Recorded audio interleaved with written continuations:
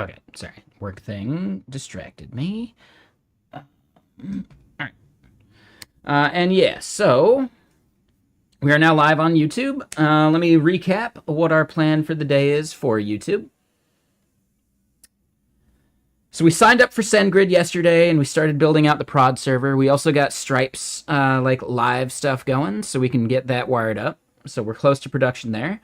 The step that we left off on for getting the production server up and running yesterday was, I believe, setting up the SSH key. So we got to do that first.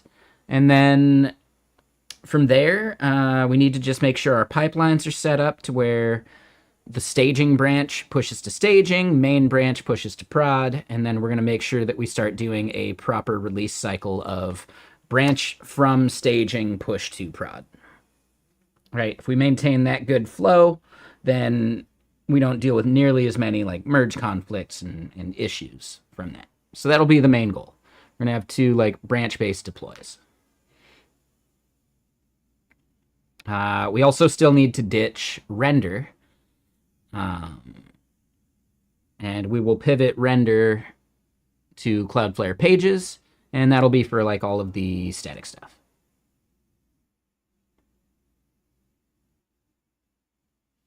Oh, nice.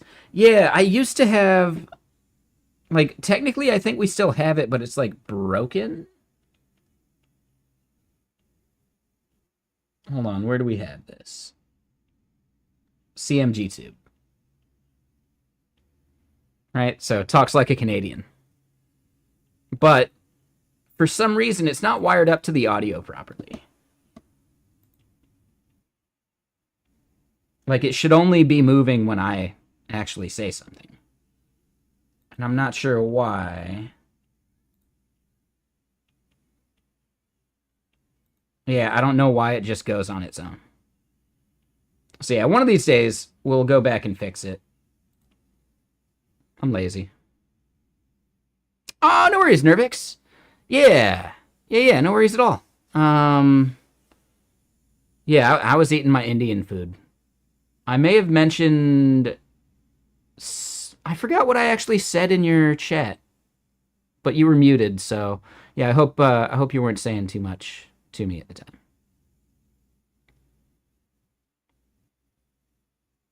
I don't even remember what I said.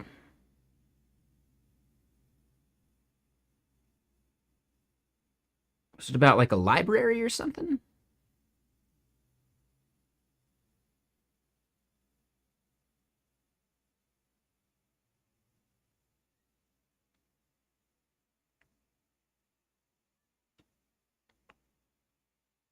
Yeah. No, I wasn't chiming in about that. I think someone just mentioned like a library.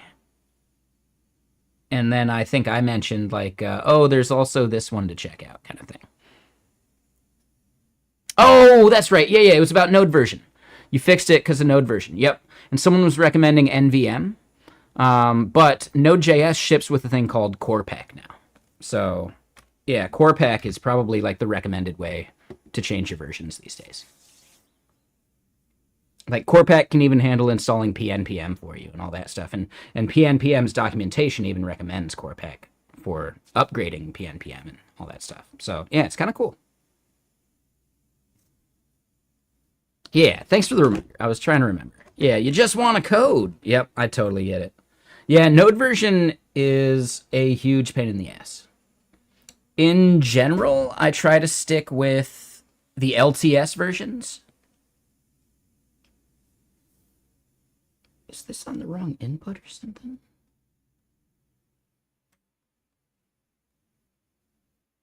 No, that's the right input.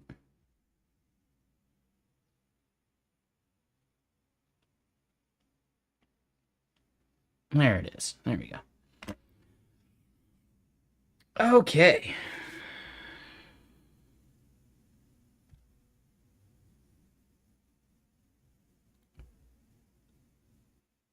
But yeah, the Indian food was good. I didn't feel like cooking yesterday because it was just warm enough to where like turning on the oven would have like heated up the apartment a little too much.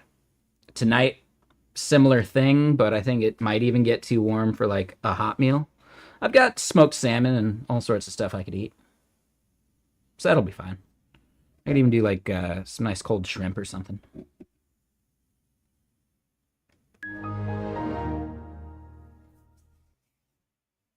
All right. So real quick, hold on. You don't know the difference. Don't know the difference between what? Like NPM and PNPM?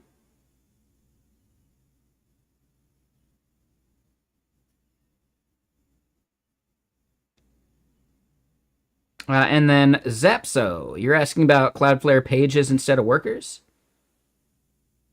So LTS stands for long-term support. So in general, if you're running Node.js in production for server stuff, you probably want to be on an LTS branch because they're not going to ship a bunch of crazy new features. They're not going to change anything that way. But that does mean that you get an extended period of bug fixes and security updates. So in general with Node.js, if you're on an even version, right, 20, 22, 24, those tend to be the LTS. And then like the 23s are where they introduce new features to like test out and figure out, and, you know, eventually they're solid by the next version. So the difference between NPM and PNPM is really in like how they share dependencies. So with PNPM, there is like a global cache for dependencies. So if you work on a bunch of different projects, PNPM can save some disk space by centralizing some of your shared dependencies. And it speeds up your installs and some of those things. PNPM also does a thing called workspaces for like monorepo setups. So let's say you have a monorepo setup where you have your application, but then you have like other packages that you want your application to depend on. Usually it's ideal if you have like multiple applications, maybe the marketing site and the dashboard application, right? But they still want to share common components or styling or even like lint rules and things like that. You can move those out instead of copying and pasting them into the monorepo as a package, and you can just reference that package nice and easy, as if you had installed it from NPM, but it's actually just still on your local machine. And you can do that without, like workspaces and monorepos, just using like sim linking and some of that junk, but these free up some of that effort for you. Yeah, there's always more to learn. You'll never know everything, and that's fine. As long as you're okay with that. And as long as you realize that nobody knows everything, you're good to go.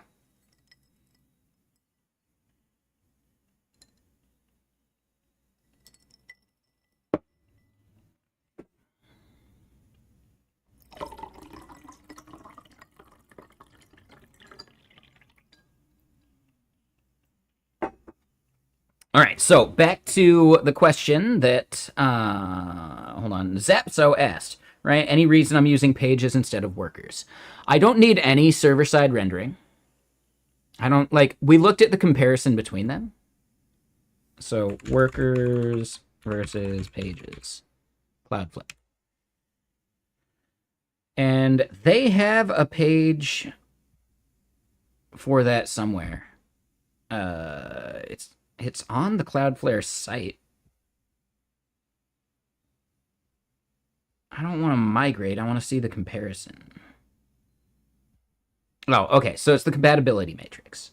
So yeah, let's look at all of this stuff. So Workers has the Vite plugin. Pages doesn't. I don't need that. Gradual deployments. I don't need that.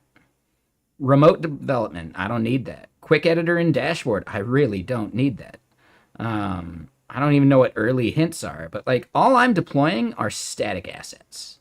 And I don't even need to serve assets on a path, which is just like a sub path, right? I don't need to do any of this stuff. It's just give me the assets, let me push them up, and I'm done.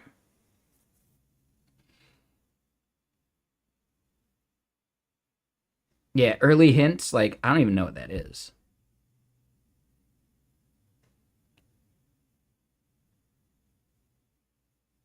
Oh, so it caches the preload, pre-connect, and link type stuff. Okay.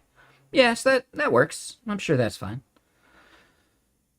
But then, like, any of this other stuff, like tail workers, log push, workers logs, like, I just don't need it.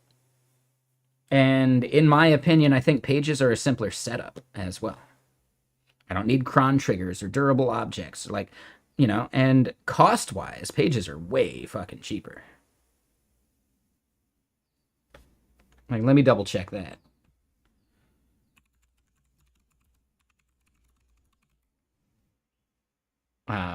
Pages versus workers price.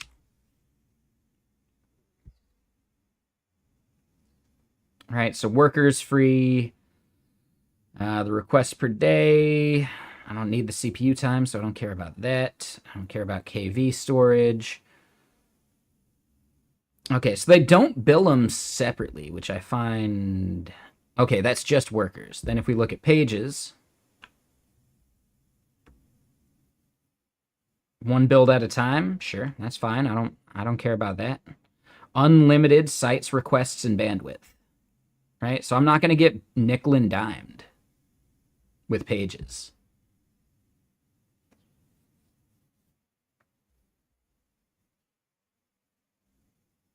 Right? Like, I don't care about getting nickel and dimed for what is just static assets. I'm considering Cloudflare pages to fill the void of Amazon S3 and CloudFront. That's all I need. That's the only replacement. I don't need Lambdas. I don't need any of that bullshit. All right, I have an API that's deployed. We're just using that for any backend stuff. So, yeah, I think it's worth recognizing what is your use case, what are your needs, and, how many, like, the builds at a time thing could be a thing, sure. For $5 a month, workers might make more sense at that point instead of, like, the full 20. But at the end of the day, I don't give a shit about one build at a time. I only have 2 things that need to get built. I'm only one developer pushing. It's not going to be a problem, right? 500 builds per month. Dude, that's like almost 20 a day. I'm not going to need it. So yeah, like the free bandwidth, free requests, unlimited sites, like all this, that's all I needed. And then, web analytics, that's nice. I'm going to have my own analytics I throw into it anyway, which we need to add to our list of things we need to do. No, and of course they're going to funnel you to workers because, yeah, they make more money off workers. Because they can nickel and dime you on usage. So, yeah, like, just because they're trying to funnel people to the more expensive thing doesn't mean it's necessary. That's the problem I have with Vercel, even,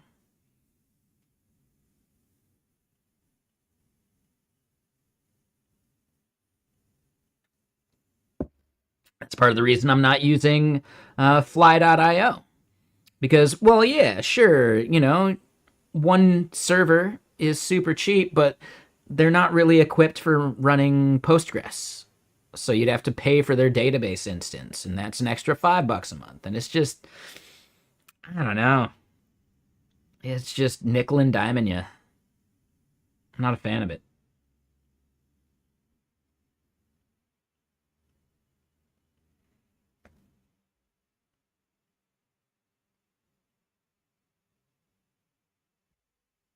Yeah, I think pages are fantastic. They're a great deal.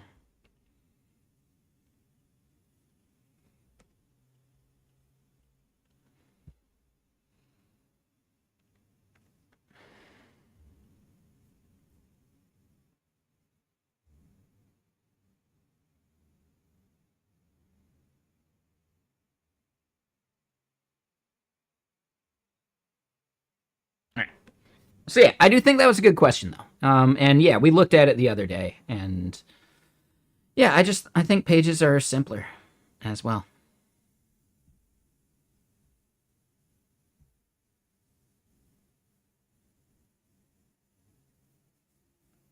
But yes, if you do need stuff where some of these things you wouldn't get, like remote development or a quick editor in the dashboard or gradual deployments, I still don't know what the Cloudflare Vite plugin's for. I guess it's just for like local workers stuff.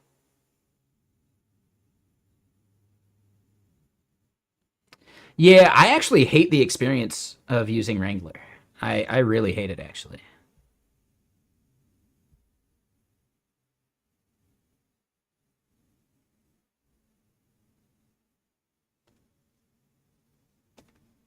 I've only tried to use it once and it was just not a great experience.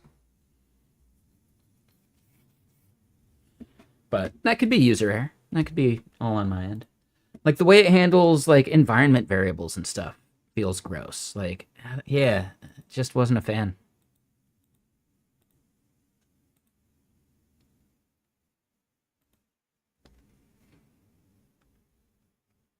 Which is a shame because I really like that one framework.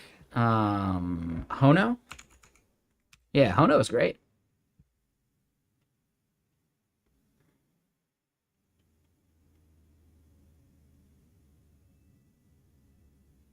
You're saying environment variable wise, you only have the one, so it's not a big deal. I could see that.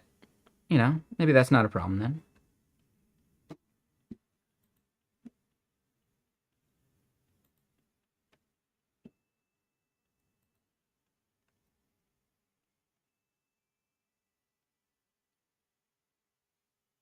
Yeah, I really like Hono, and last time we fiddled with it, I tried to do the Cloudflare part, and I hated working with Wrangler. I just really didn't like it.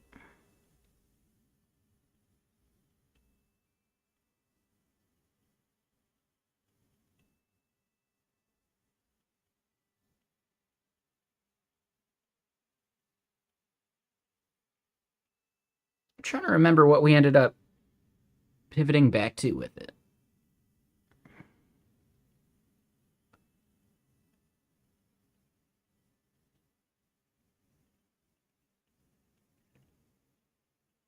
Wait, what do you mean by that, Zapso?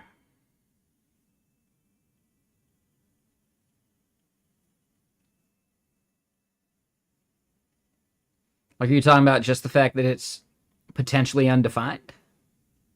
Is that the part that gets you?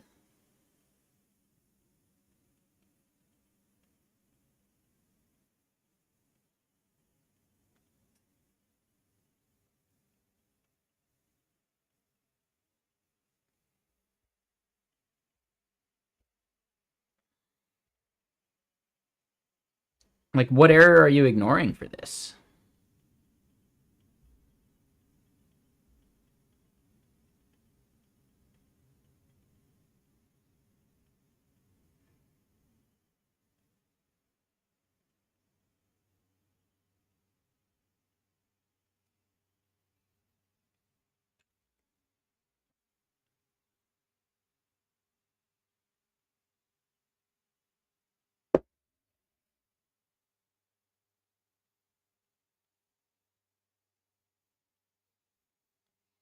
You can make it so that Wrangler generates types for your env vars, but you don't understand how to set up the secrets with Wrangler.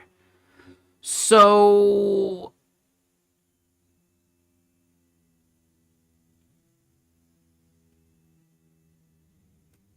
I think I get what you're saying. Right? Like technically this is an any when realistically all environment variables are strings. Anything that you're doing that converts it to a number is something you have to do separate, right? So, one thing to remember, all environment variables are strings at the start. You could use, I think, Zod to maybe do some casting type stuff. I don't remember how that works, but if you look at how T3 stack does their environment variables, that might be a little bit of like the same pattern that Wrangler's using.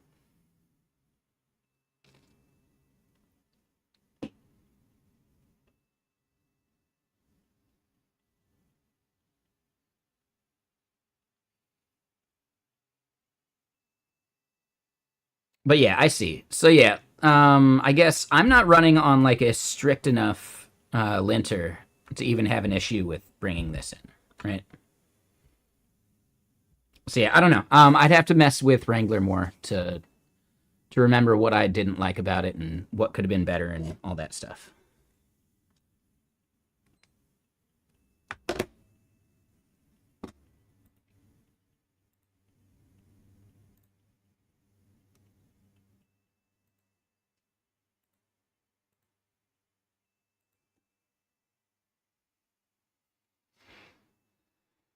Good job, man.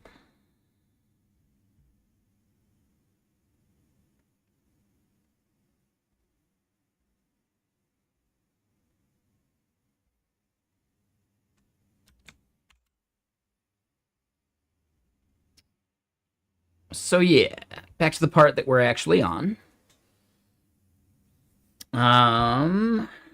Yeah, we need to set up our SSH key for the production server.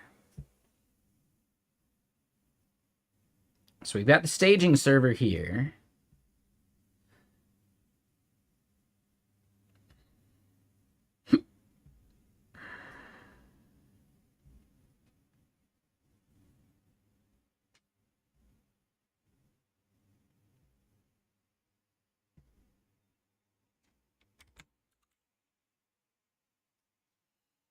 That's a little annoying. Hold on.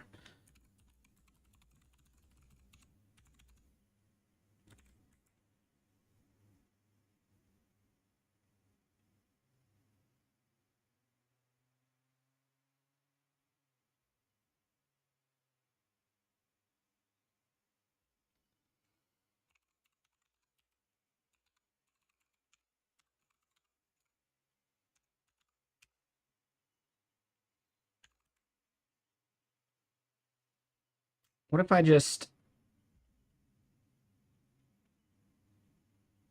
Hold on. How can I trigger a reboot?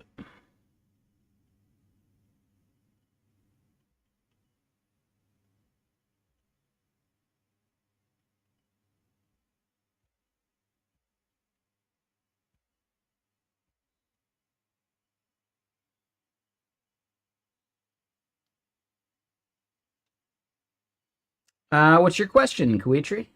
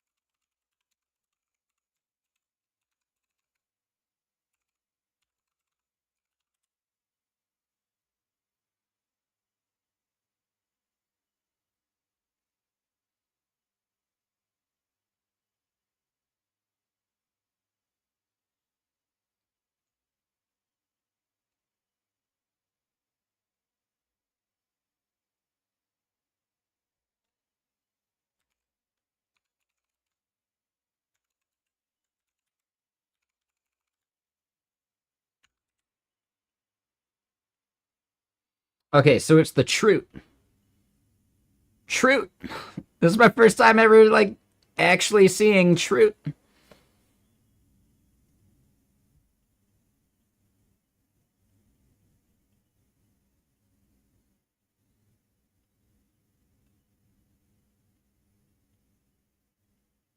Yep, exactly.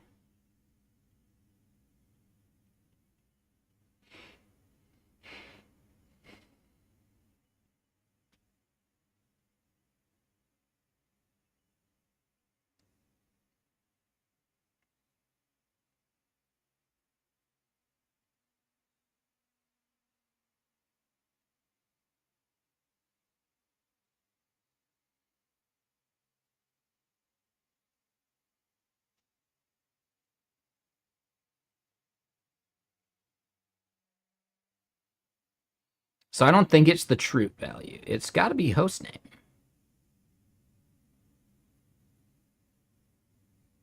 I could just edit the PS1 value and then just call it good.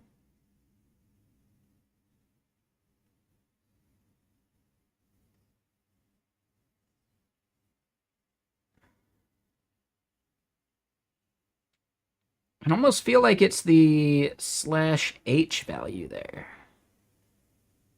Yeah, it's the /h, right? So that's the host name, but I thought I changed the host name.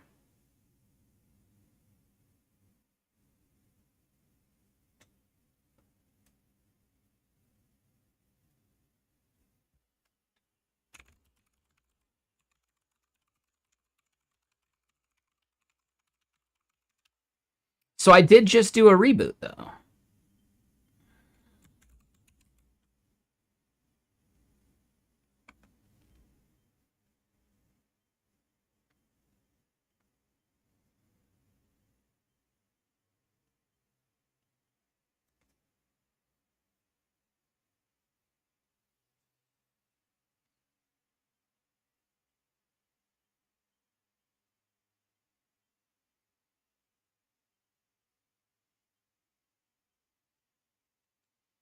Oh, okay.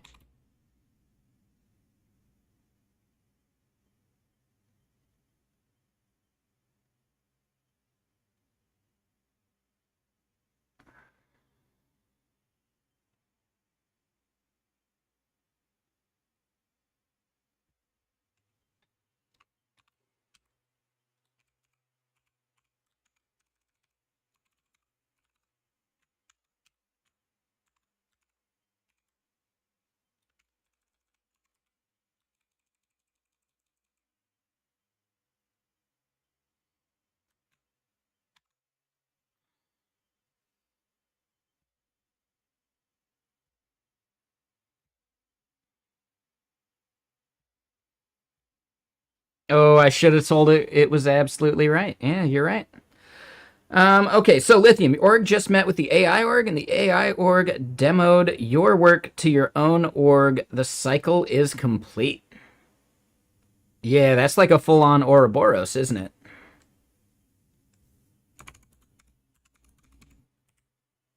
Right? Like the snake eating itself?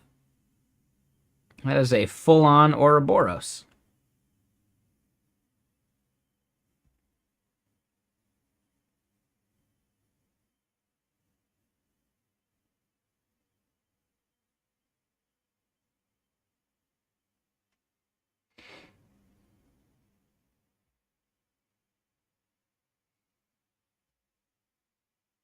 That's how you feel when you skip breakfast. There you go.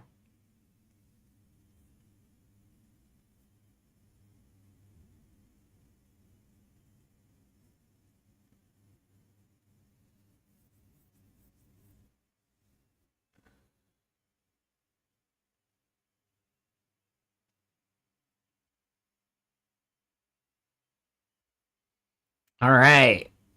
Messijo staging. There we go. All right. So we got that to work. And technically, the server should be good still, right?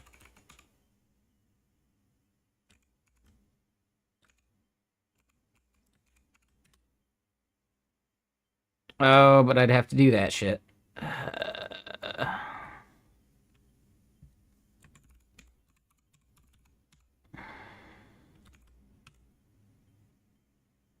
Oh, 500, sad panda. Hmm.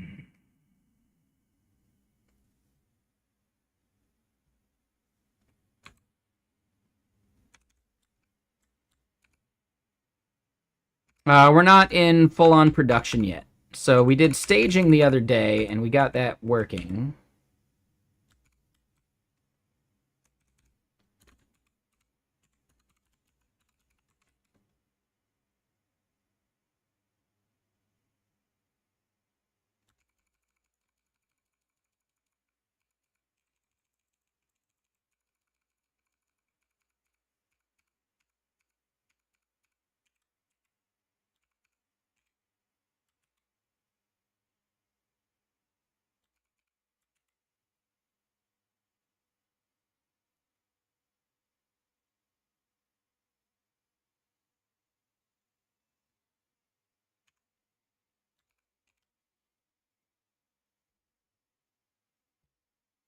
Okay, so it's not spinning up when we boot.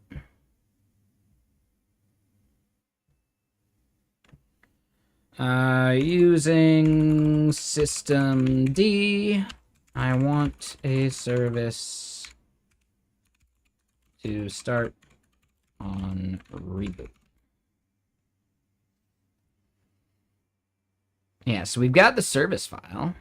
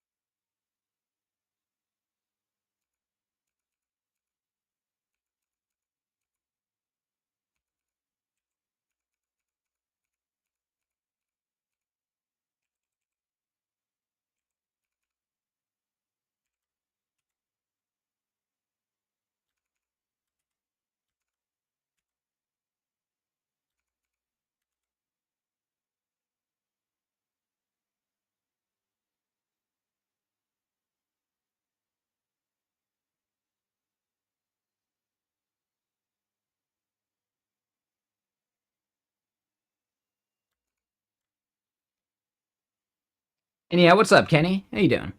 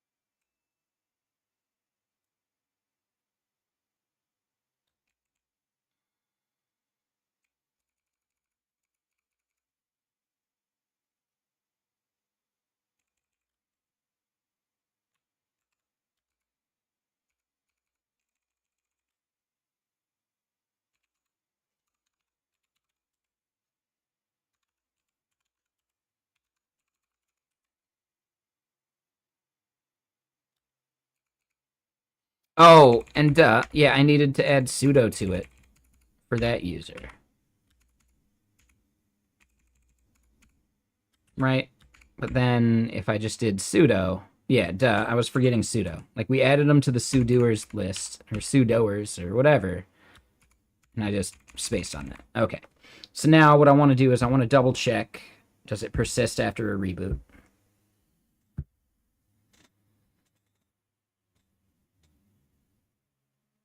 Yeah, brain fart.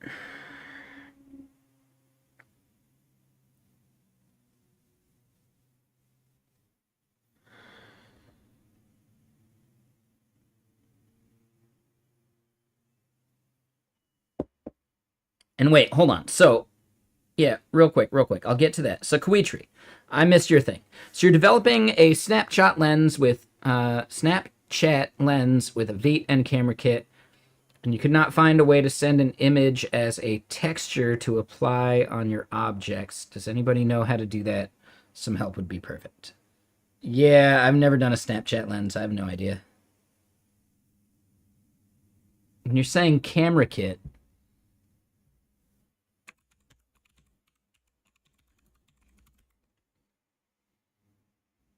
like you're talking about this?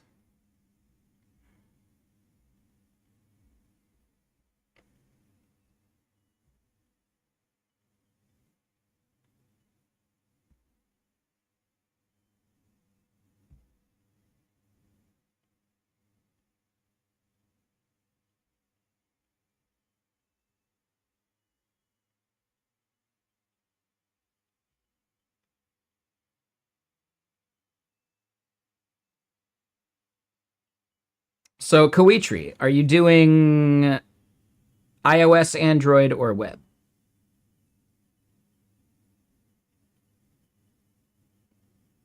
Yeah, no worries, bad man. No stress. Let's just look at web. Oh, yeah, API reference is a bit meh.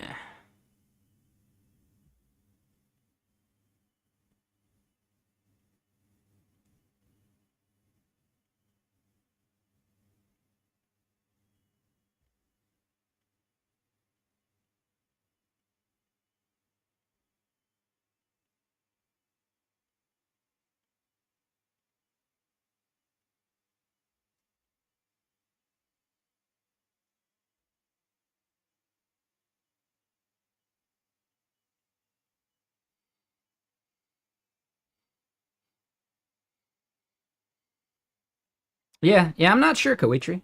Never done it.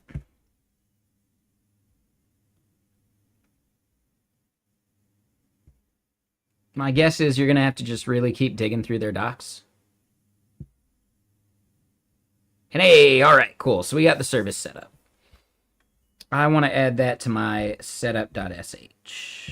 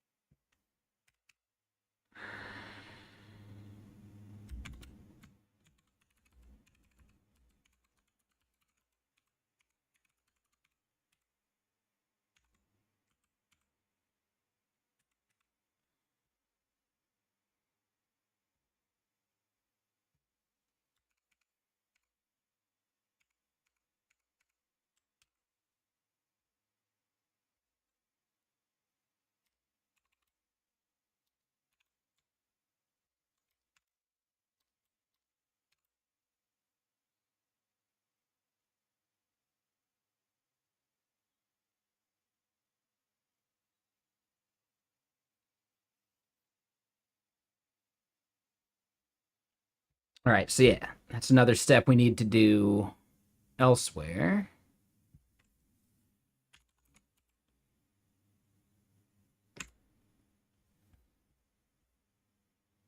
Etsy sudoers.d.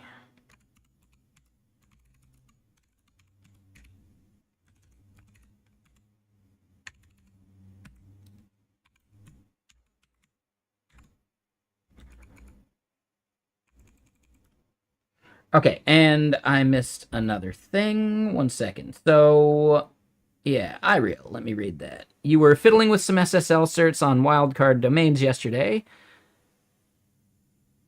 You're getting scrapers looking for WordPress almost instantly. You figured they must be listing all issued Let's Encrypt certs. It's crazy. Yeah, Yeah, that data is probably open somewhere.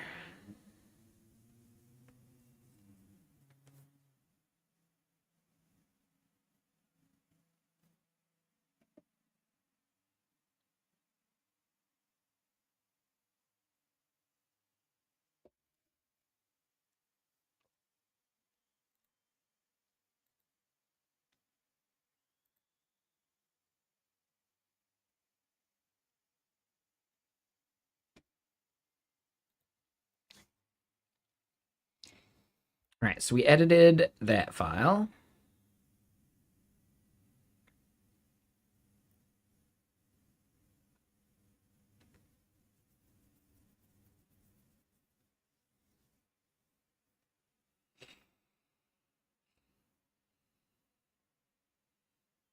I do need to copy and paste some env vars.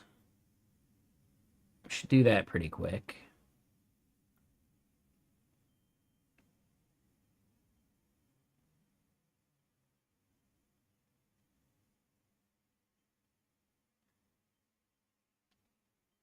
Now, do we have that created? Do exclamation point song. Come on, Badman. You've been here often enough.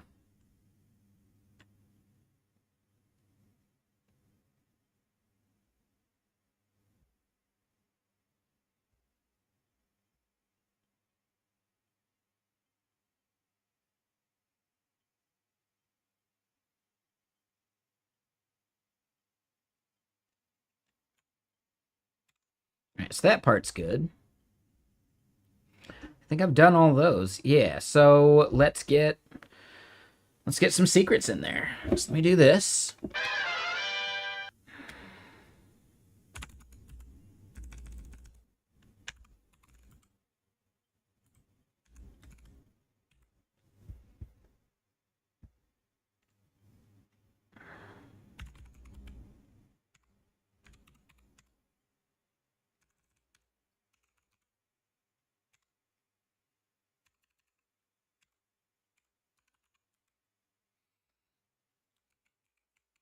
Ah, okay. And this one is prod.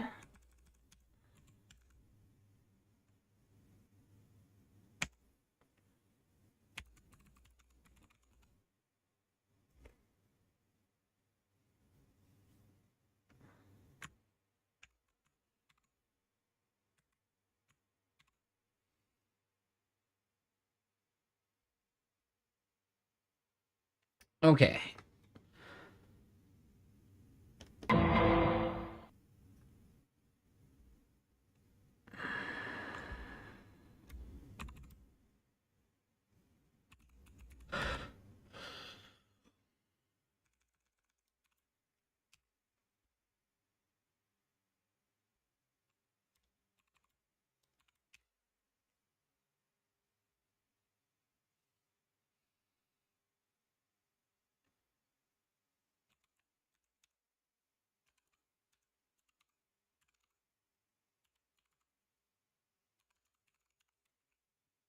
All right, so we have certbot installed. We definitely haven't run it yet, though. Okay, so then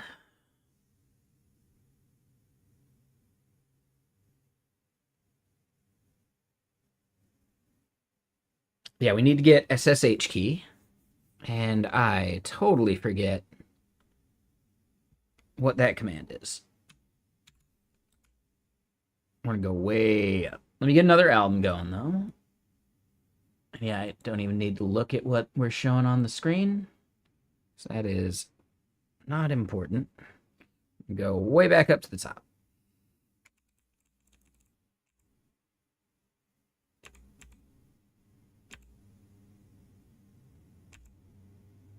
Oh, and yeah, we want to do it over in here as this user because it's their SSH key that we're going to create.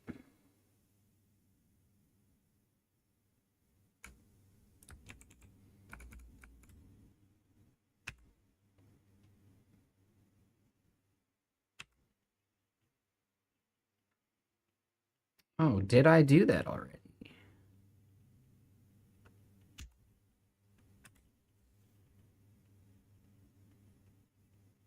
Oh, yeah, I'm doing it on the wrong one. Duh. Yeah, so don't overwrite that there. Yeah, juggling these two machines, I know I'm going to screw up at some point.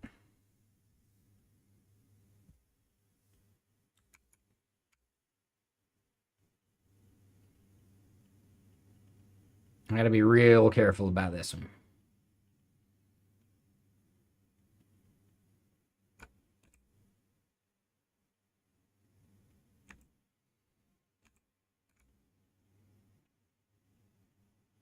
All right, so then this part. This is the private key.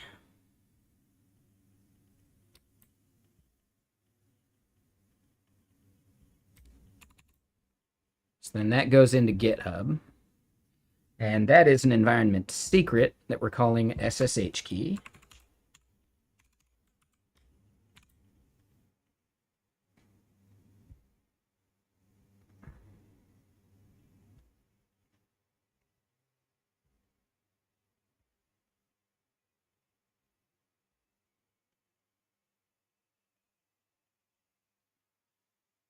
But I did the wrong one.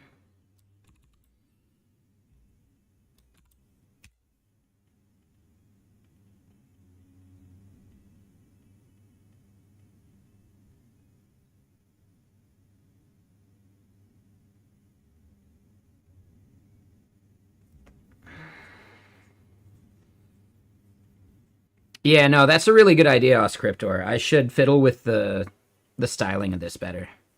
Like maybe red or something for production.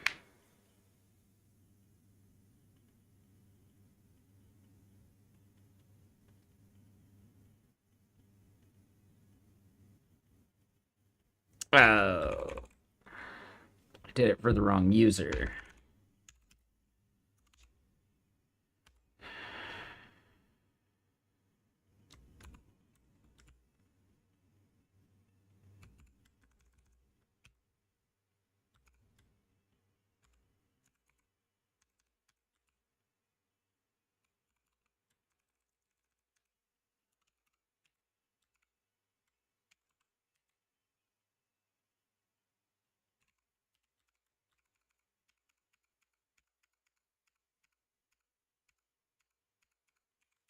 Yeah, so I did it for the wrong user. Give me just a sec. That is my bad.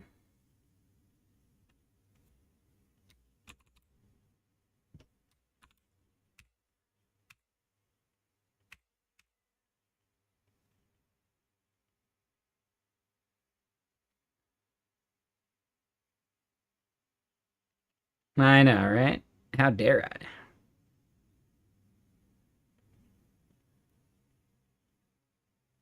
Yeah, Sickwe, you should definitely learn Git. But in the meantime, Git Kraken could make it a little better.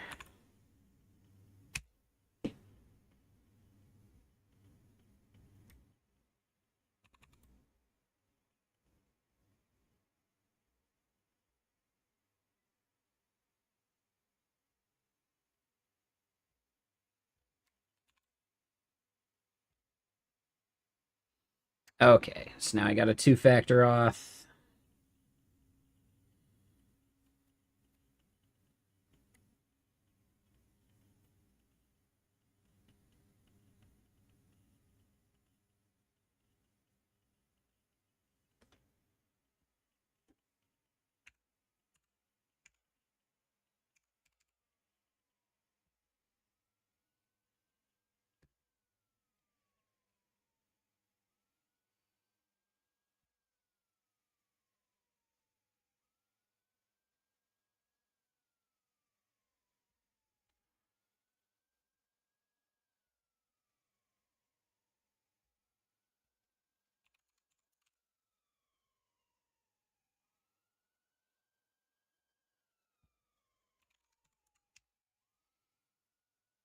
Okay, I can show again.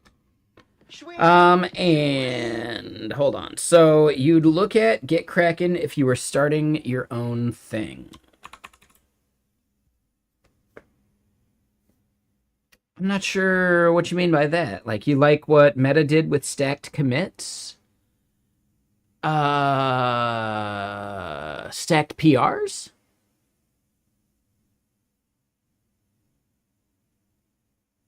Or is stacked commits a different thing?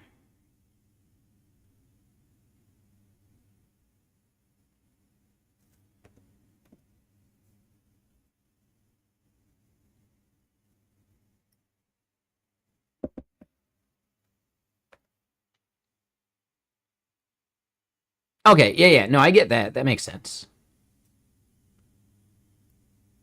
And yeah, what's the company?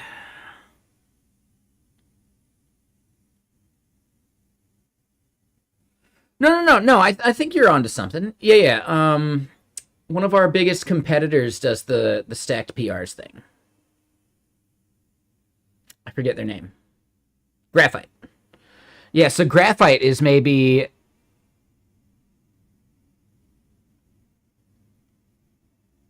Oh, interesting. So that's a different thing then.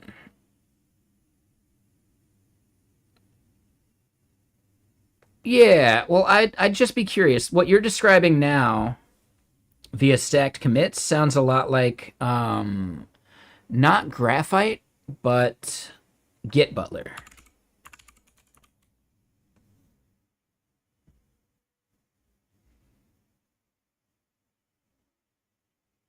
Like virtual branches and like some of that junk.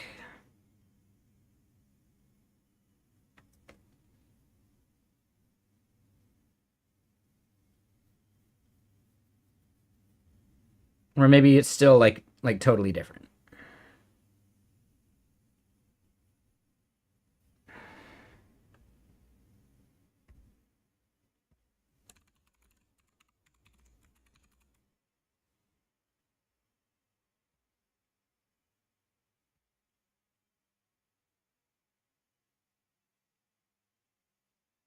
Yeah. So this is stacked PRs, not stacked commits though, right? Right. So it's like pull request 3 of 3, and they're kind of like all on top of each other.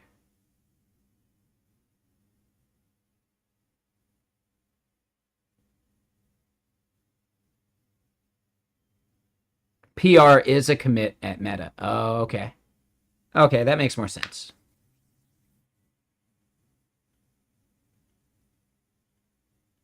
Okay, I get it.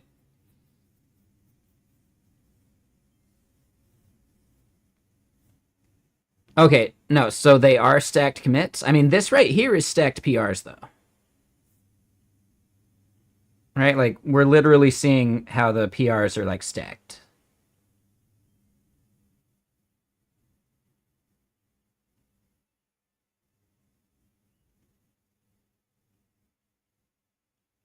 And yeah, PR stacking is something that Graphite does as well. Not something we have done. We've definitely considered it though.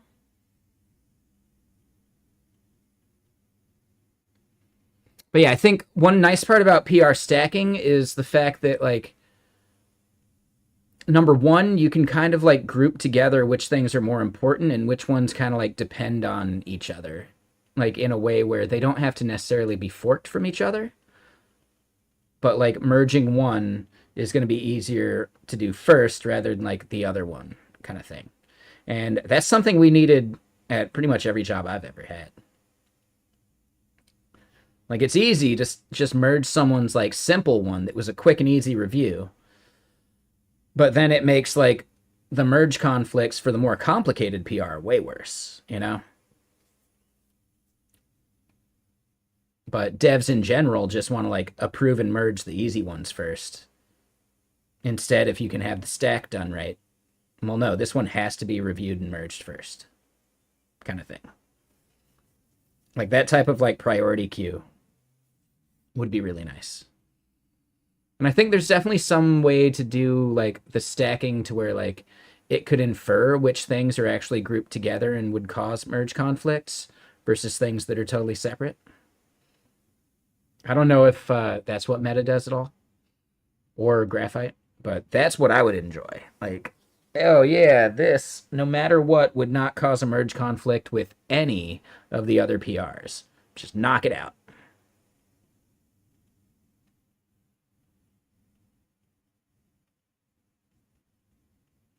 Yeah. I think there's some tool that could be made and should be made that actually takes in like the size and scope of like the tickets you've been given, and then somehow like prioritizes and prevents merging things that shouldn't be merged until other things, right? Because the other thing's more important, and adding churn to the merge conflicts and BS of the bigger, more important PR is actually worse. Like, no, make the smaller, easier PR have a merge conflict you fix. Like tools that could help make that more reasonable instead of everyone having to like maintain the entire fucking Jira board in their head, right? I think that would be valuable.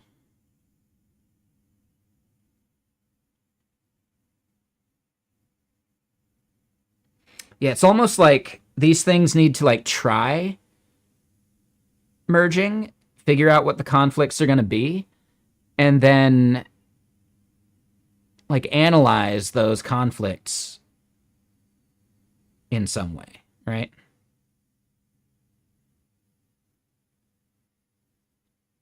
Lets you move PRs around, it rebases for you.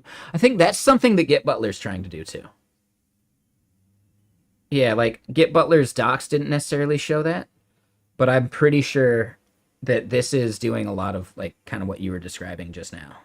I don't know for sure, but because I haven't used Git Butler. My guess is that Git Butler is heavily like sapling inspired.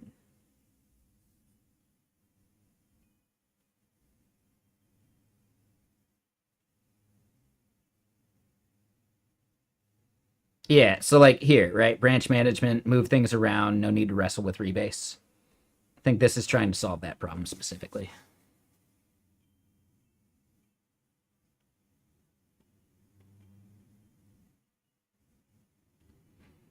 The virtual branches thing doesn't seem that useful to me, right?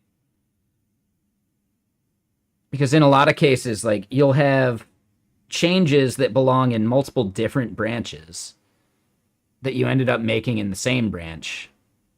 Like, does this have like a good cherry pick functionality, or is it just the whole file? Because that's where I find like the issue. Like, I can add a file at a time to a commit. That's easy, but the cherry picking part's the annoying bit.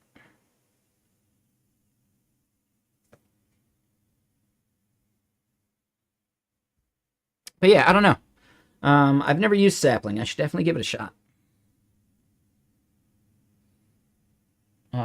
Real quick though, I do have to use the restroom. I'm gonna pour some more water while I do it. So give me a sec. Went for a walk before a call I had at 1, and then the call kind of kept me occupied a bit. So yeah, let me go pee, and I'll be right back.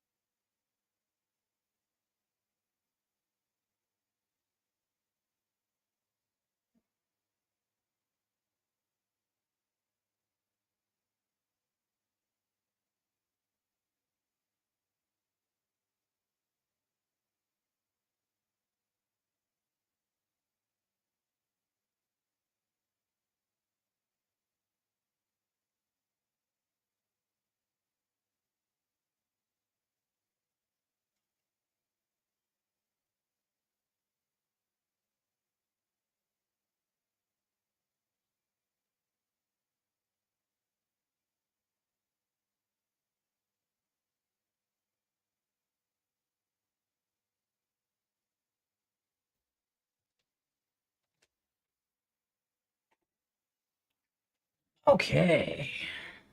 And I'm back.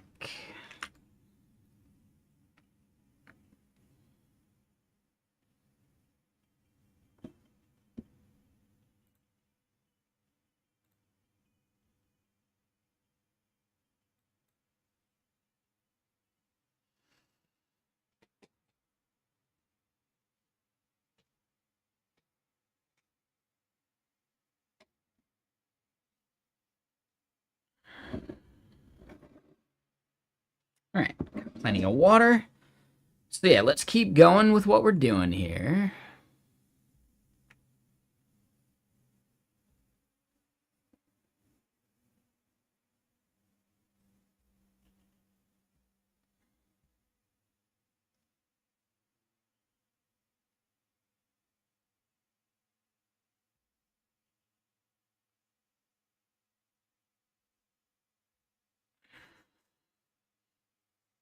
Oh shit. I configured the wrong environment. Damn it.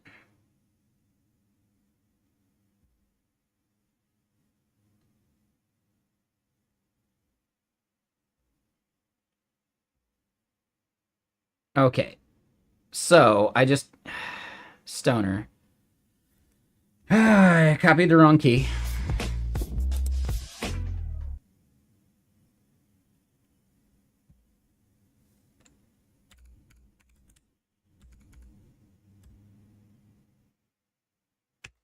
All right, so this one is the staging key.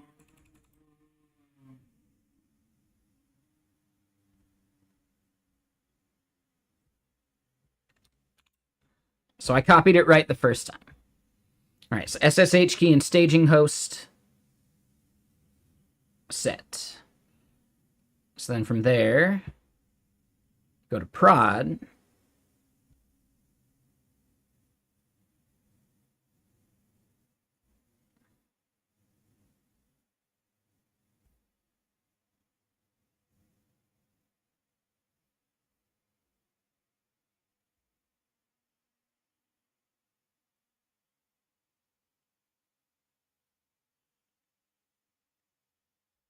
Okay.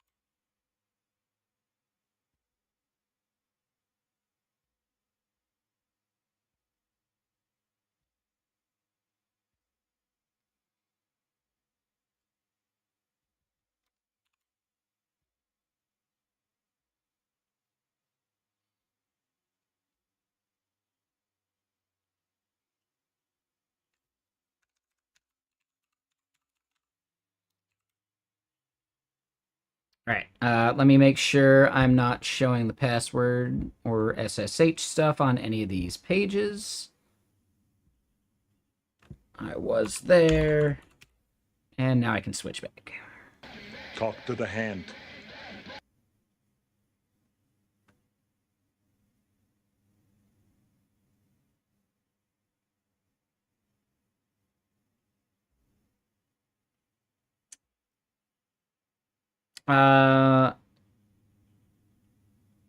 Undig.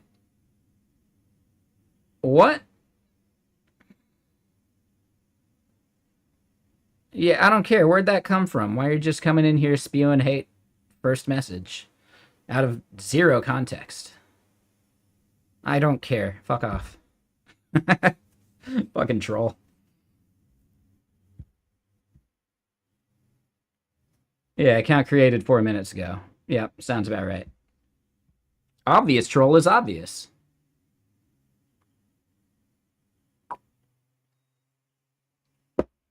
I know, like zero effort trolling.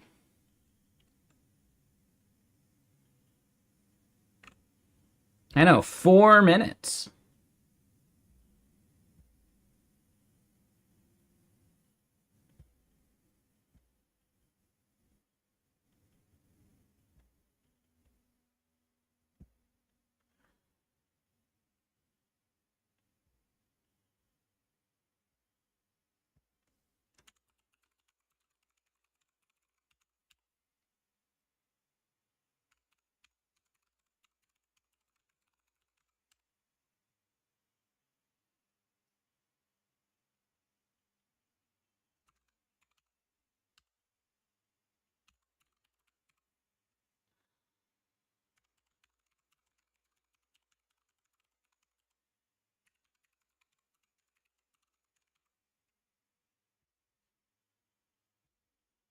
Sorry, I just had to report it. That person sucked. No, 4 minutes ago. Exactly. Like, dude. I might have said months and just brain farted, but yeah, 4 minutes, man. But yeah, what's up, Candace? How you doing?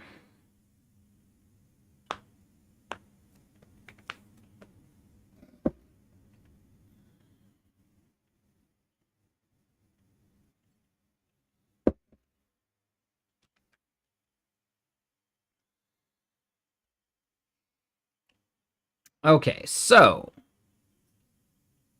staging, branches, staging. Yep.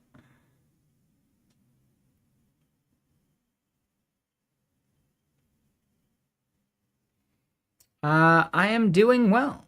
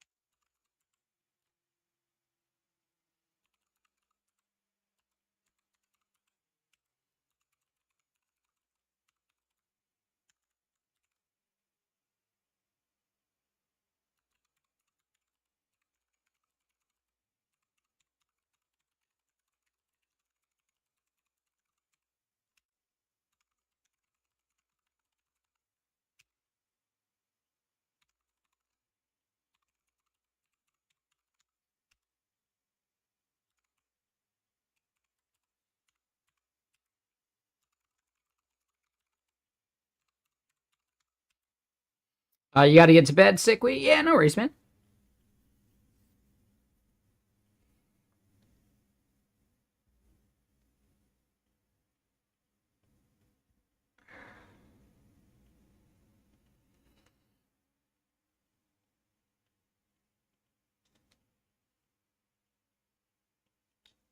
All right, so build and test. We expect those to fail. Staging, we expect to succeed.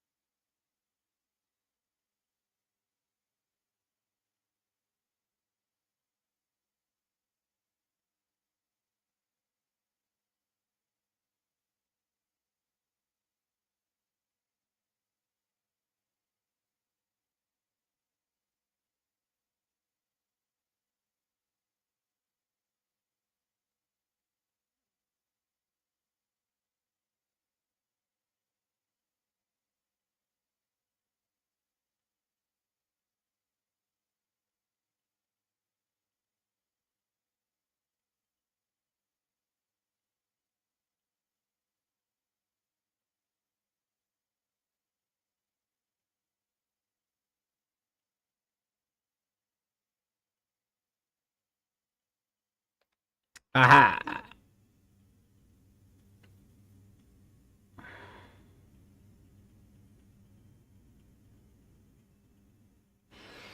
Oh, right, because that's hard coded to build prod rel Messijo.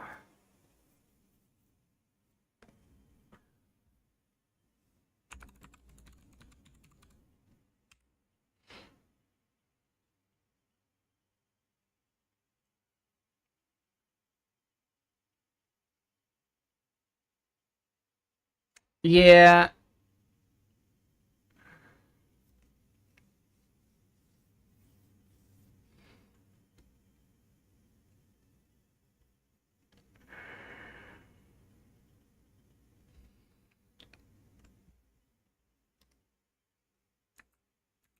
We're going to leave the prod thing.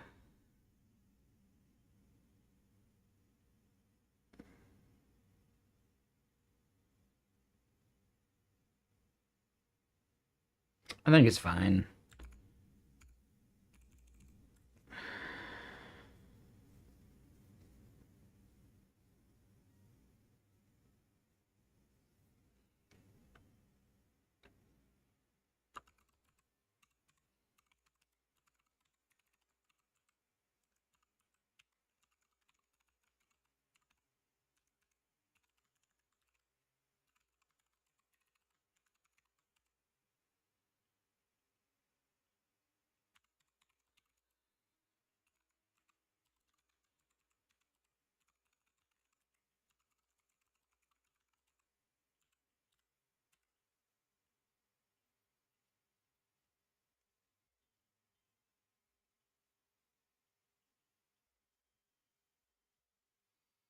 All right, so that one's going to kick off again. Let's see if the production one worked.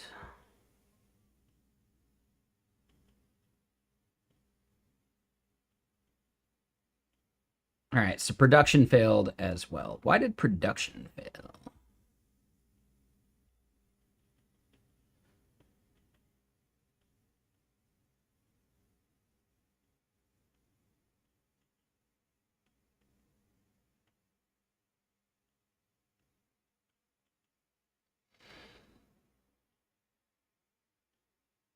Yes. All right, so I remember what we forgot. It was something to do with authorized keys.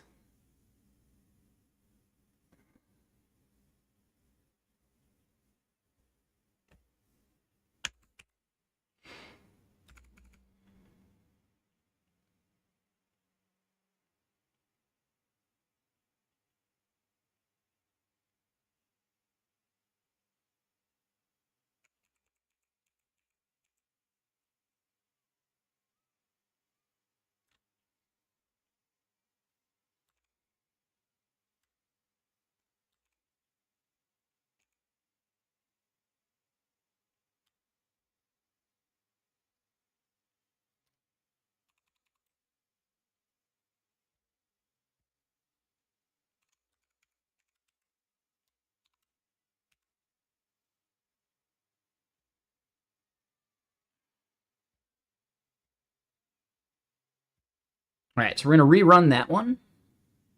And hey, what's up, Brainless? How you doing? So yeah, I forgot to do the authorized keys thing. So I want to put that in my setup script.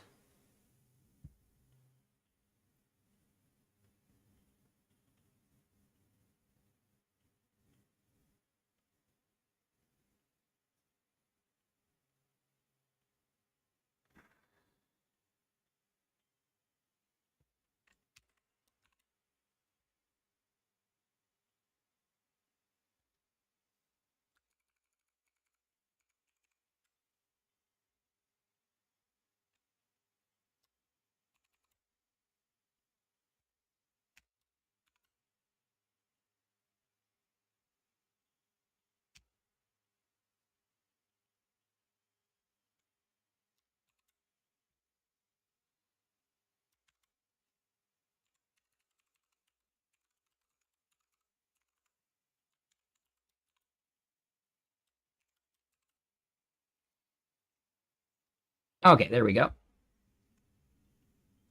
Oh, it's Drama Sand. It's even better.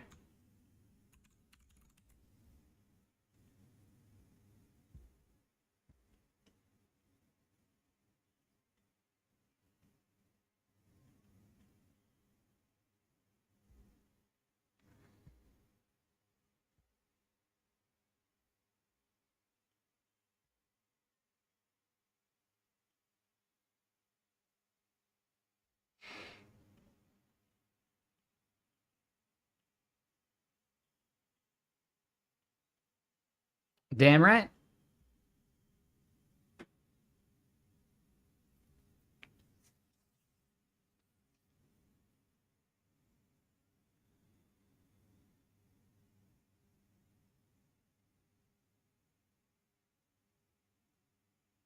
Son of a bitch. Do I need to restart the SSH daemon? Is that something I forgot?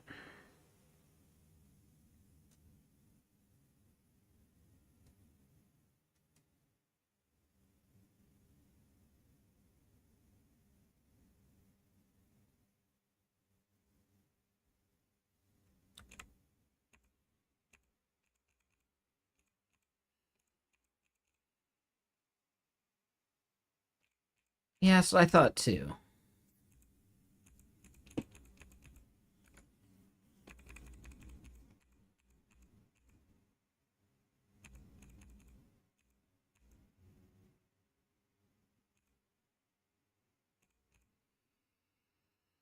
Yeah, I don't know, man. Your account's a week old, and you're already just being really trolly. I don't think we need you here, Mr. Multi.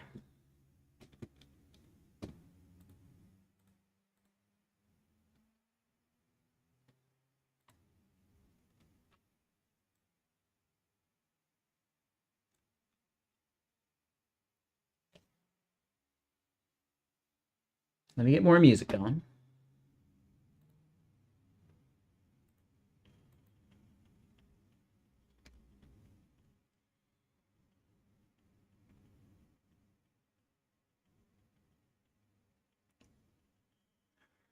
Oh, you're right. Camera froze. Shit. All right, it's warm enough that the camera's overheating.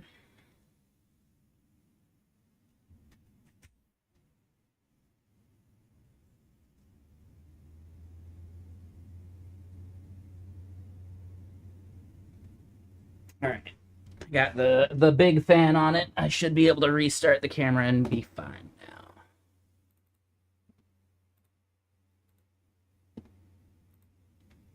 There we go. Yeah, so I don't know what other streams you interact with there, Multi, but you know, talk to us like you would talk to someone that you want to have talk to you again.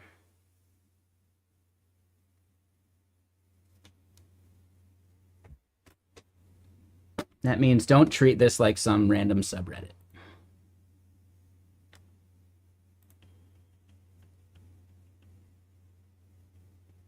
Don't treat this like Hacker News.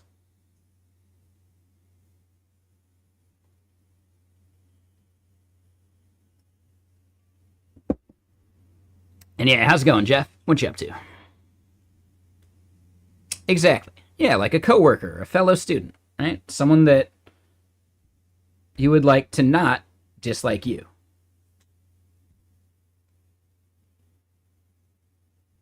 I know, it's weird. Talking about how we should probably live in a civil society in this day and age. I know, it's a crazy opinion.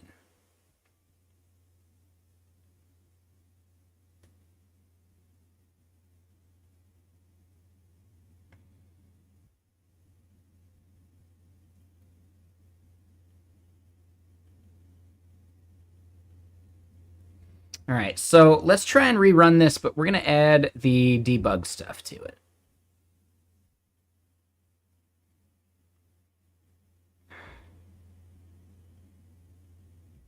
That goes especially for you, Brainless.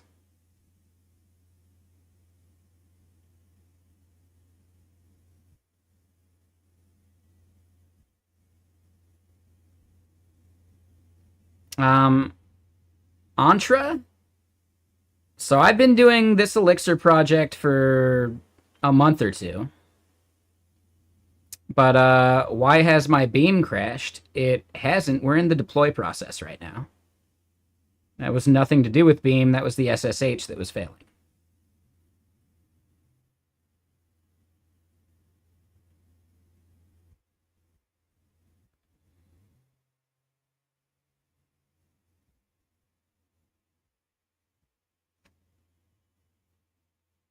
In general, before you start trying to backseat program, maybe get a handle on what the context is.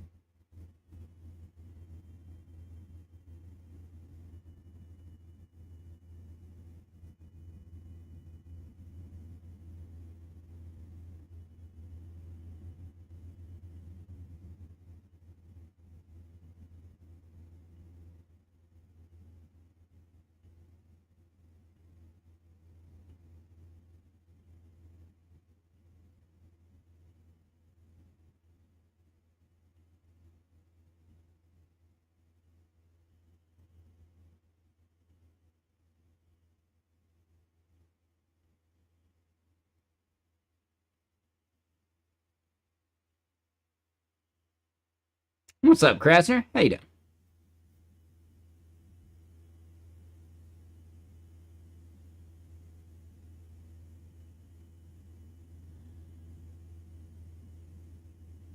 All right. And I forgot to turn on debugging. Damn it. I...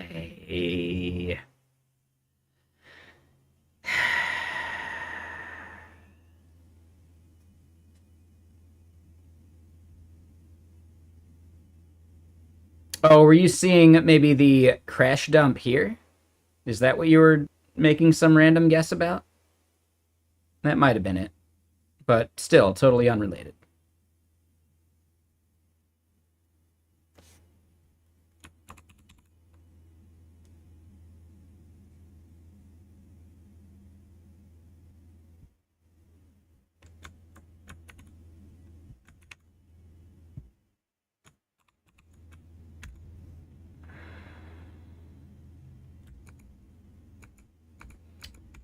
Yeah.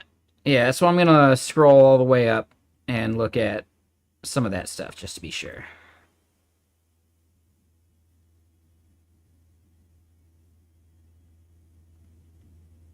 We're going to go all the way to the top, just in case.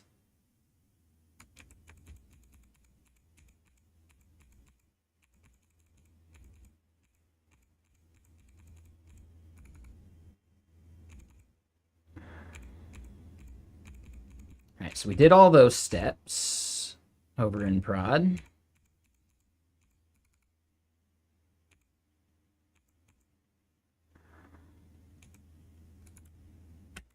Yeah, so let's double check this. I don't remember changing anything over here. And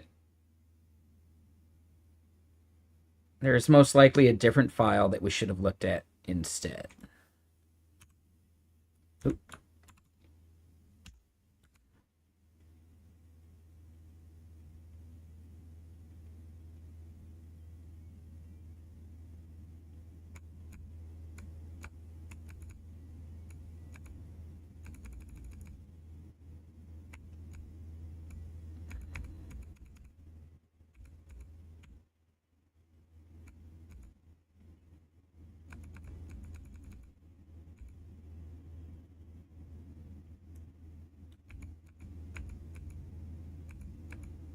Yeah, so that's what we were doing to try and debug those things. Yeah, let me see if that's it. It would be weird if that wasn't working.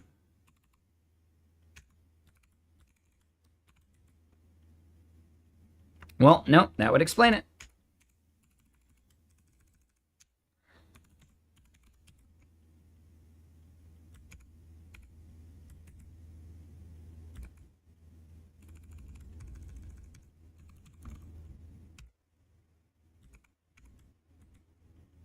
All right, so yeah, that's a good check. The service was not running. I think it's weird that it wasn't running by default.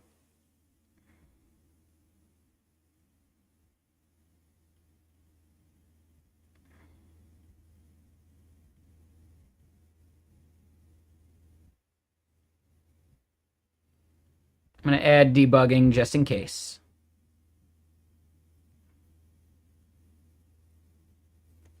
No, so keep in mind, this is a brand new server. So we had all this stuff working on staging.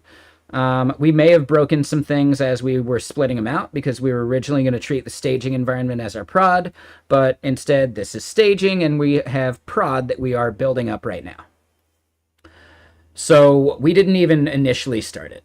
I just kind of feel like the image should have had SSH enabled by default, but maybe not. So, either way.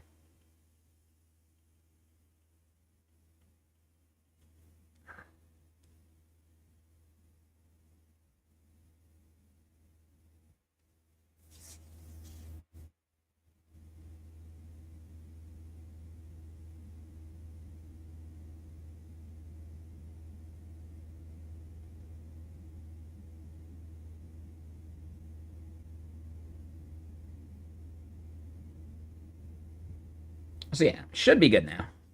We'll see. You never know. Something could always go wrong.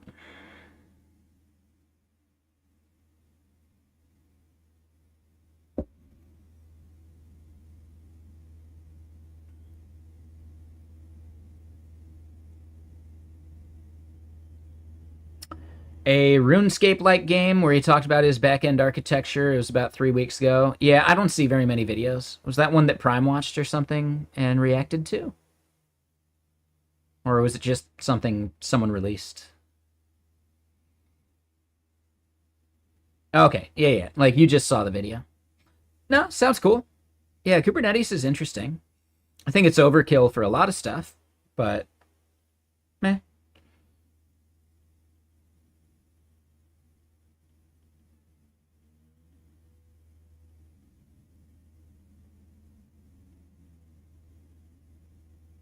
Okay, that looks like that's working.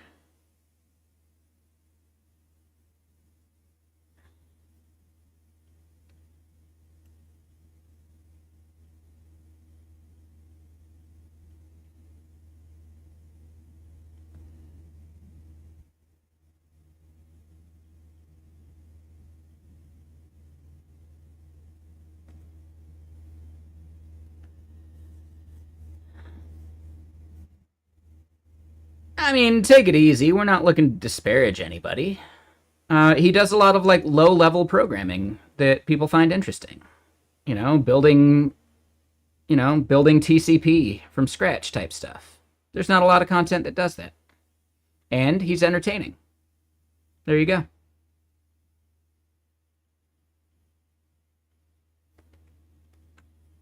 If it's not your cup of tea, that's fine. Like, doesn't bother me. But we're not going to get into some shit slinging fest over it.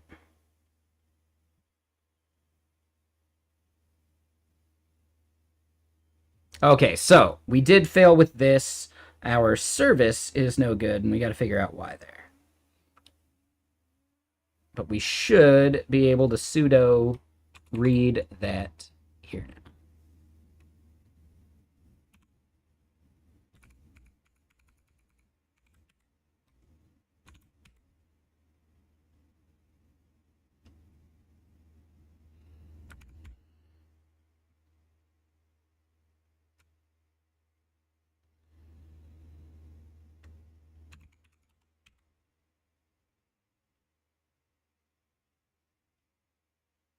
All right, so failing to start there for some reason.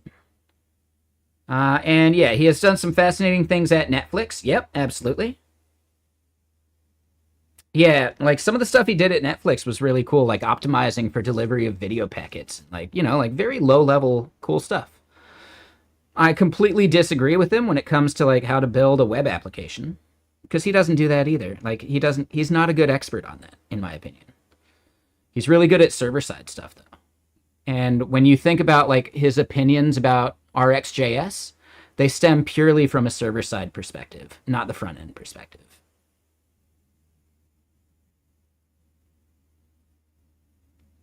In general, I think his opinions about JavaScript ignore the fact that the front end has to be built that way. And HTMX and server side rendered BS just doesn't make any sense for a whole heap of applications. So yeah, like, he's not perfect. I think he has some bad takes. We all do. That's fine. There's still a lot you can learn from him, though, right? And that's fine.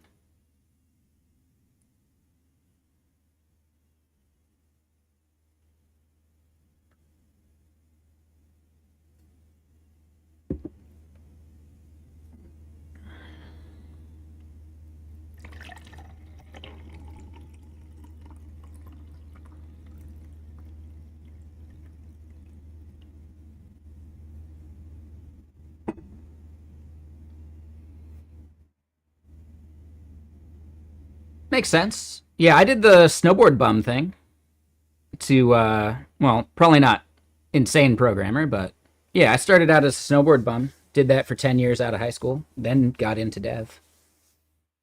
I think people with interesting origin stories are more fun than the people that just got into it right out of college, right out of high school.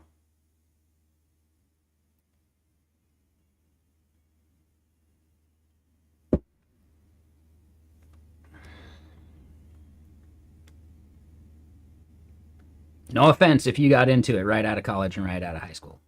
I just think, you know, there's something interesting about people with unique origin stories.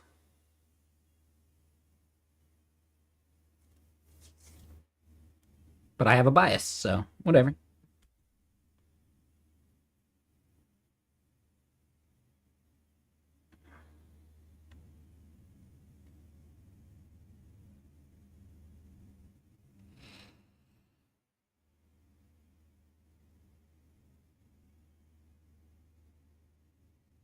So failed to start the service. They're not telling me why, though.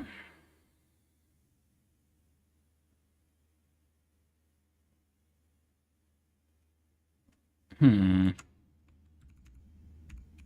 right, so then this part is basically, let me double check the service file.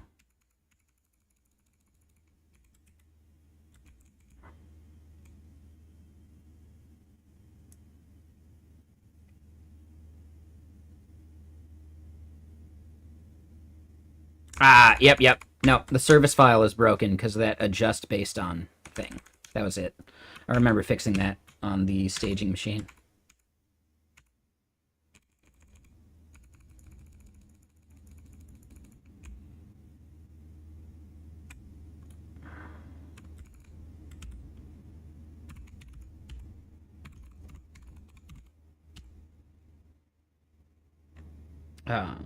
Start Messijo.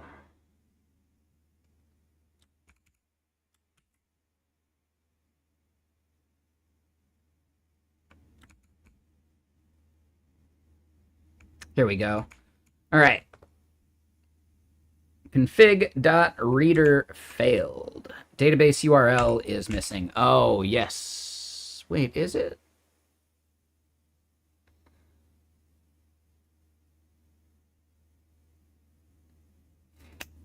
I know what I'm missing. Yes. There's an env file attribute.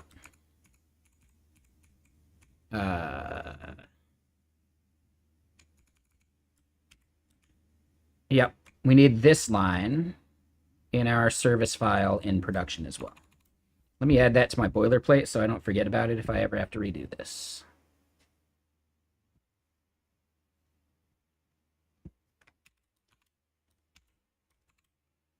Sternal Reflex. Thank you for the follow. Appreciate it.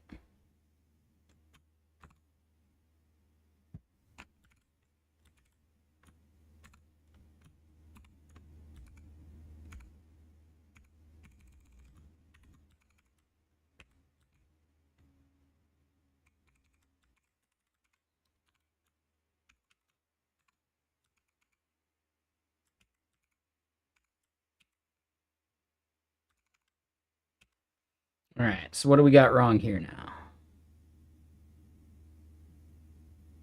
Oh, and yeah, we need to do the daemon reload stuff.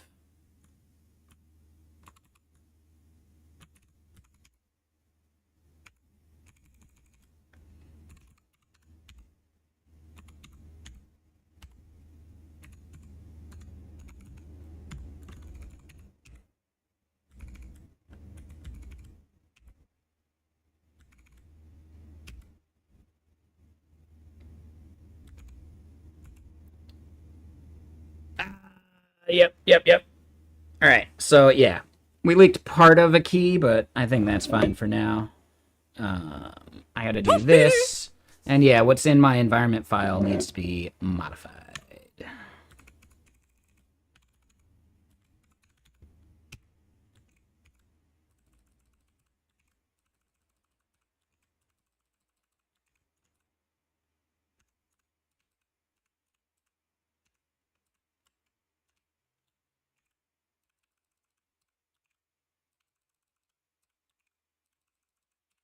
Yeah, in my local environment, my environment variable file, right, the .env, is basically just something I run as part of a bash script, so it has like the export BS in it, but we don't do that in production, like in the actual servers.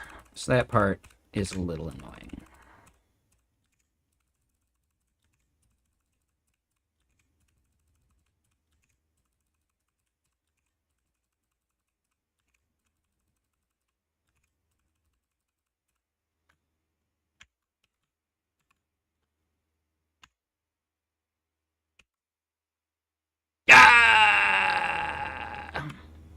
Damn it. Okay, hold on.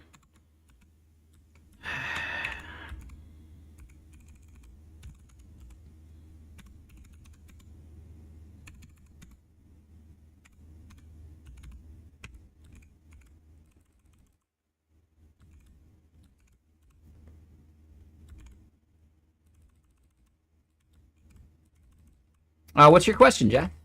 While I'm doing this BS.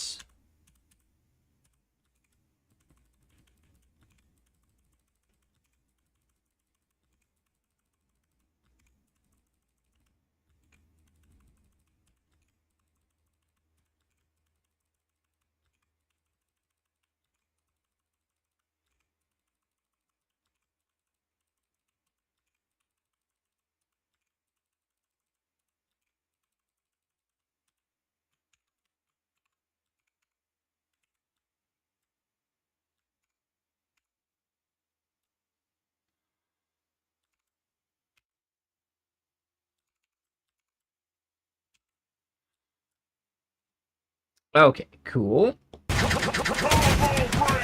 Is basic mathematics important for problem solving?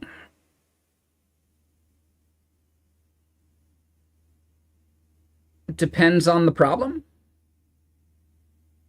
I would say if you have trouble with basic mathematics, you probably have trouble with problem solving too, because they're both logic.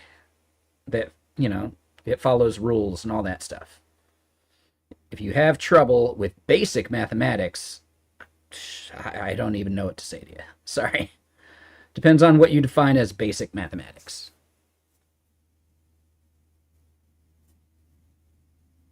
You're not going to need trigonometry for most general programming unless you're building a game engine. But you should still be able to fill in the blanks in basic algebra, because that's just problem solving by following the rules, you know?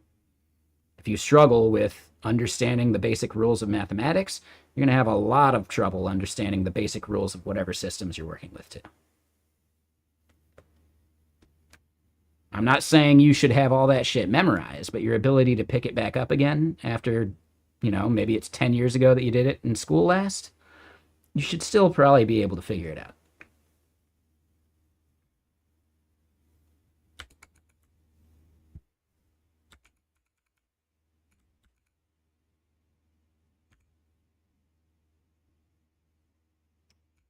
So wait, now it's saying that's missing again.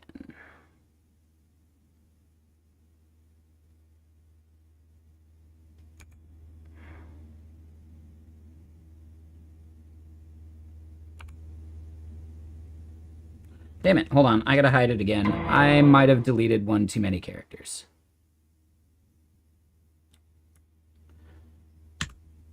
Yeah, a willingness to be wrong is actually, like, really important.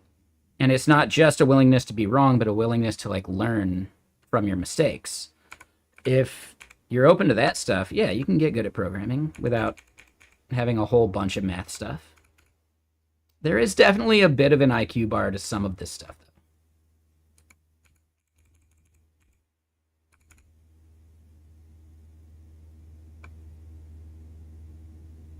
Yeah, there you go, Renegade. Yeah, programming might make some of that algebra and math stuff seem easier. I got a 1200 on my SATs, but we hadn't actually even gone, like, I was in, like, the advanced math classes in junior high, and then it's like I started smoking weed or something. I don't get it, and I just stopped doing my homework. Yeah, it's weird. I don't know what happened.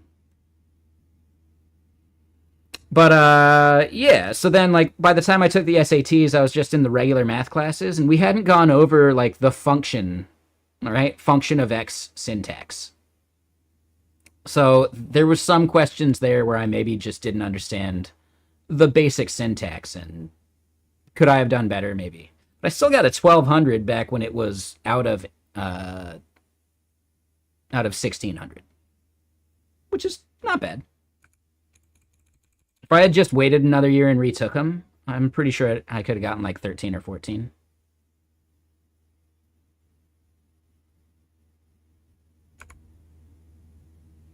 Well, no, here's the thing, lithium. My mom was a math major in college, so like, yeah, even if I didn't make it into the advanced classes, she was still making me do a bunch of like proofs and like memorizing theorems and some of that stuff, like outside of class on my own time. So I still had to do that. It's just like it was a very simple, like, just a syntax thing, right? Like the f of x. What does that mean? Like nothing I had seen exposed me to what f of x actually meant.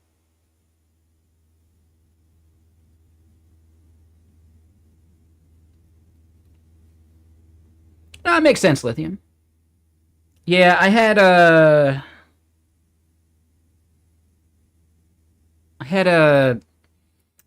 I went to this like summer school kind of thing, right? Cuz parents didn't want to leave me and my brother home alone or whatever. And it wasn't summer school. It was like a summer like daycare. It was basically daycare.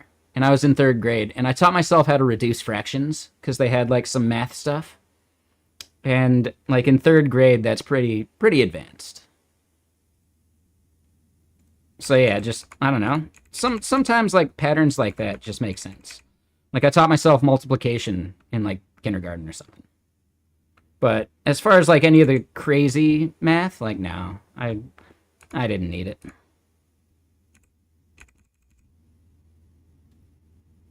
Yeah, maybe.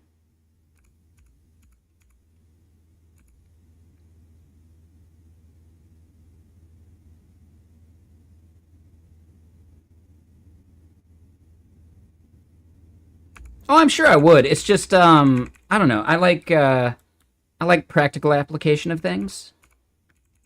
So if I'm not going to need it for anything, like I don't know. I have other things I'd rather learn. But yeah, let me look at my env file here. Dashboard base URL. Oh, yeah, no, I just don't even have that. Okay. So this is database.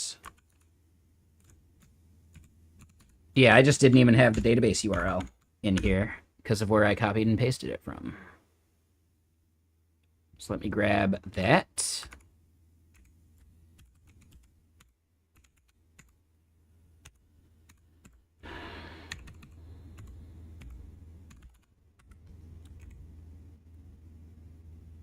I need Phoenix server true. I need to generate a secret key base. Yep.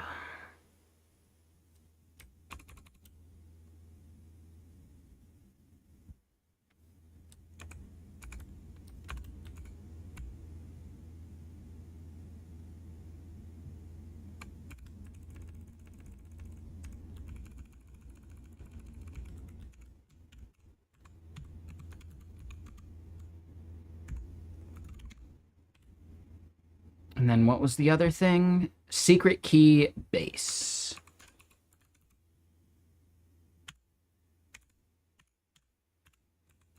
I'm not even certain we need the secret key base. That's something they just basically use for like cookie signing and stuff like that. And we're not using cookies.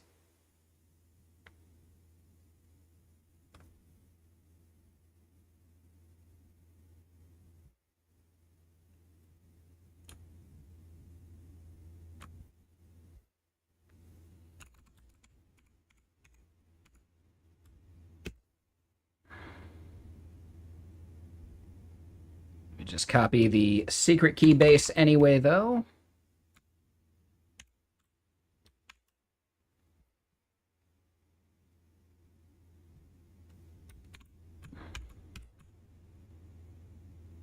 God damn it.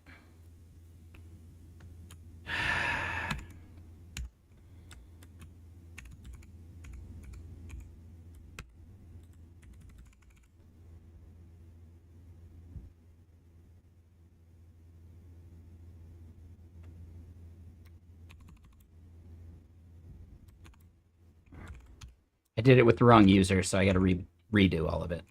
Let's see that, and then regenerate the secret key base.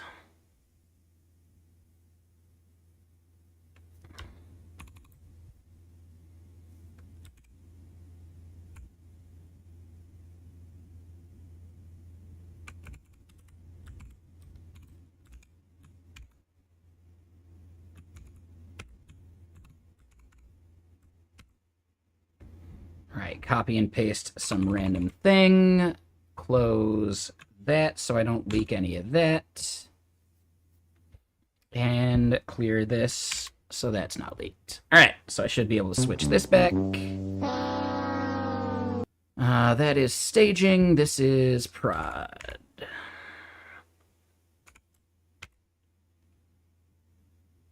And what's up, Ray of Hope? How you doing? Okay, so that looks like it got a little further. Postgrex, yep. Okay, so yeah, that's going to fail because I believe we have not actually created...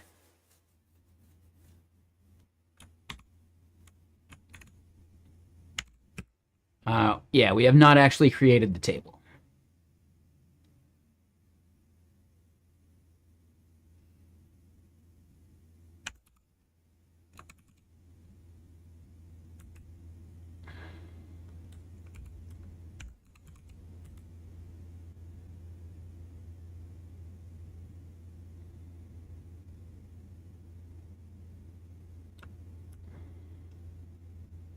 It's piece equals something or other.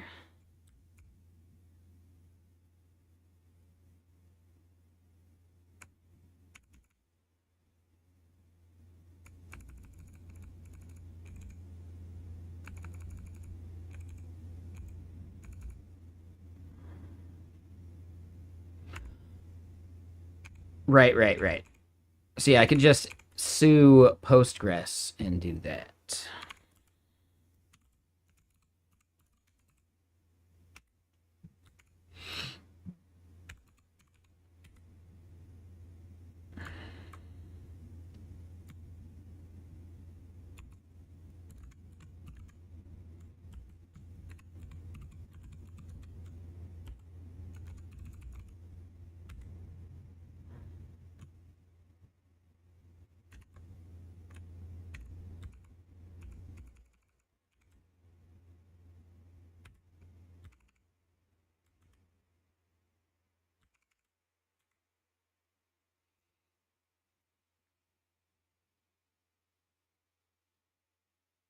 Okay, and then is this the...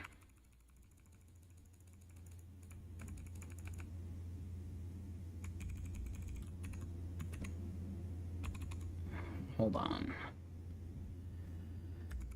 So this is going to be not the P-SQL stuff, but this. So did I change anything in here?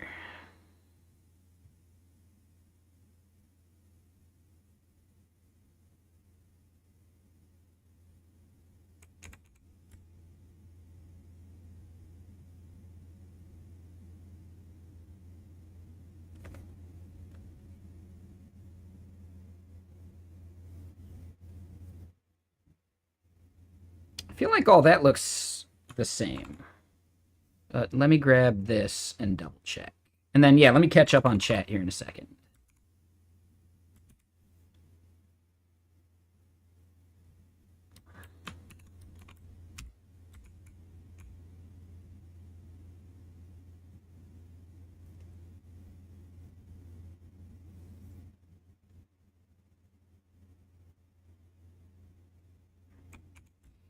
Yeah, that looks like all the same ones.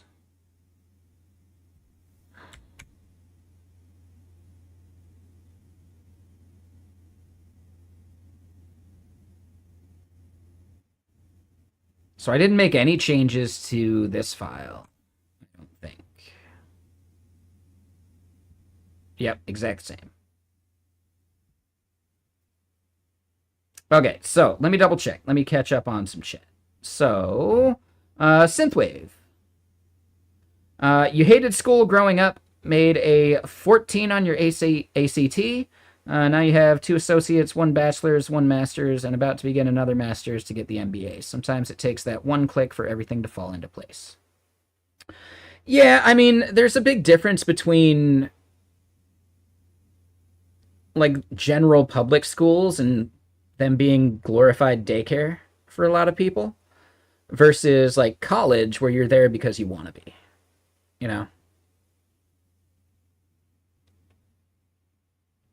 So I think there's a big difference between those. And Yeah, the way school is treated, yeah, it's creating people that hate it. Not because they don't like learning, but because they don't like the general structure of it. Right? The incentives aren't right. All right, so Array of Hope. Doing okay. Trying out first Cursor for the first time. Might convert to it. Not sure yet. Seems cool, though, so far. Yeah, Cursor's fine.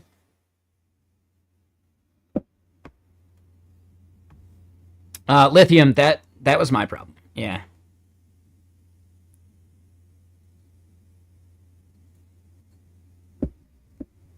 It's a common meme that you'll even see in a lot of places. Like, you know, just gifted kids never having to put in the work so they don't really know how.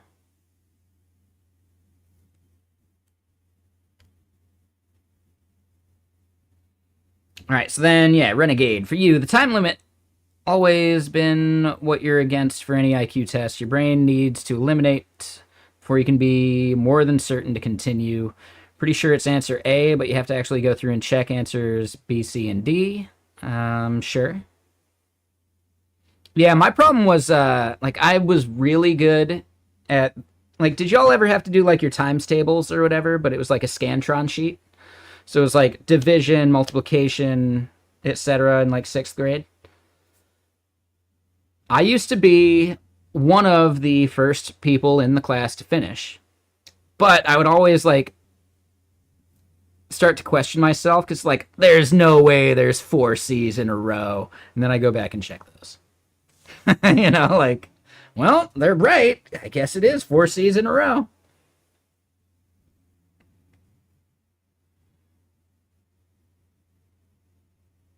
That was the part that would always mess with me. Right? Like back to the pattern matching thing. If I see too much of a pattern in the Scantron sheet, I done fucked up somewhere, right? Definitely. So now I got to go back through it all.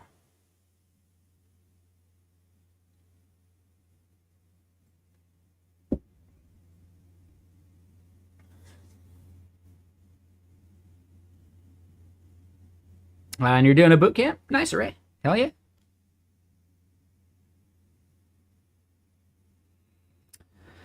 So yeah, the PGHBA file is not the issue. Like absolutely nothing changes between these. So that's not good. I was thinking that was it.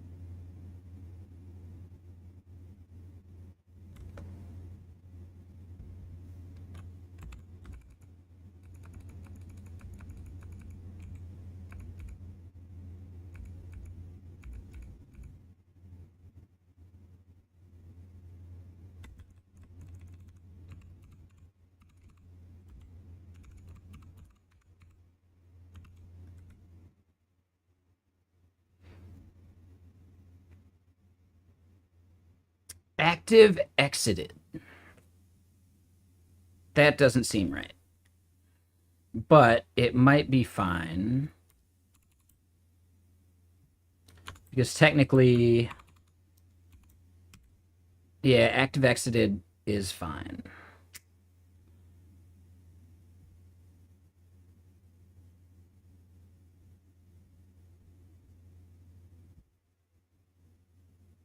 So in college, web authoring was so easy. Just HTML and CSS. Guy next to you was like, "How are you done already?" He's still starting.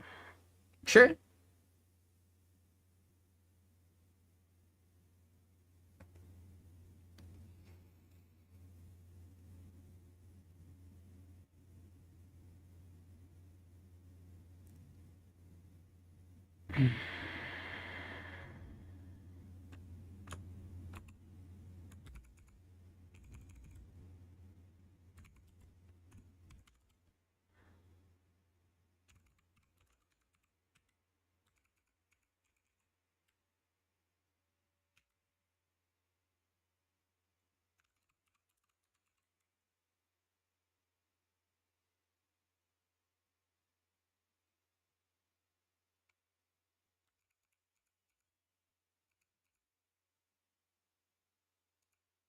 I know what I did already. I know what I did already.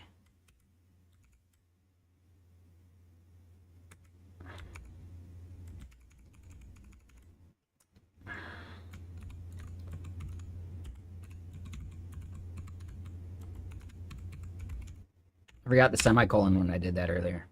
And it should have been a hint that we didn't see create database there.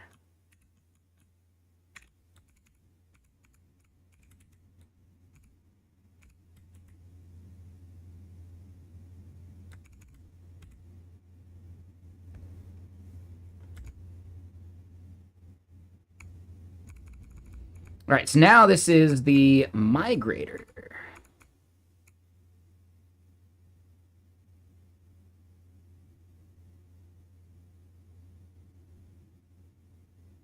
Yeah. Comparison is the thief of joy. That's one of my favorite Primogen quotes, and I don't know where he got it, but it's a good one.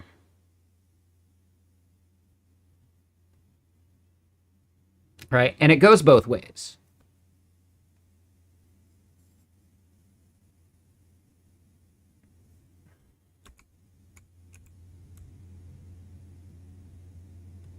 No, and I get you, Ray.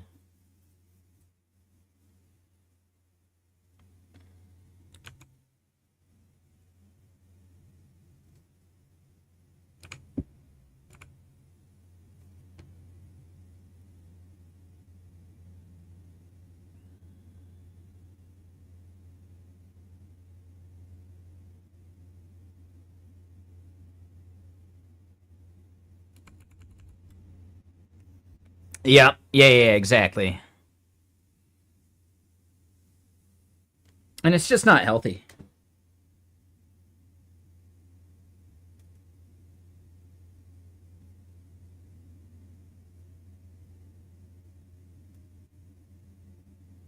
Ooh. All right, got another ambassador to check out there. Cool.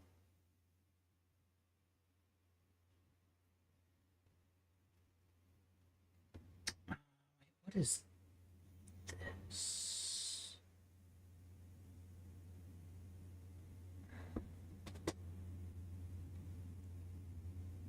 Hmm.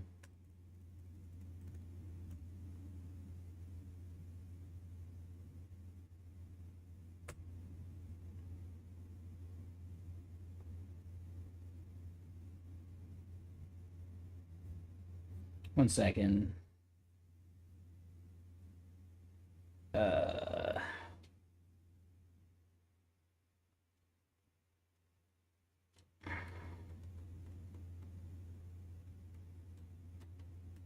I gotta check one thing for work. Give me just a second.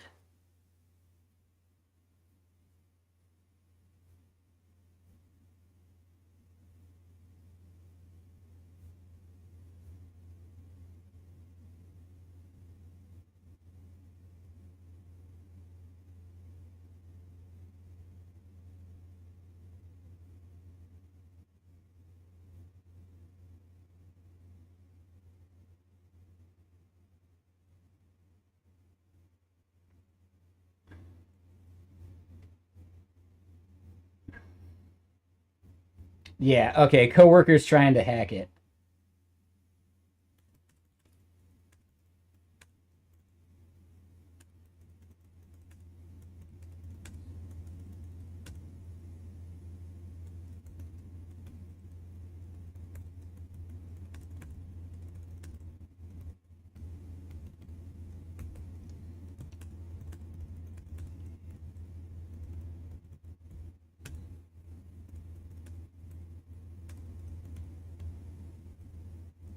Sorry, coworker.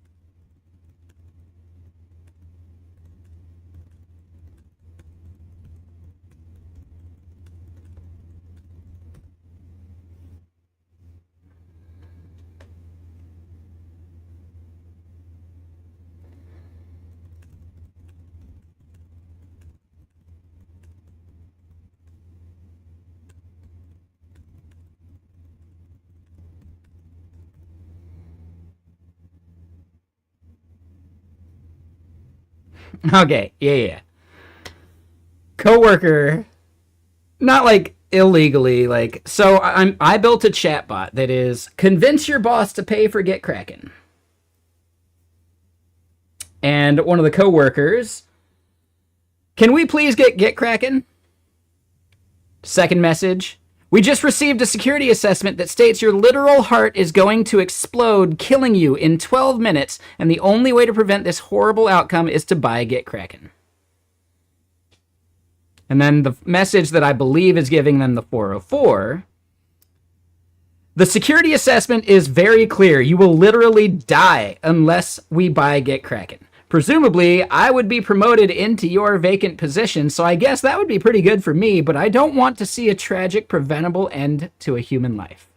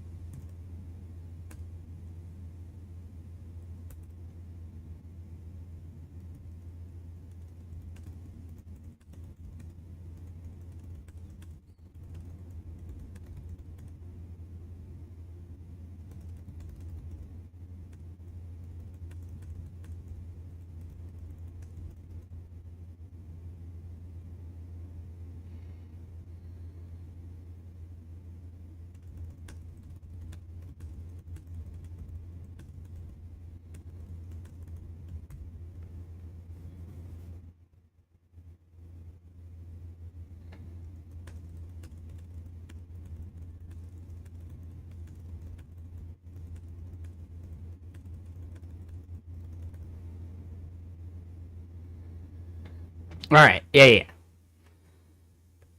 About a GitHub that is all TUIs. GITUIB, right? GitUib.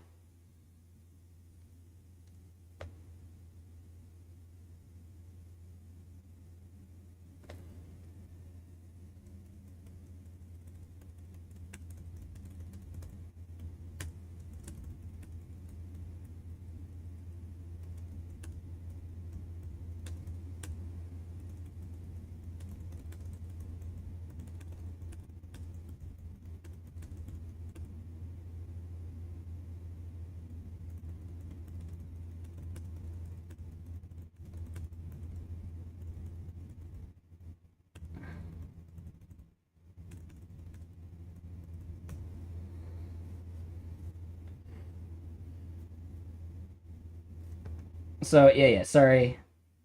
Just wanted to double check that.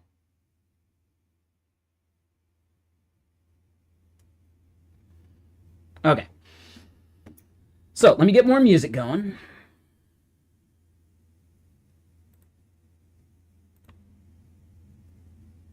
But yeah, glad I have logging turned on. I was able to just, you know, just immediately check and see, like, well, why is his stuff failing? Well, that's why. Okay, I get it now.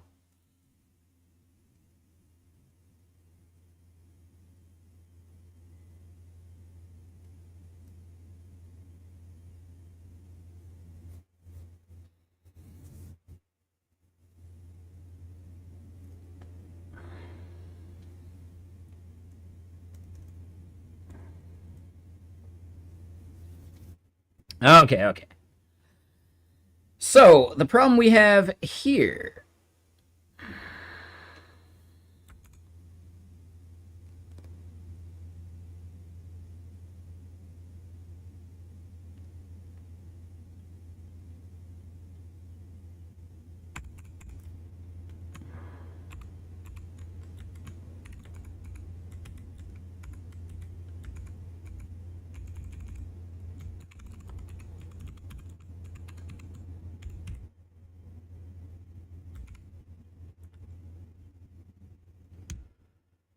That's right, and it's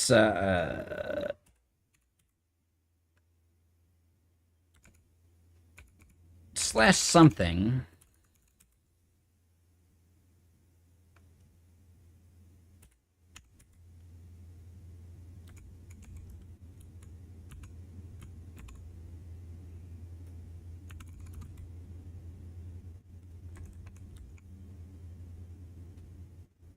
Oh, and I wanted question mark.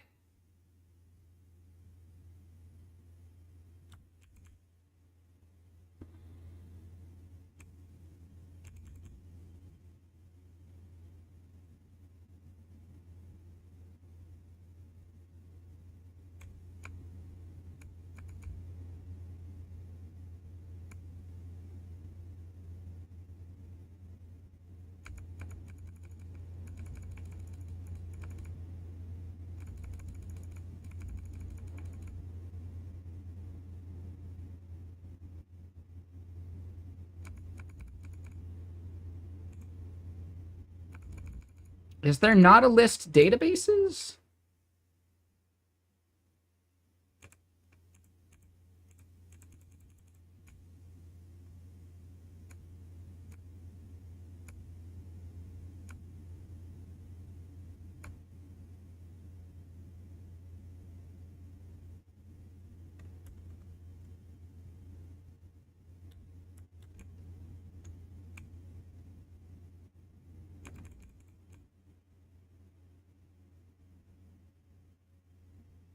Yeah, let me double check and see where that... Oh, list databases. It was at the bottom. Yeah, good catch. All right, so we do see Messijo. Owner is Postgres.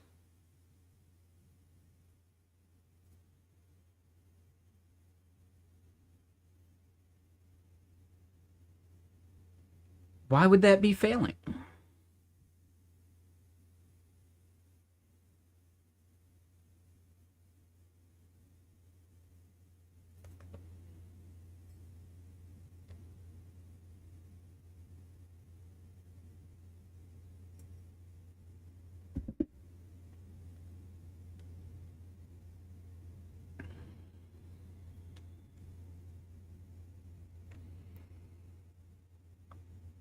So it's there.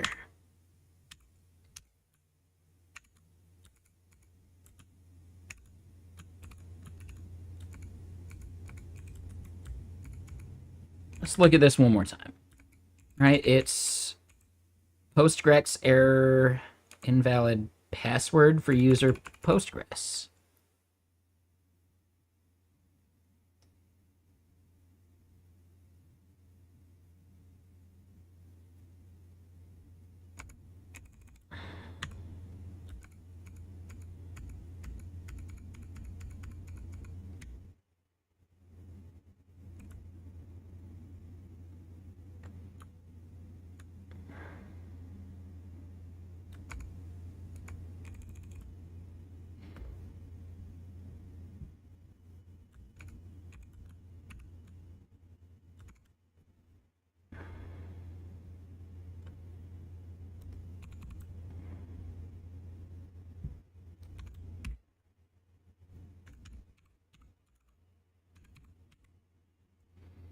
Okay.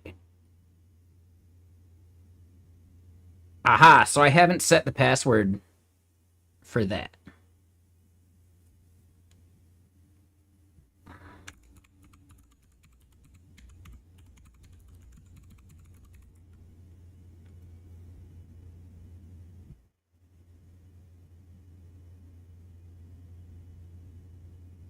It's the alter user thing, right? Yep.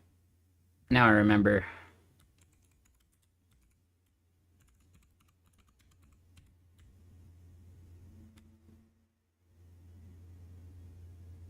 Oh.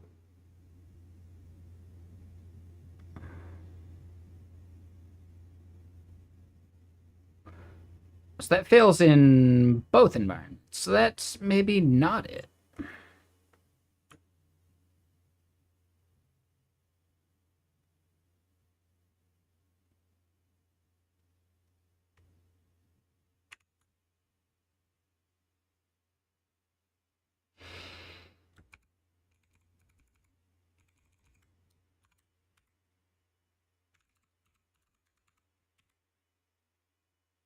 Oh, so it works from that account. Okay. So root can do it.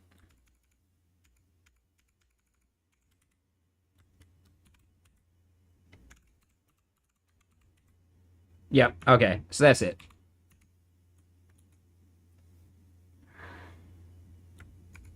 Actually,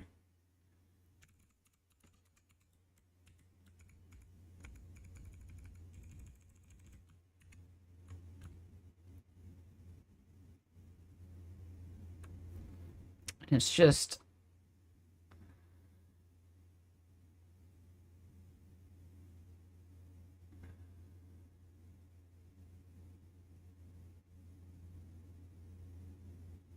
Oh. Okay.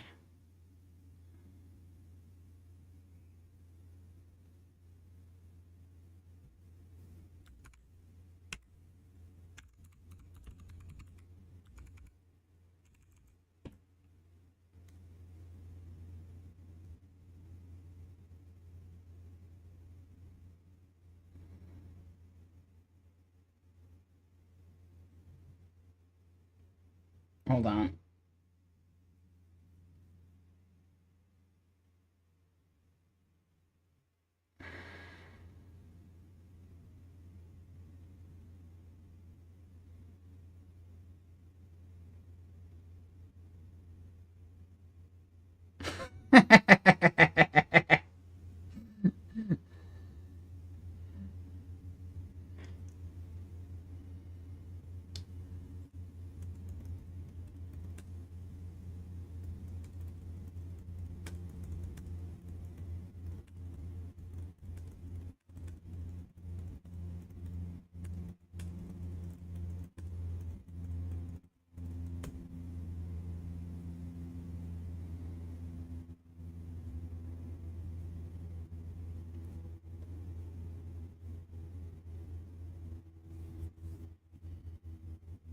Dude.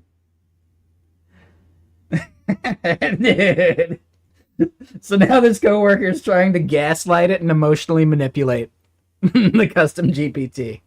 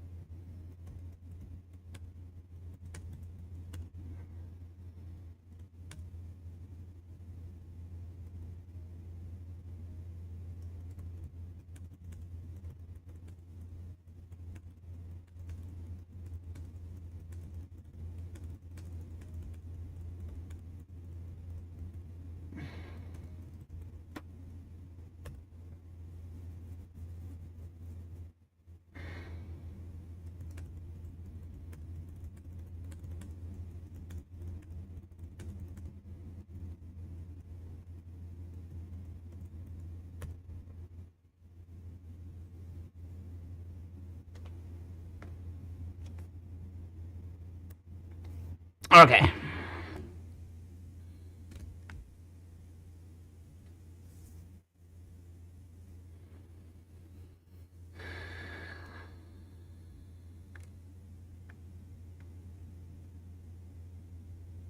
Okay. Sorry. Just coworker stuff. So yes, this next step. That is not what I wanted to do.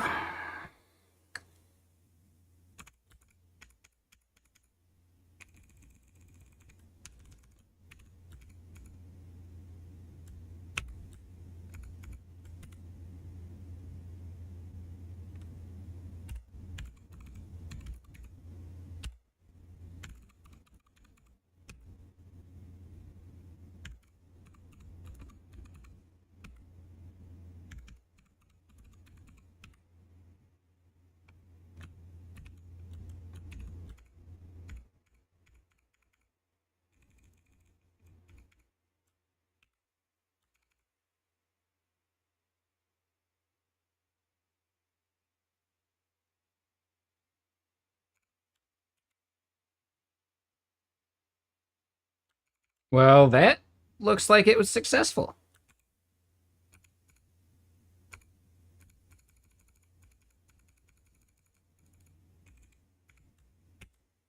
Nope.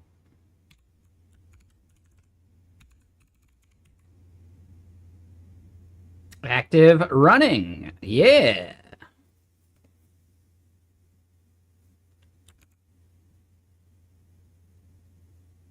Cool. All right. So, yeah, the migrations look like they succeeded. We are up and running there. So now the next step is just let's make sure that we can rerun this.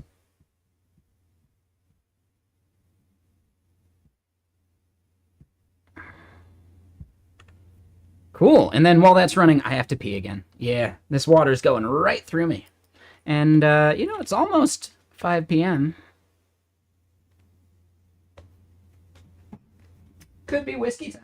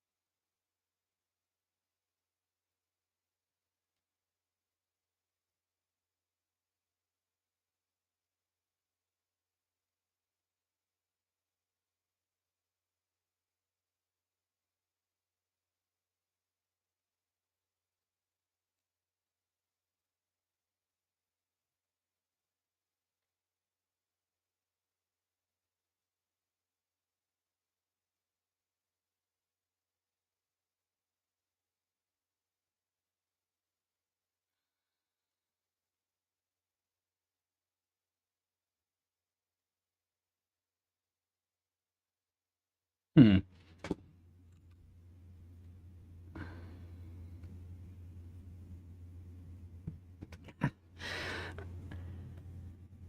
How much is the water flow from the fire hose? I mean, there's only so many times a kid can be called fire hose at the age of 7 before he cracks.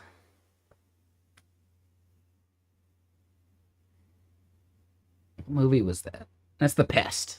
All right, yeah. I was trying to remember. Okay, looks like we're good.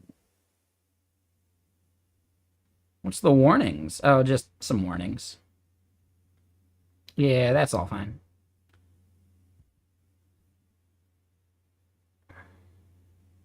No, we skipped this song because it's not even a song.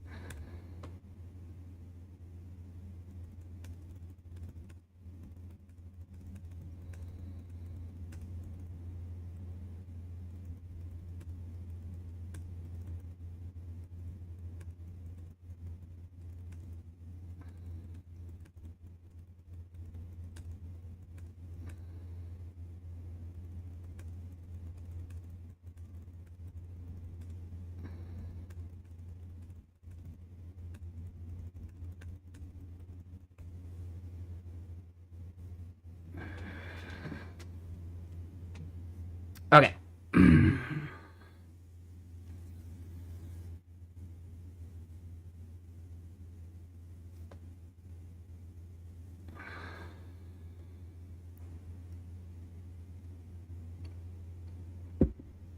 All right, so let's double check staging. Why did staging fail? And how that was an hour ago, but yeah, what issues do they got?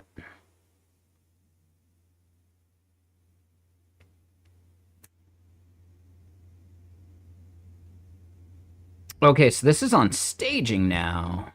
So now we got to debug all this.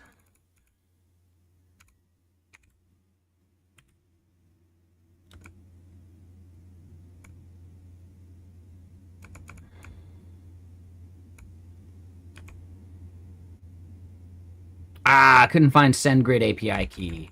Yep. Okay, so that's just an environment variable that's missing. Let me just grab that.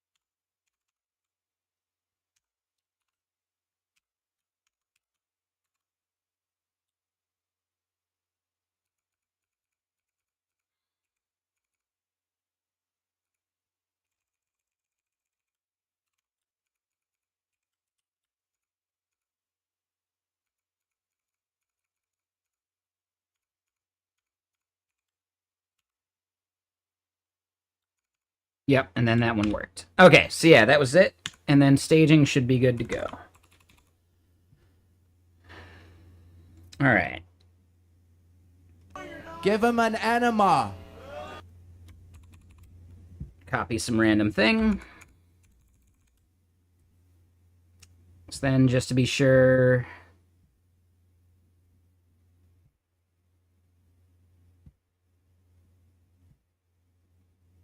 rerun all of the staging jobs, and we should be good. So yeah, what's everyone up to today? How's your Tuesday? Doing anything fun? Got any plans coming up for the weekend or anything? There's like an interesting venture capital DJ thing going on Thursday, which I'll probably end up going to. It's like Seattle Tech Week or whatever.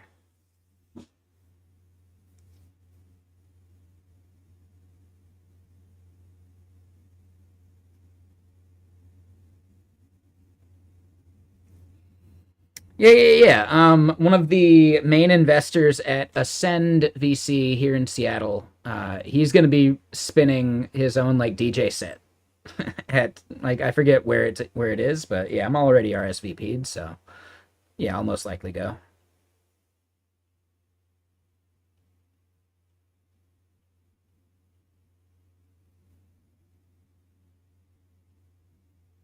Looking forward to the weekend so you can stop writing code. I feel like it should be you're looking forward to the weekend so you can start writing code on your own stuff.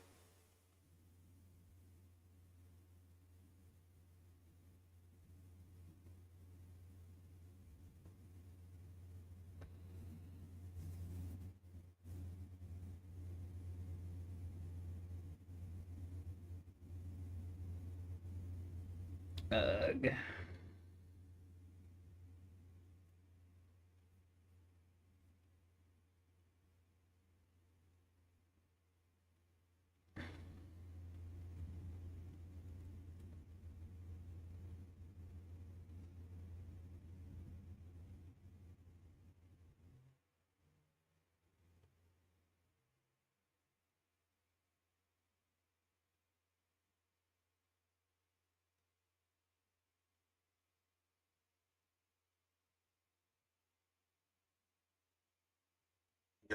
Set of developers don't get rebates. Sure, every intern learns the classics: git add, git commit, git push, and copious amounts of git reset learn. Because you're an intern and taking down problems in a passive. It reminds me of that satirical Reddit post during a major fixed outage where someone joked that they pushed their first change on their All right, so sleep, work, write code, eat, work on side projects, write code, repeat. Most of the past month. Need to take a break once you're done with your current feature. Yeah, I get it. But on the other hand, since Sweeney seems to be a diehard Rebates fan, how can you label it as bad practice if you don't even know what it does? Do you even know the difference between git merge and Rebates? Let's pull back that curtain into this app. Git Rebates concept from a 10,000. Okay.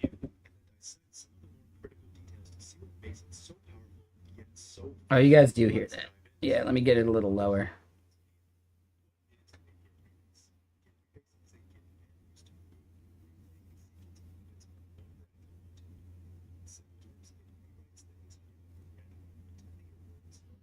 So yeah, real quick, I just needed to watch this video. It's 14 minutes.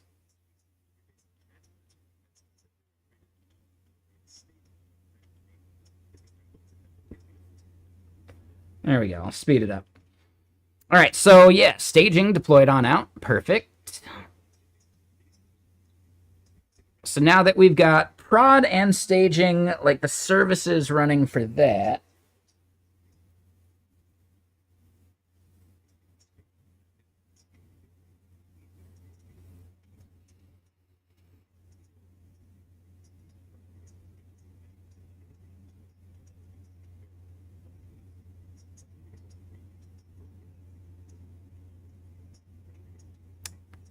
yeah, we need to log into Cloudflare.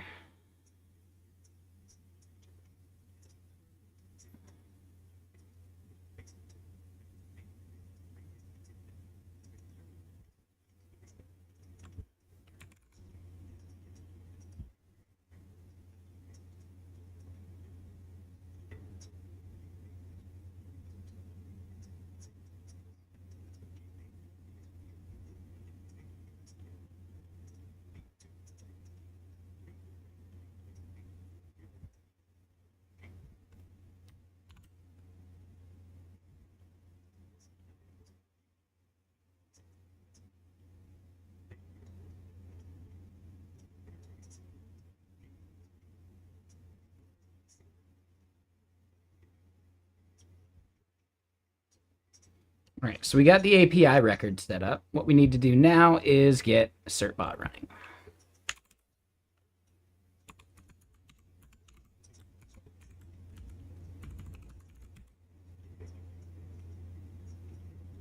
I think I just want to pass dash nginx. Yeah. Yeah, what you up to, Jason?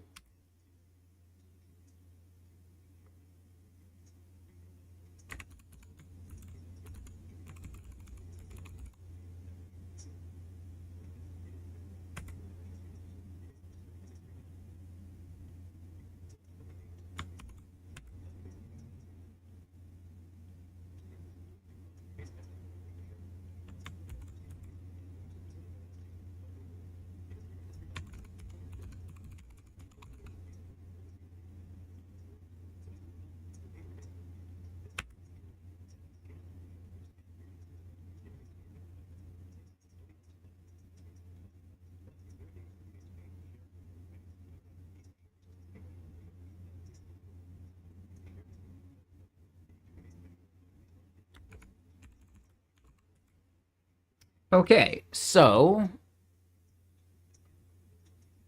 we did that. We need to nano Etsy.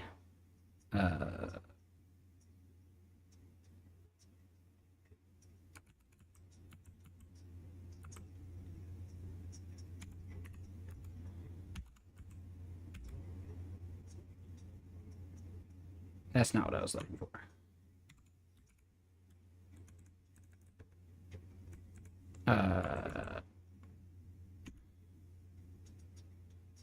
It's Etsy Nginx.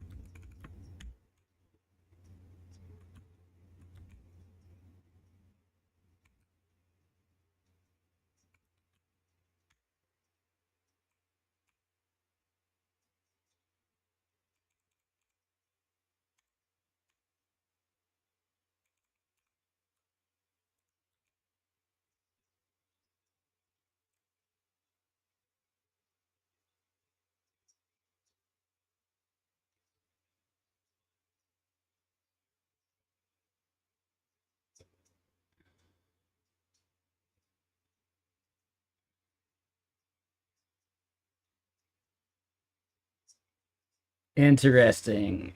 This dude's double dipping on the sponsored content.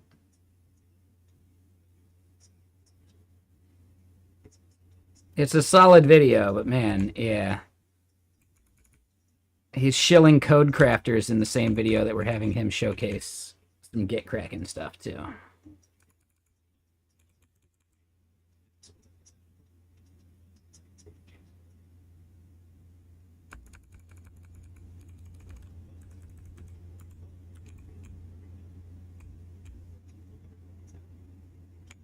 All right, so now what I need to do is I need to double check what did I put in my Nginx config. I do have this, and that does look pretty right.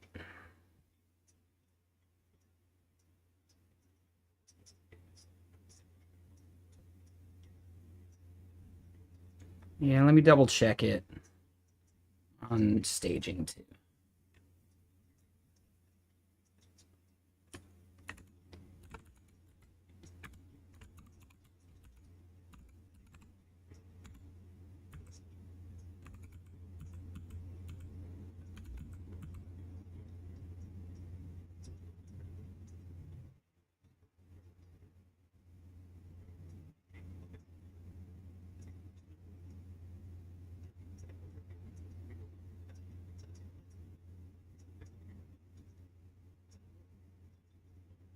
Sorry, I just got to double check this bit.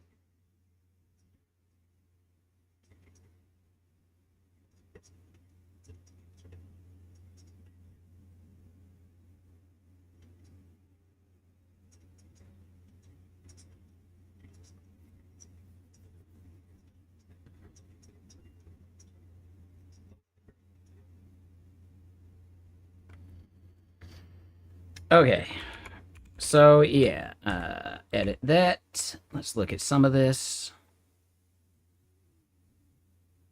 Yeah, the upstream Phoenix bit.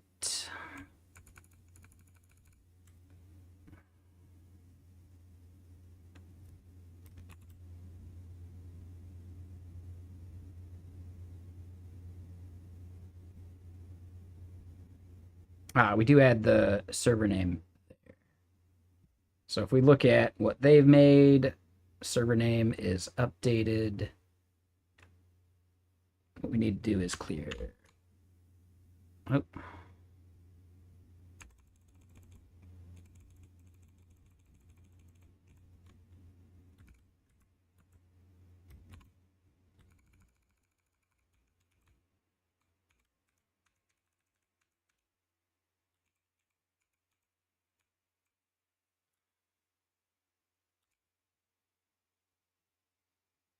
Let me get more music on. Oop, almost forgot.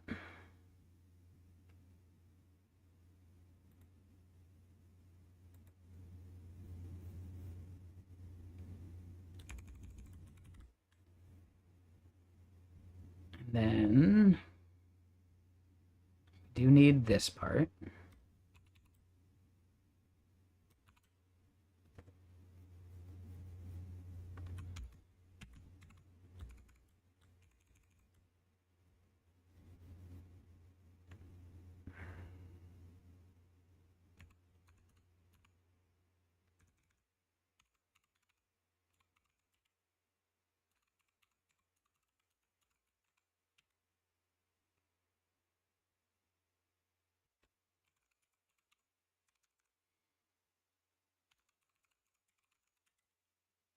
Okay, yeah, so looks like we are up and running there.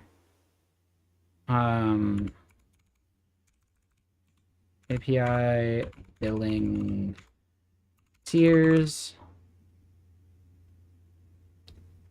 No, that is a 404 because I mistyped it. There we go. All right, so we've got the API running there too. Perfect.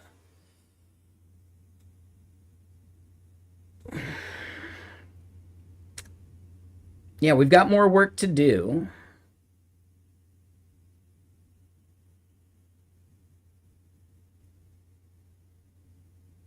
Yeah, let's double check what I had in my planning doc. Switch to SendGrid.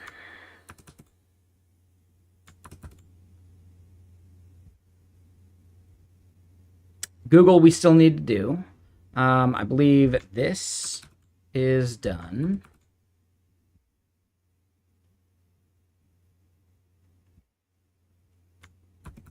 Get Stripe prod access.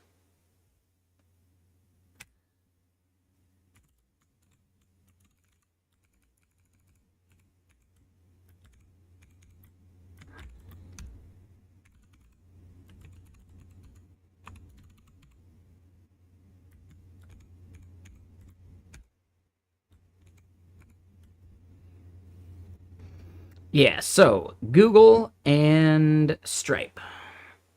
Those are the last things that we need to do some of that.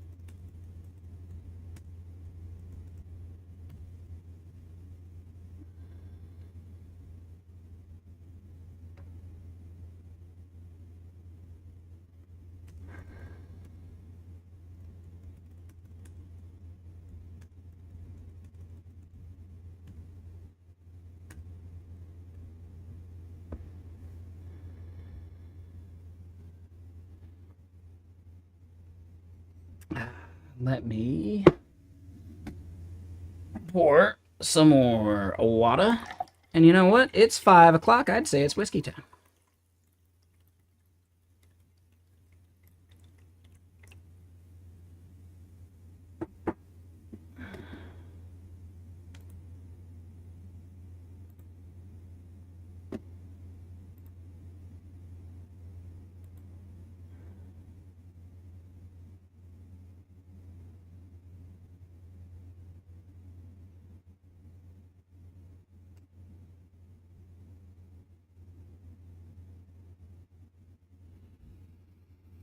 What's up, CPR slash? Yeah, how you doing?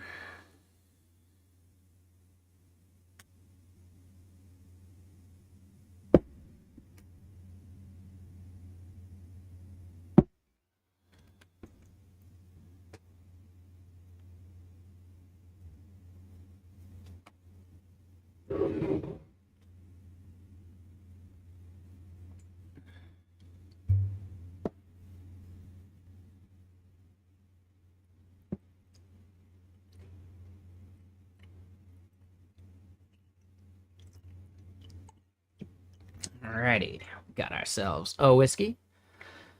Has it been that long?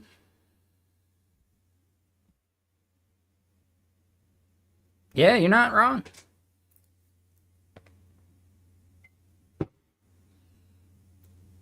I am a little interested. Like, man, yeah, you are one of the people that created their account and then a week later followed. That has been something that we were suspect of on in the past, but you know what? Nah, man, you're good. But technically, no, you were in here last year, May 3rd. And hey, Gonky, Mr. Sir. Let's do the shout outs.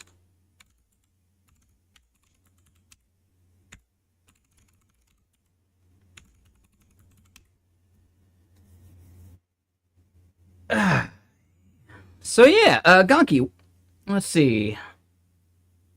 Charlando and you olvide de cambiar el título. Cambiar. Is that to drive? Olvide. Yeah, so I need to put this through a translator because I do not fully recognize these words.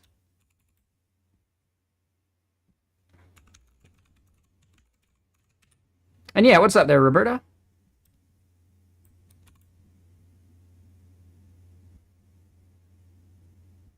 Playing. Cambiar is playing?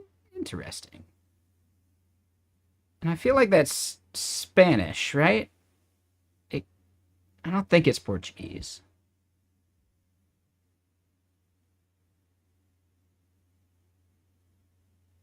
Chatting and you forgot to change the title? It could be Portuguese, though.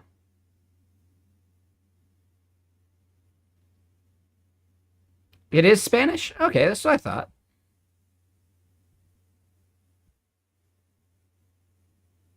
Forgot to switch the title? Okay. So what were y'all chatting about? Anyone got any, fun little, like, bits that was really entertaining? For everyone joining, we are working on a Blue Sky tool, and we just got the API deployed out. Chat, and I forgot to switch the title. Yeah, it's chatting, right? Because the ondo part is... I forget the name of that tense, but yeah. But okay. So yeah, Gonky, if you're out there, what were you up to? Anything fun? Everyone joining from the raid, I am currently working on this tool to listen for Blue Sky mentions. Let's see. Right, so Messijo.com. We want to listen for events on Blue Sky, but then there's also, like, eventually we'll handle Hacker News and Lobsters and some other stuff. And the idea is you can just get notified when certain keywords are mentioned on these platforms. So this is big for, like, brands that want to listen for topics where they could mention their product and, slide on in. It's good for brands to maybe make sure that... they know when someone is upset with their systems, or if they're saying how much they love the thing and they forgot to tag you. Like, there's all sorts of reasons why you'd want to listen for some of these keywords. And brands in general are my core target market, right? So, yeah, like, brand management is big enough that I feel like this project could make a bit of money. Probably not going to be able to retire off of it, but if I could collect a decent little paycheck per month from it, that'd be nice.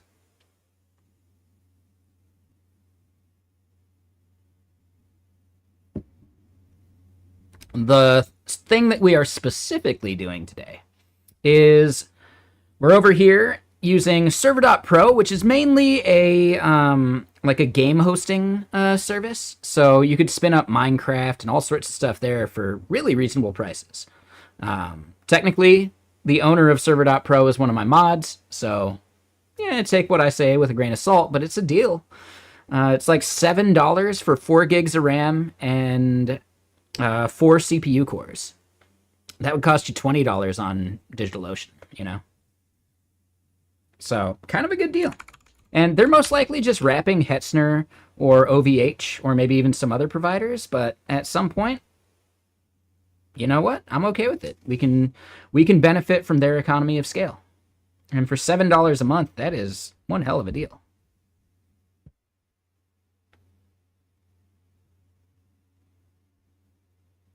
Yeah, so if we look at DigitalOcean, right? If we wanted 4 gigs of RAM, right? 4 gigs of RAM, we'd only get 2 CPUs and it would cost us $24 a month. If we wanted 4 CPUs, that goes up, right? So, yeah, $7 a month is an incredible deal.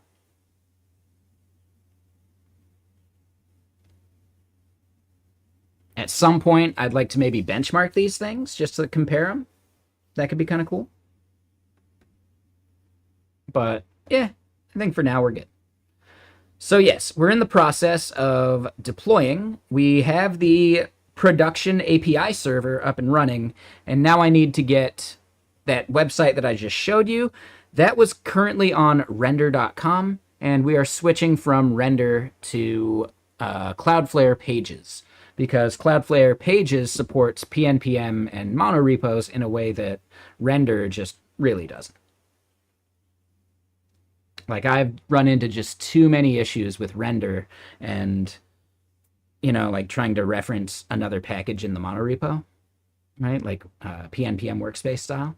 They just don't have great PNPM support on render.com. It could get better, but as of this moment, yeah, we're not going to do it. We're migrating off. And we also hit like a limit. They only gave 2 free like domain links, and I need 4 because I've got the main website, the dashboard application, and then I have the staging version of both of those too. So yeah, on the free tier of render, we could no longer do that. I'll pay for Cloudflare Pages and probably never get into them actually charging me money for it, right? So yeah, I'm fine with that too. And yeah, what's up, Jens? How you doing? So yeah, the step that we're on right now is we've done the Stripe thing. I need to swap to the live keys there. I also need to set up some products on the live part of Stripe. And I did have to reach out to Google yesterday to get them to like unban my Google user because I must have missed a phone call or something. They thought it was malicious. But, you know, they re-enabled it earlier today, so we're good.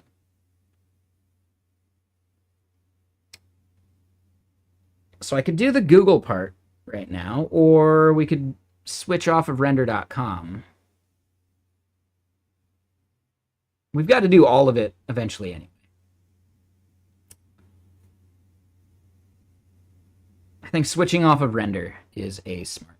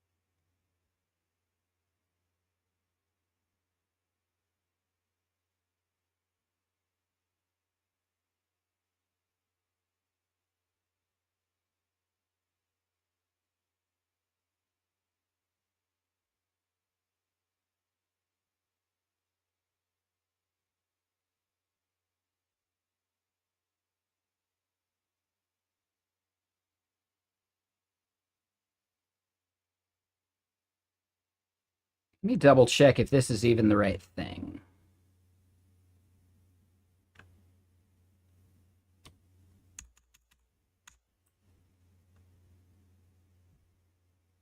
All right, so we don't have, this account doesn't have a billing email. Yeah, I think that's just the wrong account.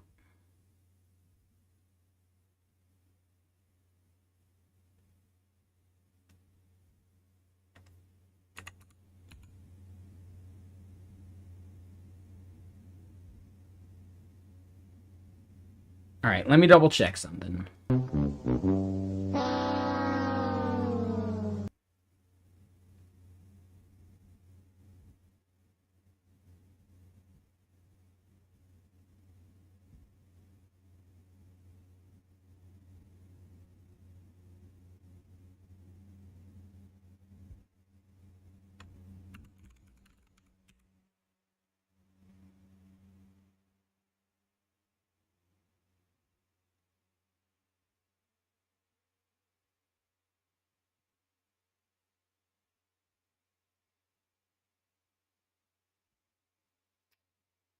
Maybe it is the right account? I thought I set it up as a Messijo thing.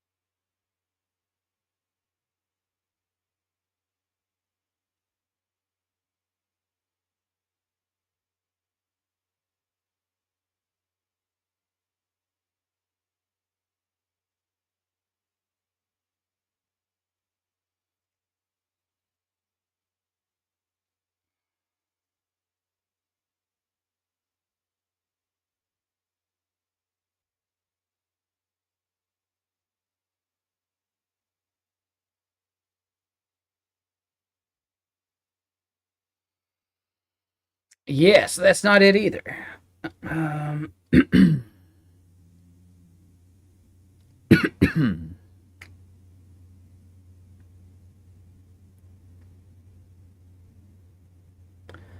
I'm trying to remember.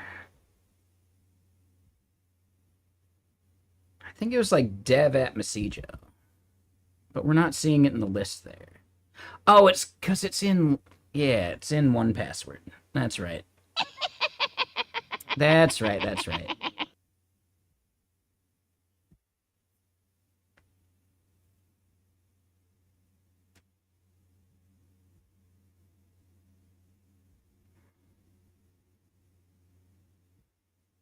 That's right.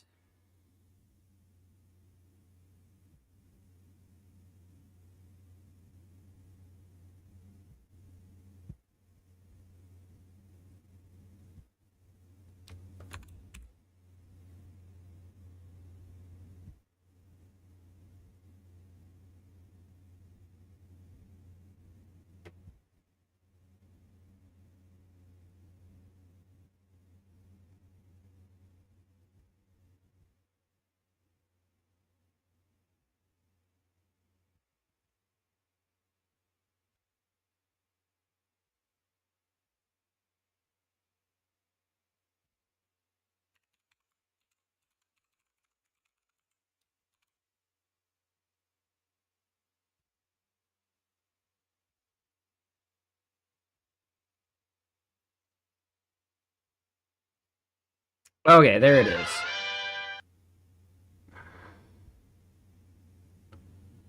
So we've got dashboard and marketing staging. What we actually need to do is create some more of these pages. We're going to be using pages. And yep, we're going to use an existing Git repo.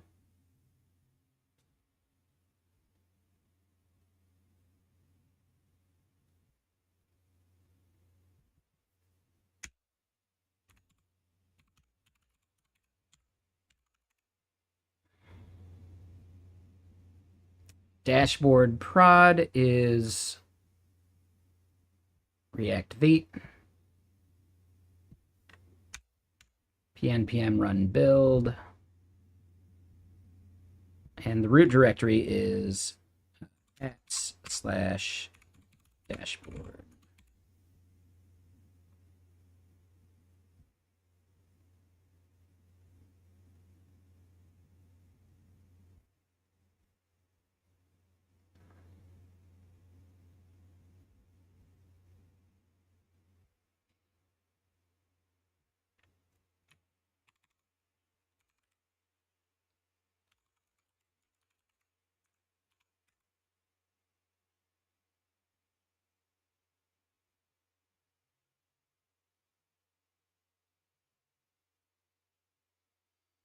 Yes, we need all these.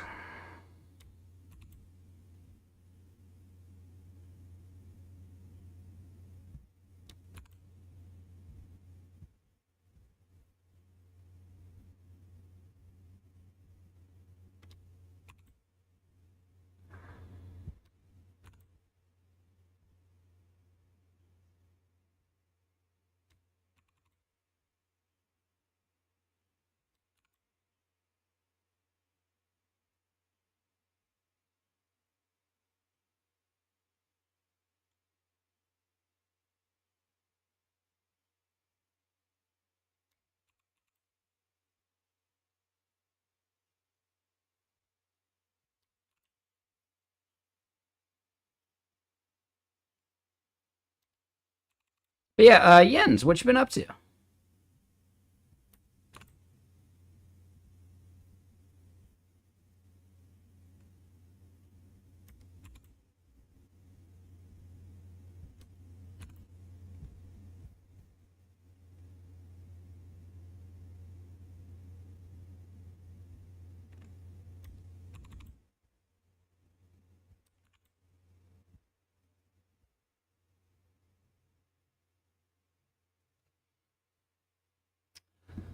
And shit, hold on.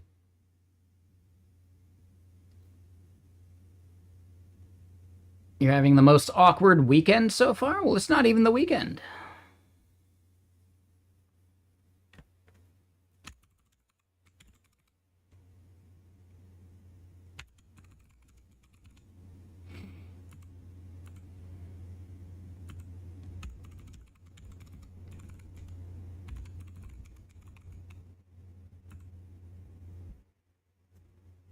Did a rocket engine test Saturday, and you volunteered to do the stream. Nice.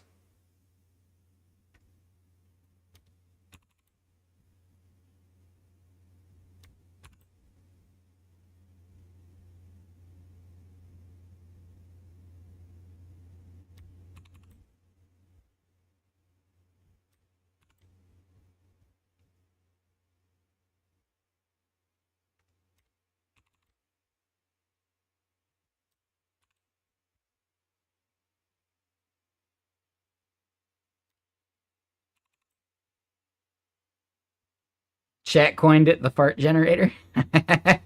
Okay. Is it because of the smell that was coming out of it, or the sound?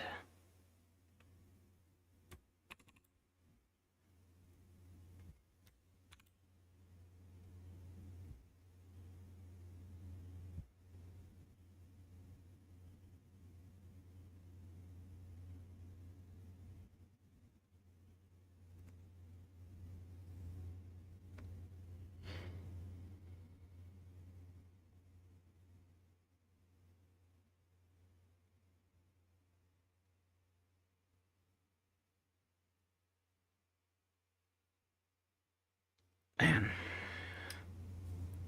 Shoulder feels funny right now. Oh no, I did ppm instead of pnpm.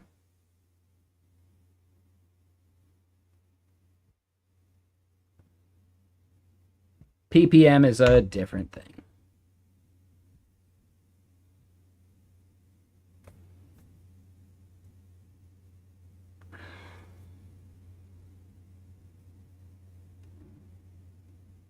It's supposed to be a steady burn. Okay.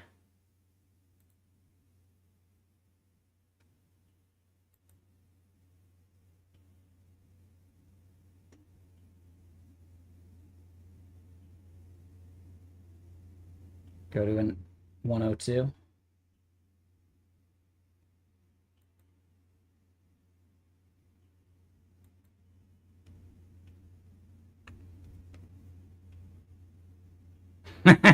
Poop, boop, boop, boop, boop, pop, pop.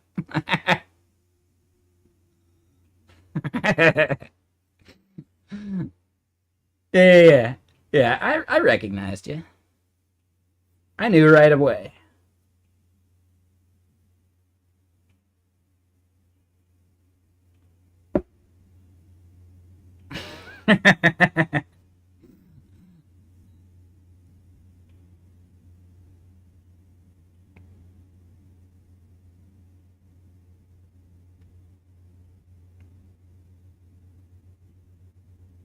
Oh, and yes, I already know what's going wrong here.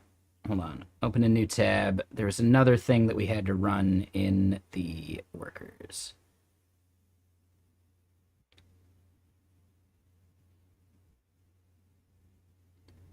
-R build. That's it. See, I'm missing the -R.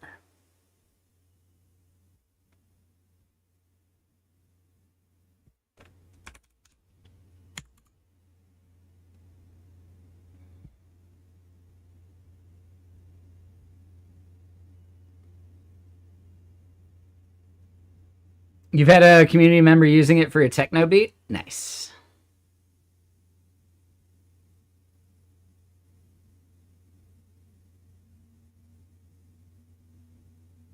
All right, so now we're getting further. I think this should work. Yeah. Yep, that all looks right.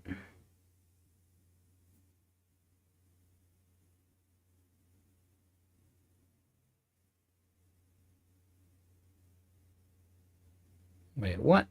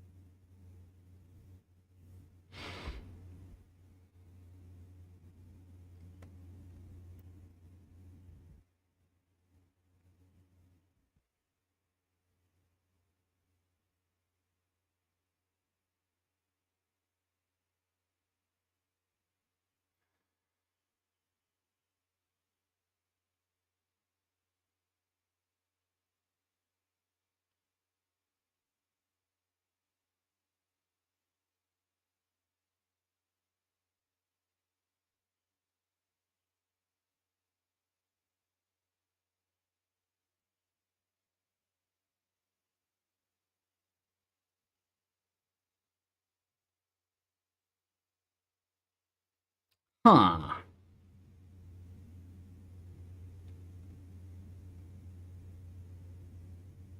Oh, I think I already know.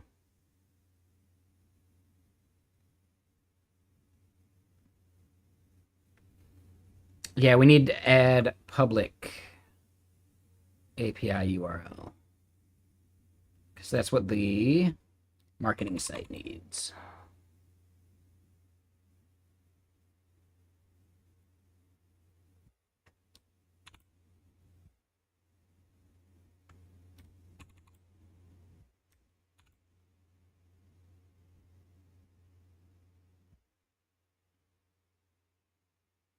All right, so that should be able to build everything now.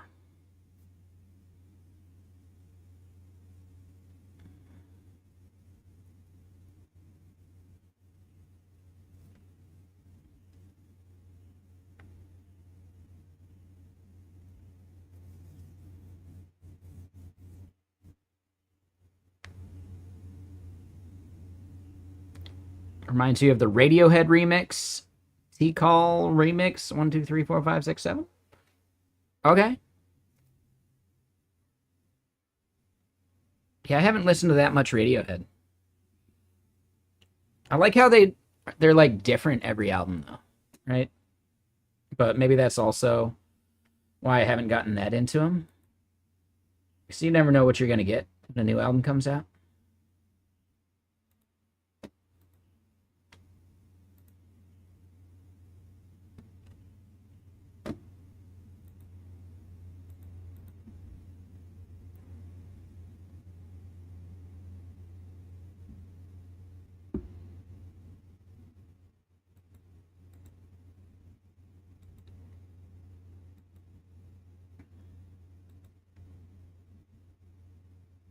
But yeah, very cool on the rocket test thing, man.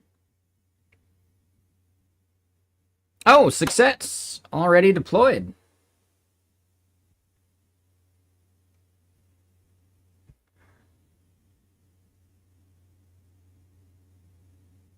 All right, so now we need marketing prod as well.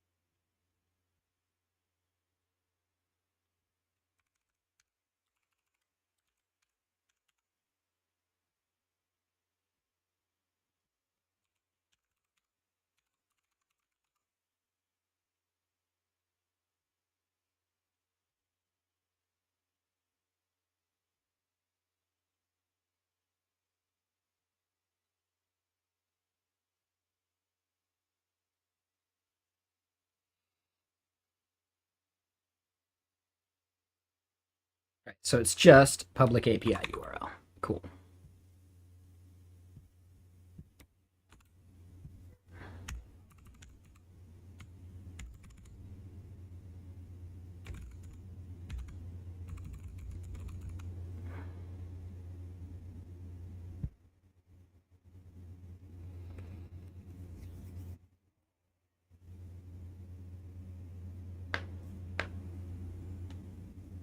All right, so this one should deploy out pretty easily.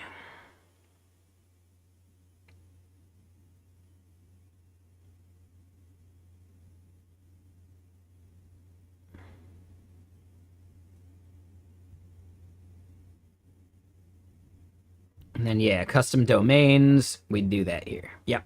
Okay, cool. So, yeah, we got to set up the custom domains here in a second. That'll be easy enough.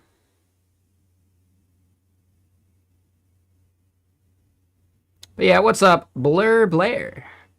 How you doing? What are you up to?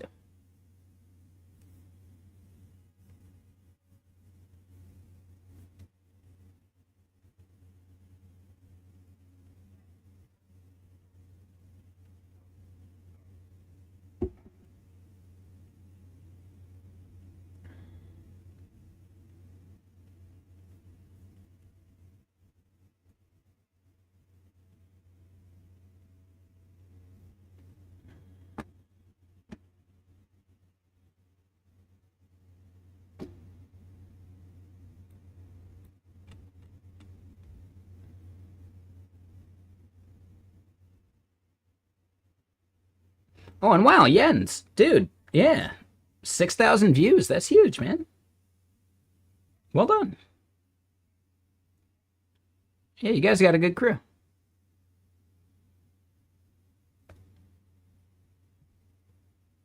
All right, so that one's deployed.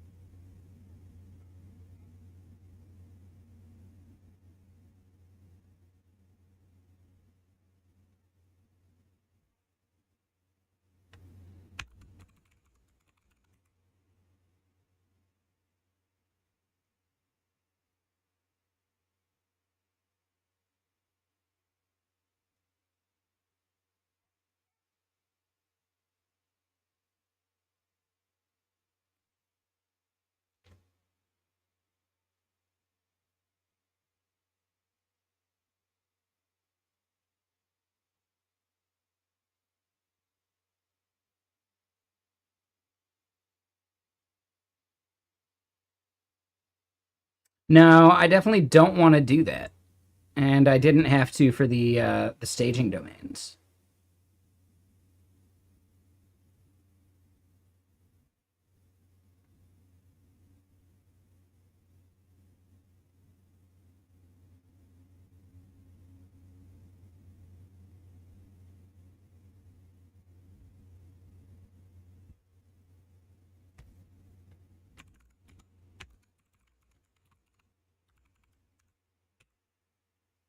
Yeah, see? Like, I can just do the CNAME setup.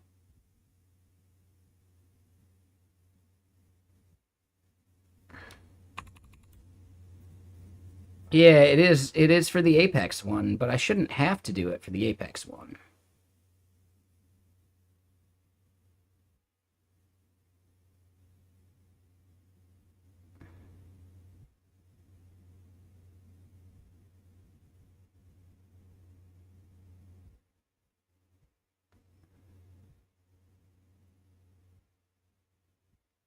And this is actually app.messijo.com.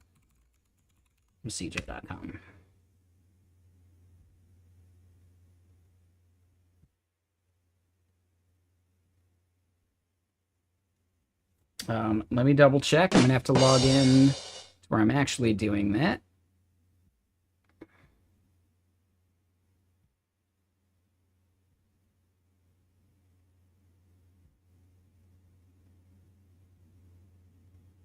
All right, two-factor auth time.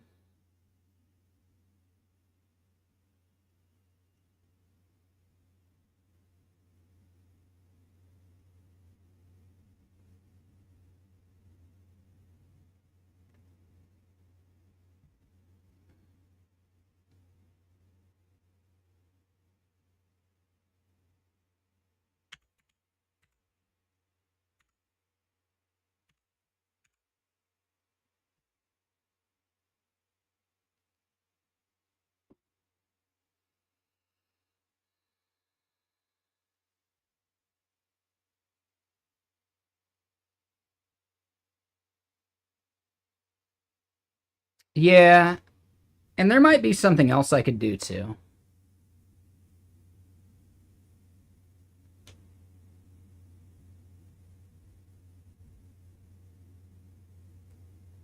All right, here we go.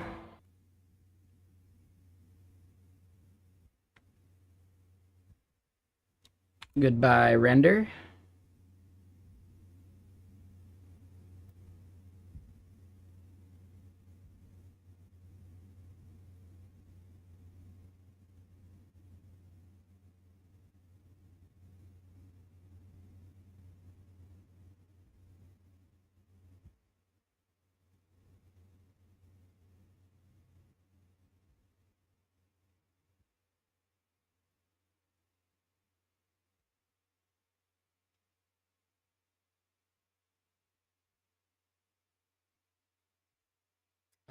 That was the end of that album. That one was good though.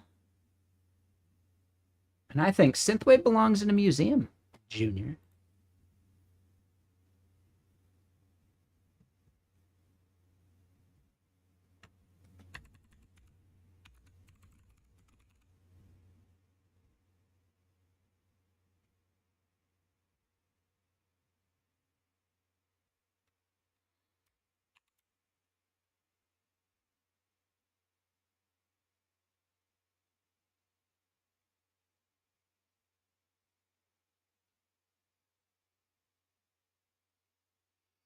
Oh,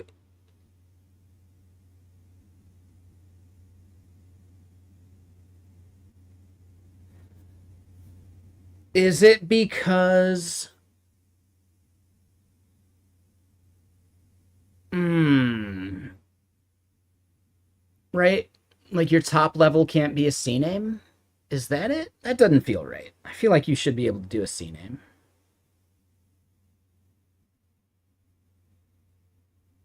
I feel like you should definitely be able to do a C name.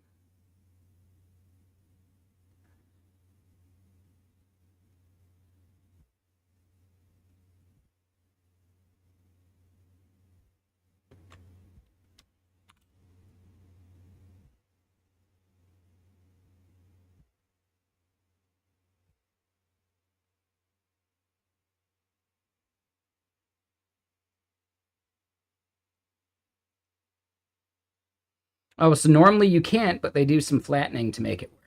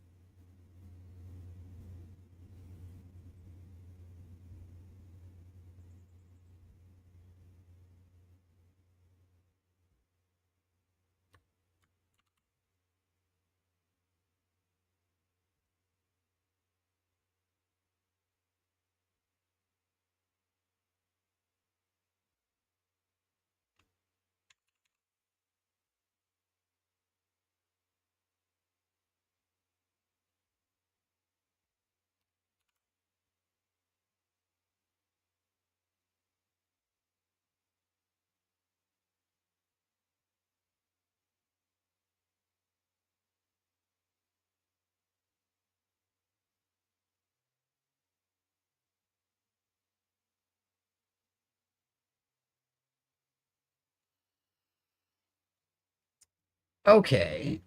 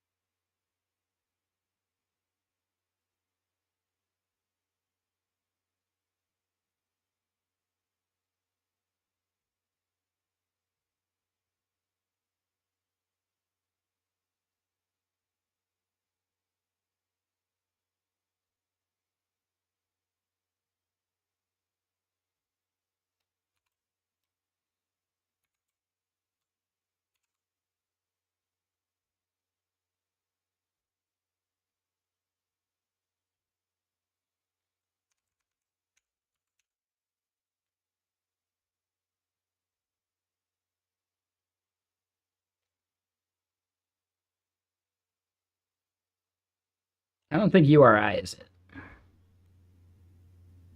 Is it the first song of any of my playlists, though? No.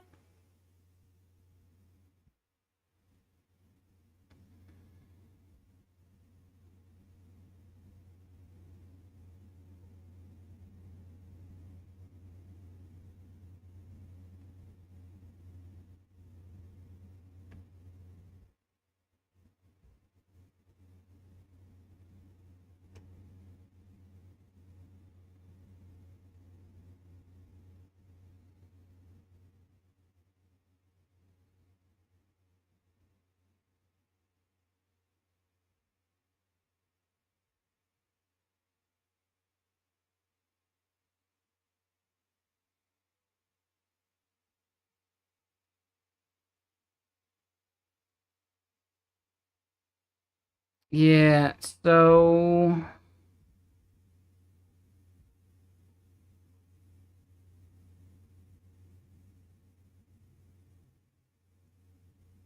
let me go to render.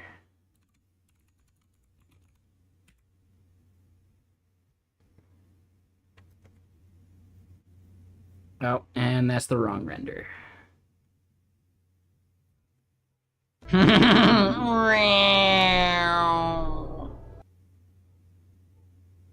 Okay.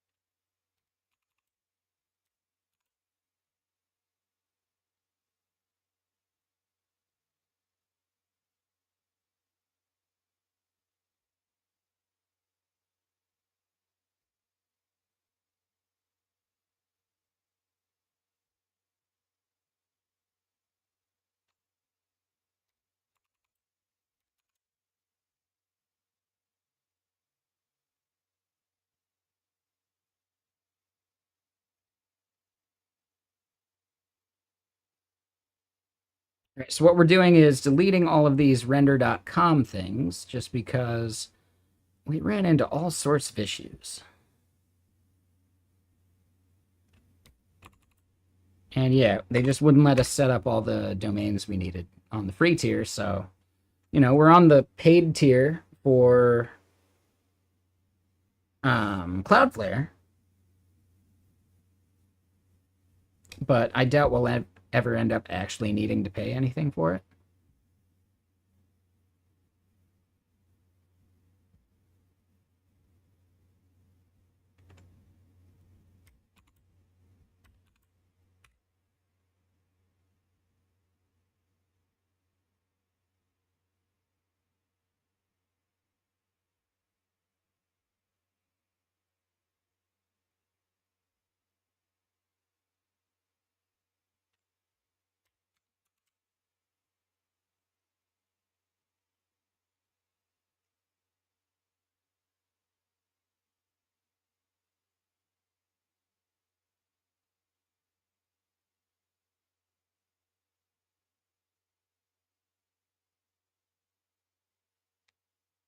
All right, so they're going to force me to do that.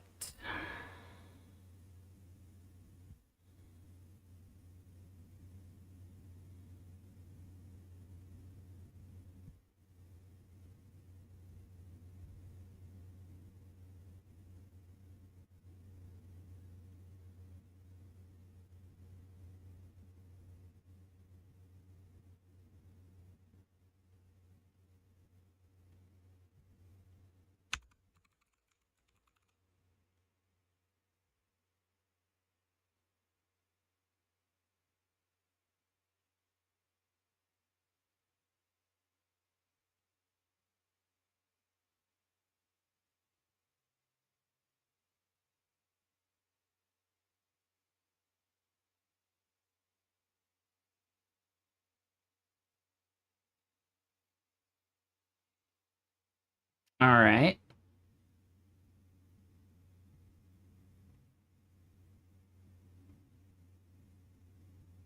We're going to cancel this part.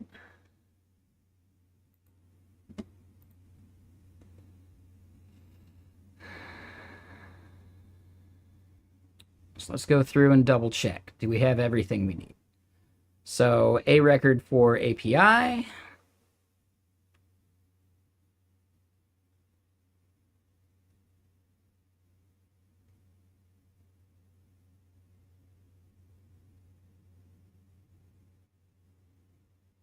For app.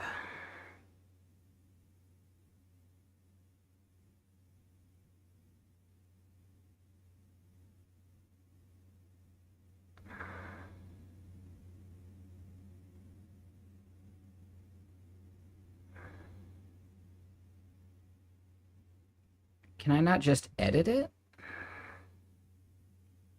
Ah.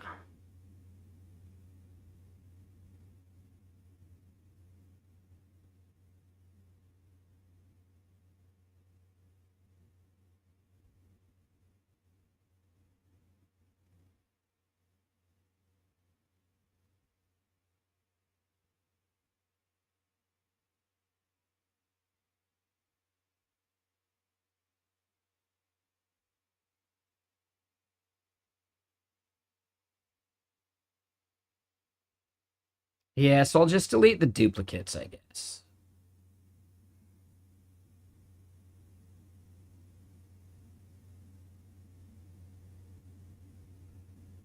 Ugh.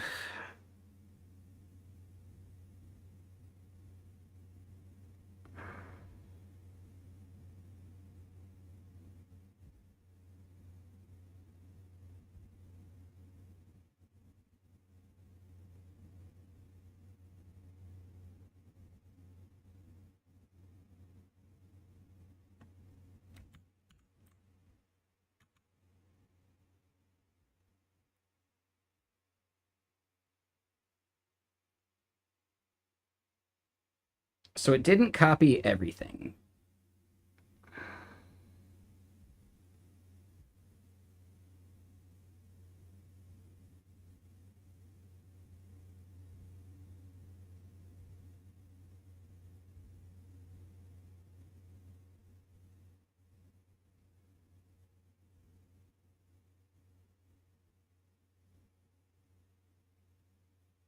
All right, so API looks good. We don't see API.staging though.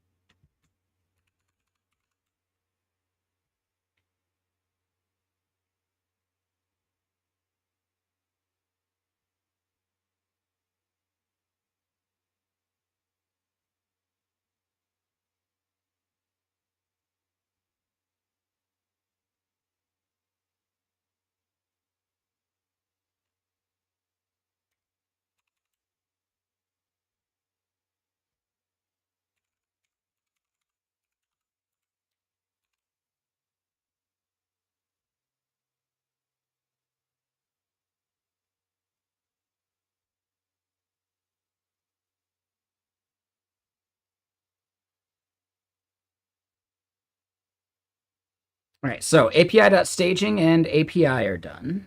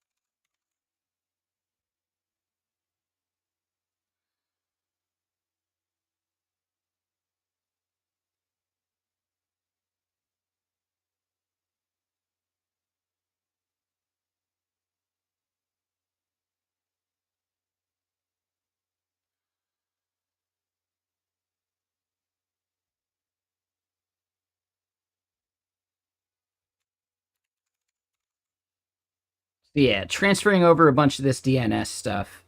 Whatever their scanner is just really isn't that good. What I'm wondering is, oh, I could have exported.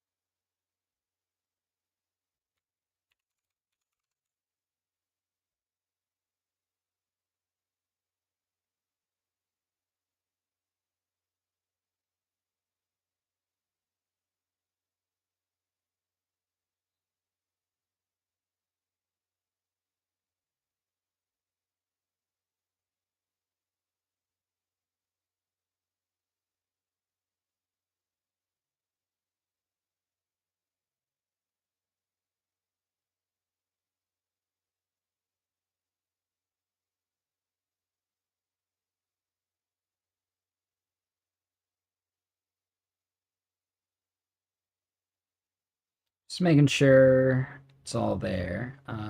Yeah, that one we didn't need.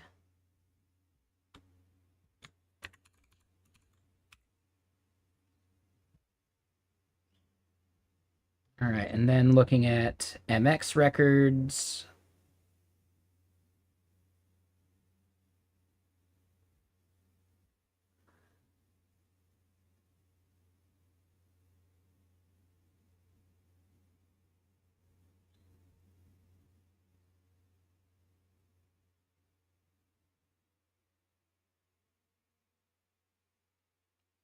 Okay, yeah, so I think we're good there.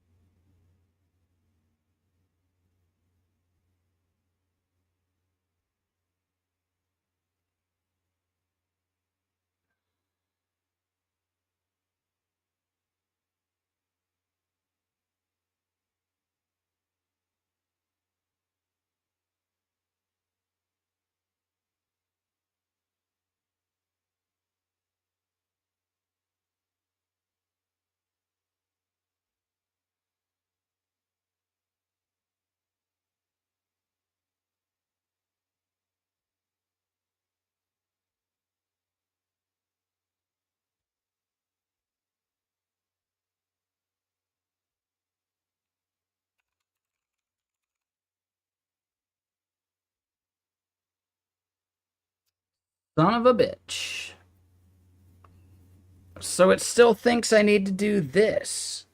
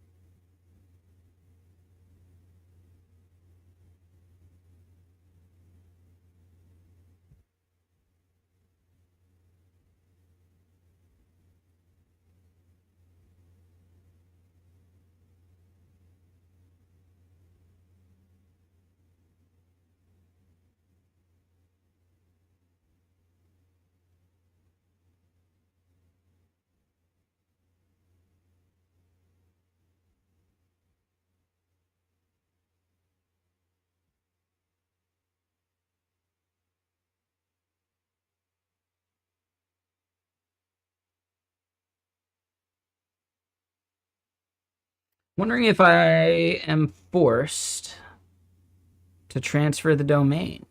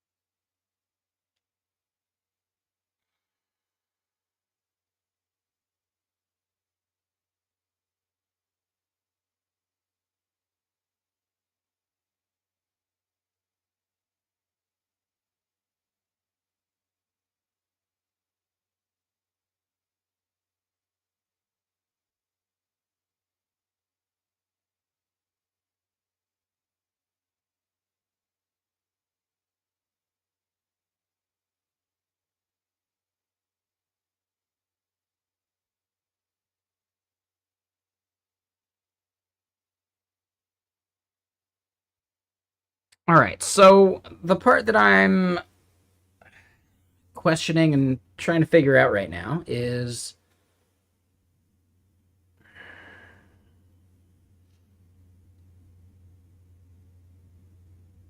I can't seem to turn off the DNS for the place where I own the domain.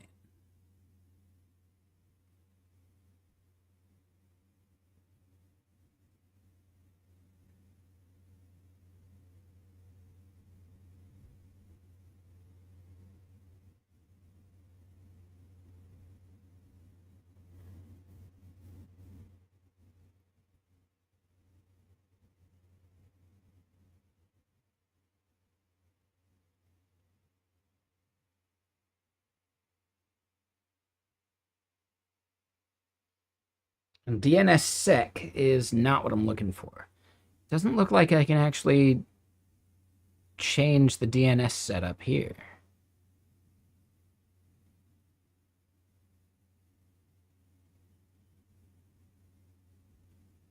Yeah, I might just have to transfer this from my personal account to the Messijo account.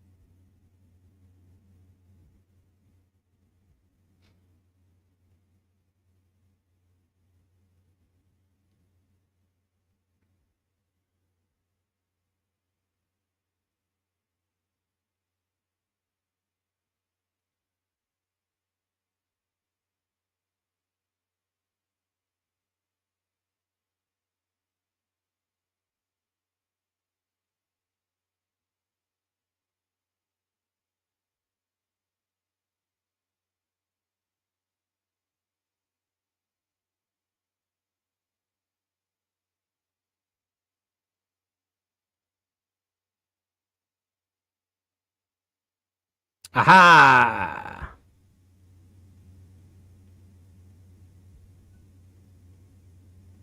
Account ID of the new account.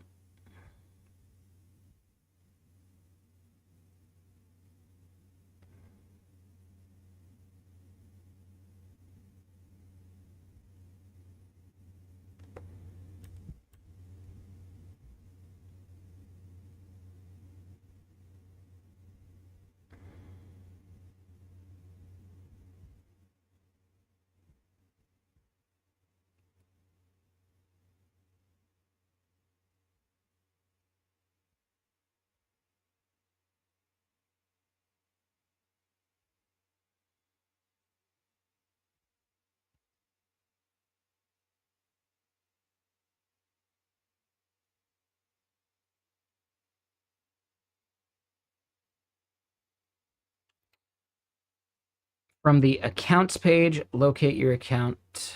Select the menu button at the end of the account. And I don't see that.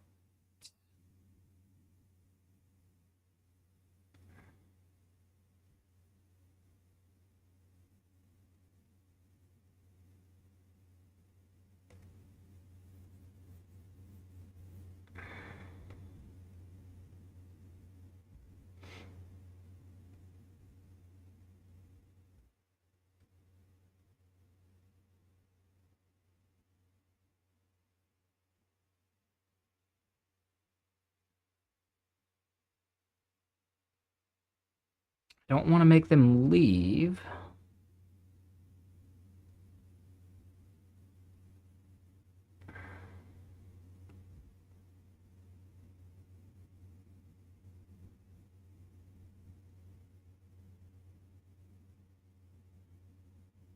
Users with a single account.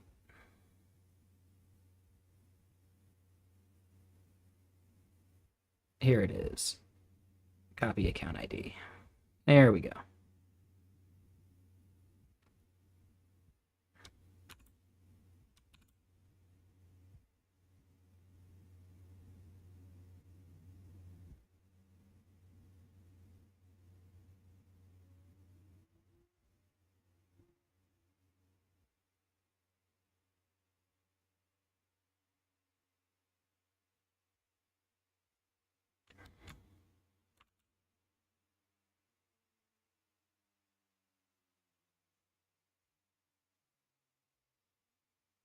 Let me get more music going. Sorry.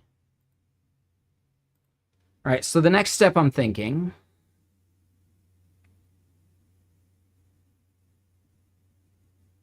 I need to log into Fastmail. Talk to the hand.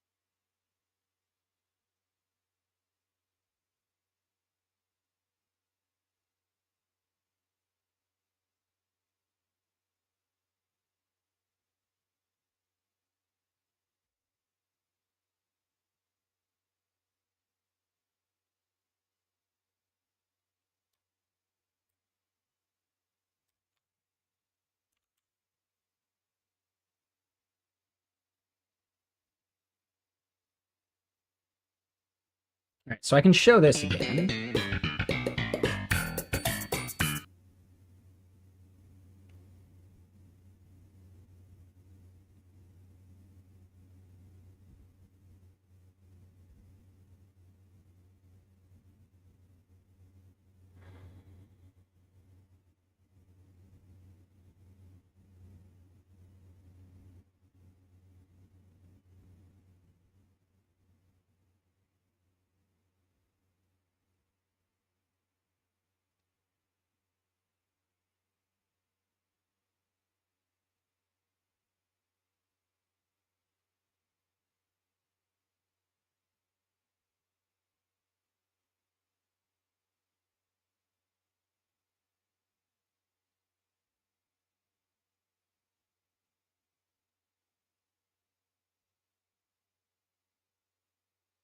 Okay, so now it no longer allows me to even try to change the DNS records, which I feel like should be okay.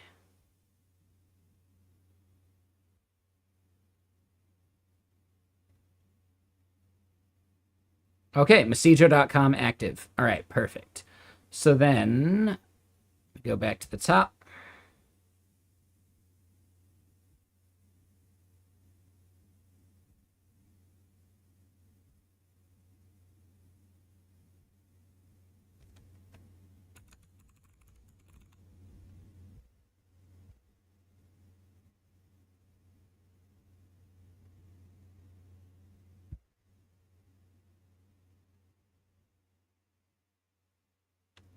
All right, so then we're initializing. And then, yeah, let me do one thing here just in case. I don't want to dox anything over here.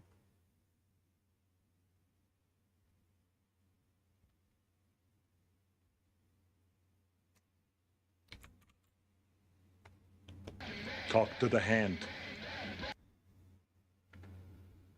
Hunar, do I have my dot files on GitHub? No. I don't use anything really that benefits from dot files that much. Okay, so it feels like Messijo.com is good to go. Does the database still resolve? Oh, that was the wrong thing.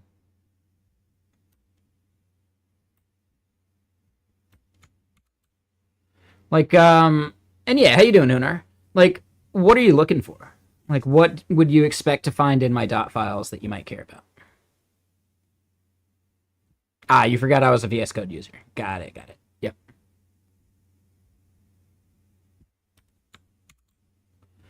I have made NeoVim plugins, but yeah, like, in my opinion, I wouldn't gain much from becoming proficient at NeoVim. Like, I don't need anything that optimizes for typing speed. I don't think typing speed is that relevant anymore, and it's becoming increasingly less relevant. right? As like auto completion and Super Maven and all these other tools get better and better.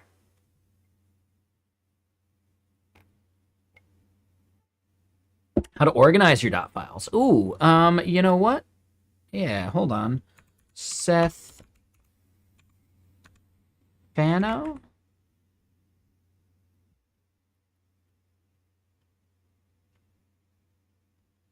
GNU Stow is probably what you're looking for.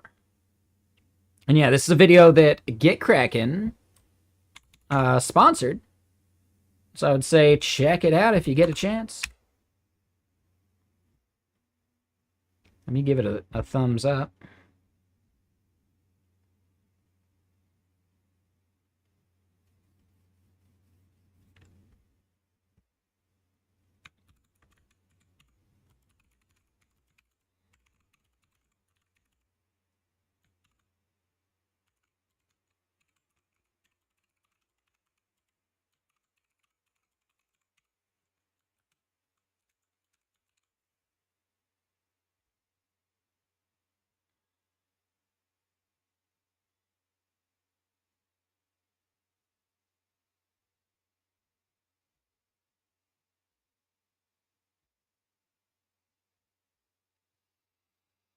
Okay. So that stuff's done and working.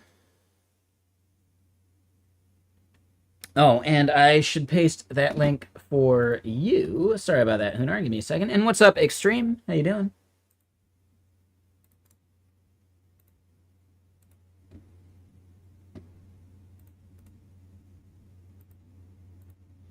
So yeah, GNU Stow is probably what you're looking for, Hunar. So yeah, that video mentions it and talks about it. Yeah, give it a shot. I'd be curious what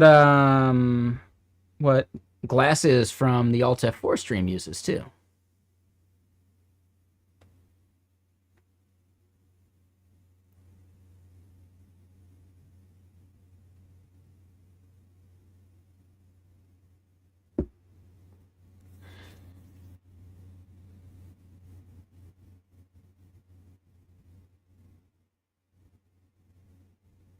Alrighty. So, get off render. Done.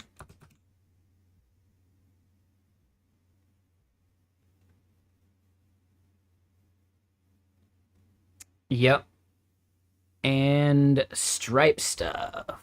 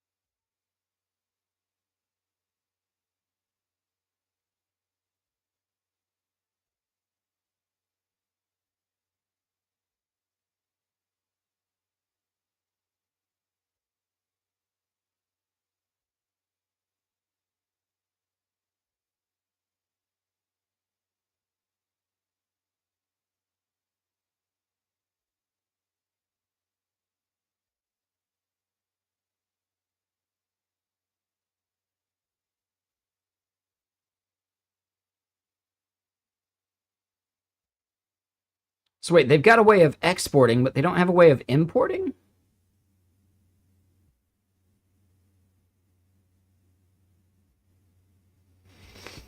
Ugh. Yeah.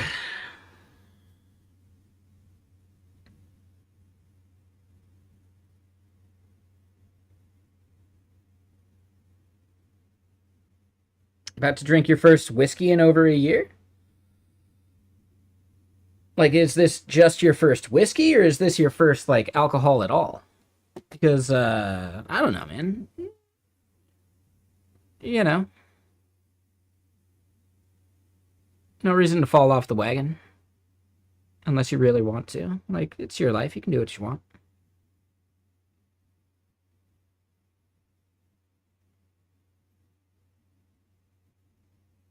Okay, so first whiskey in a while. All right, just making sure.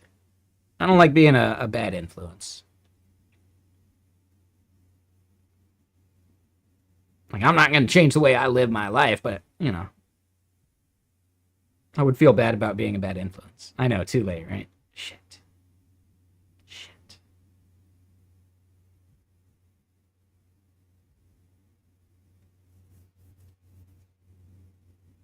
What about a moment before the moment?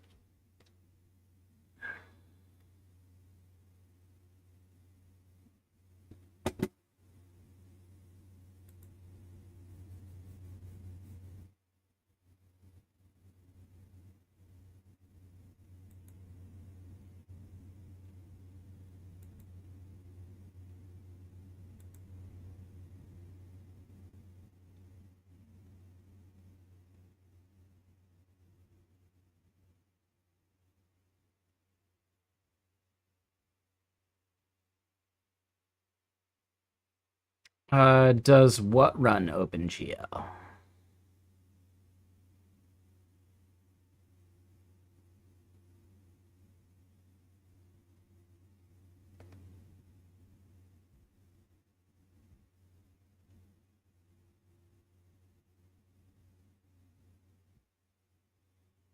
Man, you haven't chatted in here for 3 years. Damn, Extreme.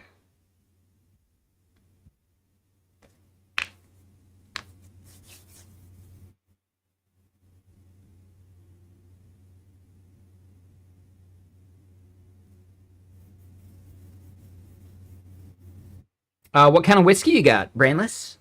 What you sipping on?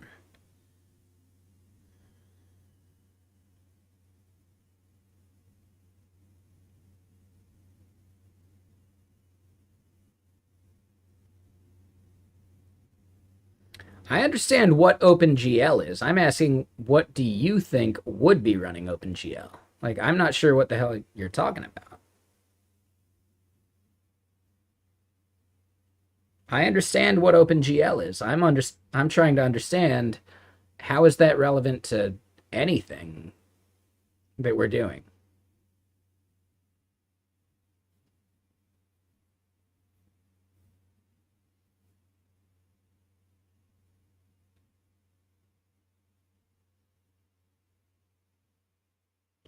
Johnny Walker Double Black. No, that one's good. I actually really enjoyed that one. That one was a gift from Jianhua, one of our mods. Yeah, the Johnny Walker Double Black is solid. That's a good one. It's better than like the red. I think it goes like red, black, and then maybe like blue? Or maybe it's red, black, double black, then blue. I don't know, I'm curious now. Oh, and some neighbor's cooking some seafood. It smells so good.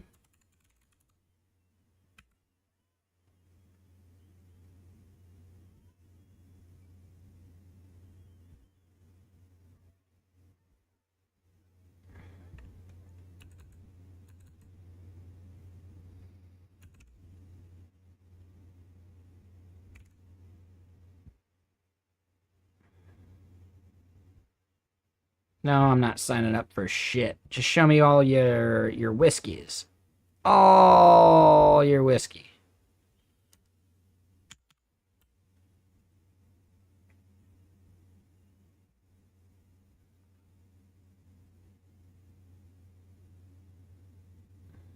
Wait, so there's one called Blonde? Haven't heard of that one. Red, black. Oh, I forgot about green. There's a gold?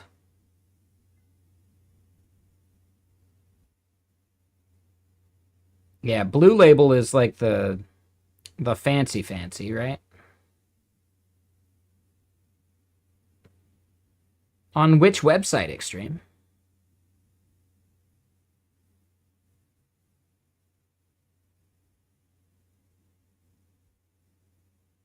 The one we're currently working on? No.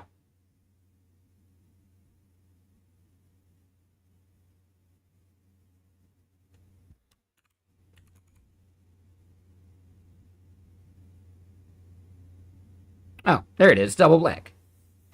I looked right past it.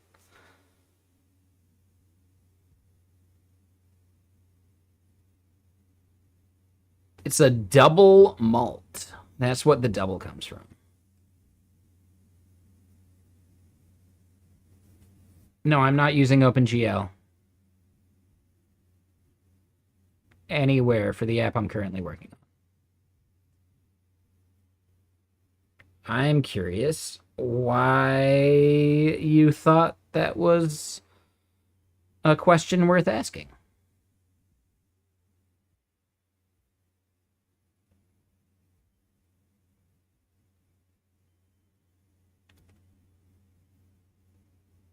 Right. We got to get the backup process working. I need to get the stripe keys working next.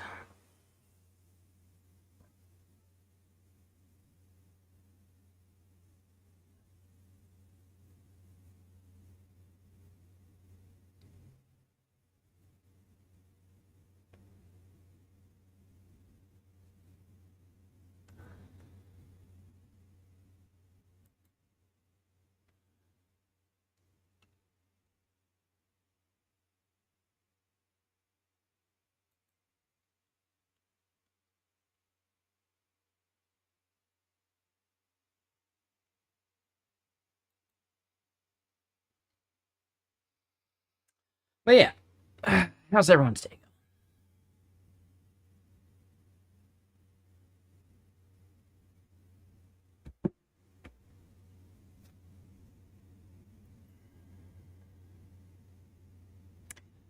So Extreme, what do you consider the difference between a server and a web server?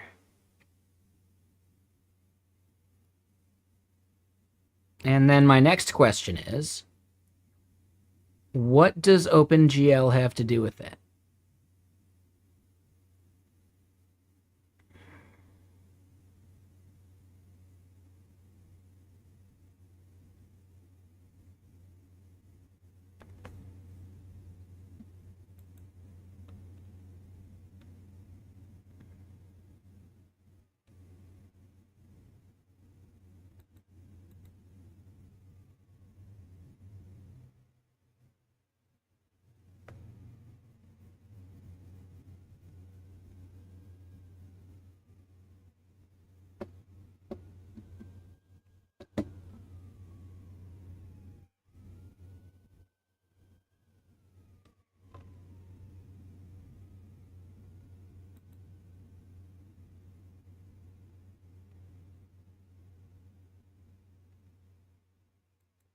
Anyway, so yes, we need to do the stripe stuff. Let's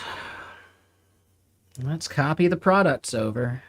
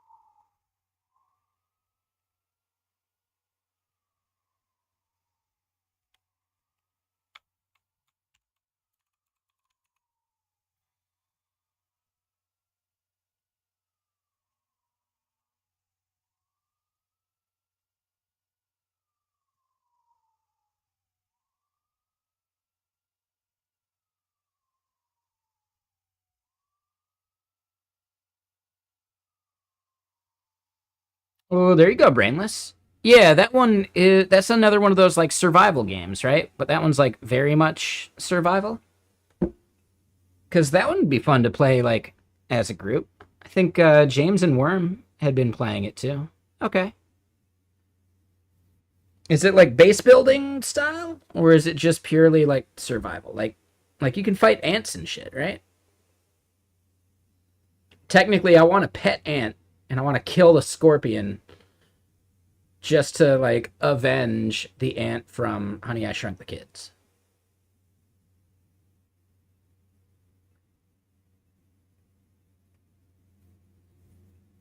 Well, hold on. Now I'm curious. How soon do you think before server.pro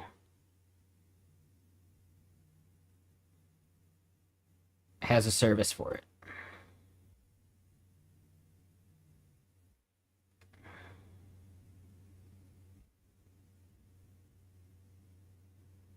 Uh, Hold on.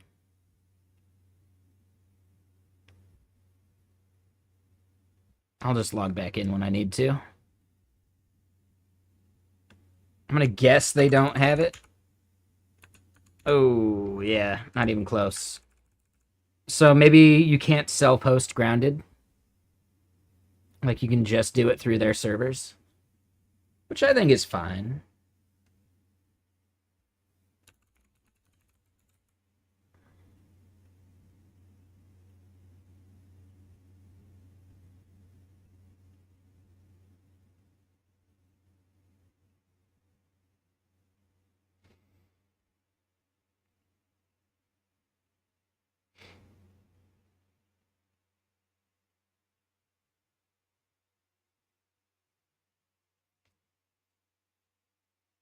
Yeah, I guess what I'm wondering is, like, I would love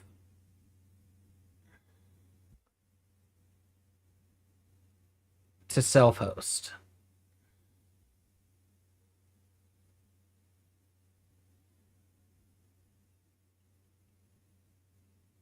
Oh, it's early access. Got it, got it, got it. Yeah, I'm not a big fan of early access,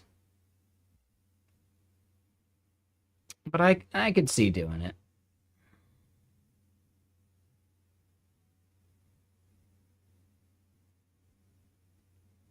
Yeah, see? Yep, this is the dream.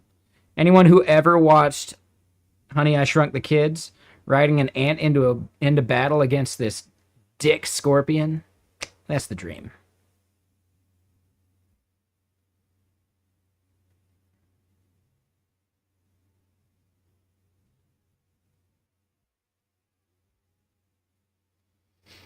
But hold on, let me read some of this.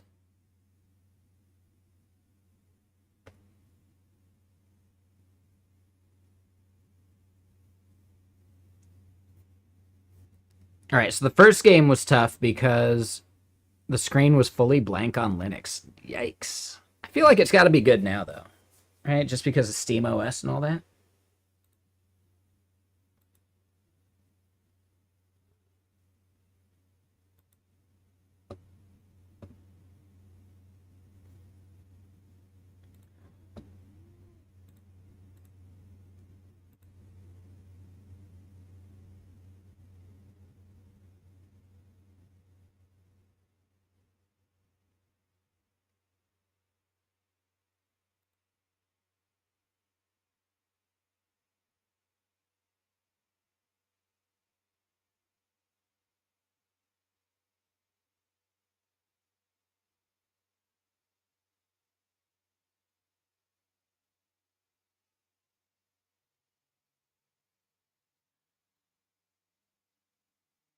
All right, let's pour another beverage. Oh, they fixed it? Okay, that's good.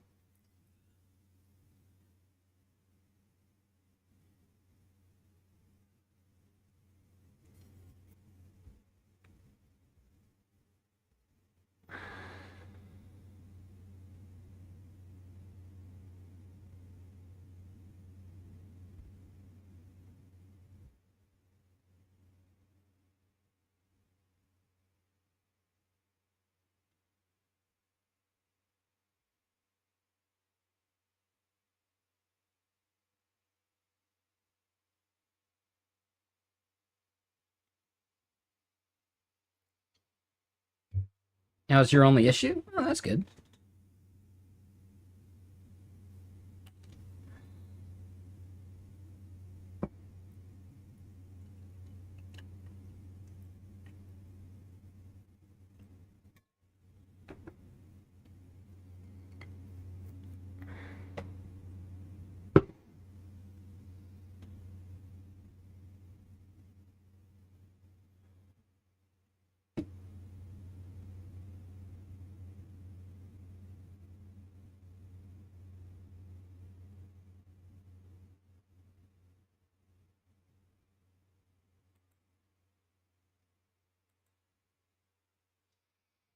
All right, so yeah, let's pour some more water.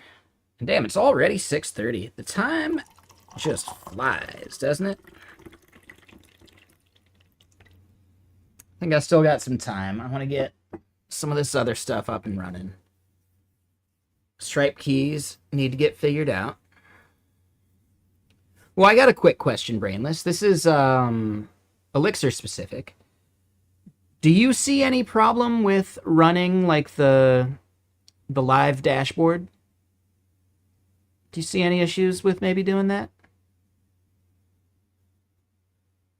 Like running that in production?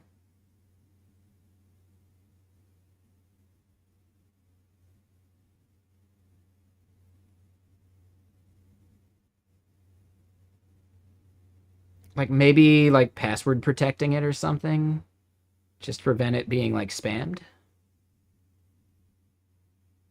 Yeah, it gives too much info on the system. Yeah, I think that's a good point.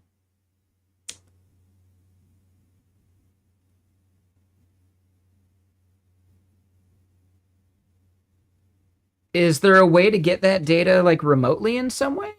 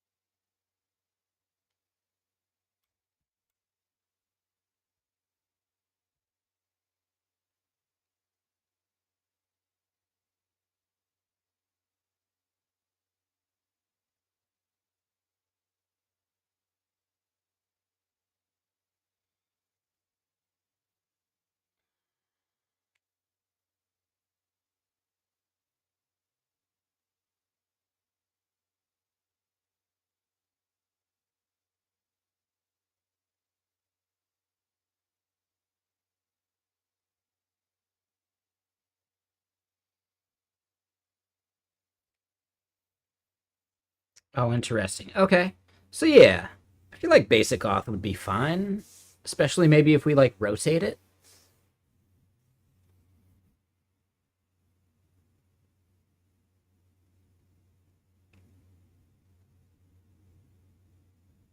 I could see that being okay. Real quick, though, let me get more music going, and I do have to pee again.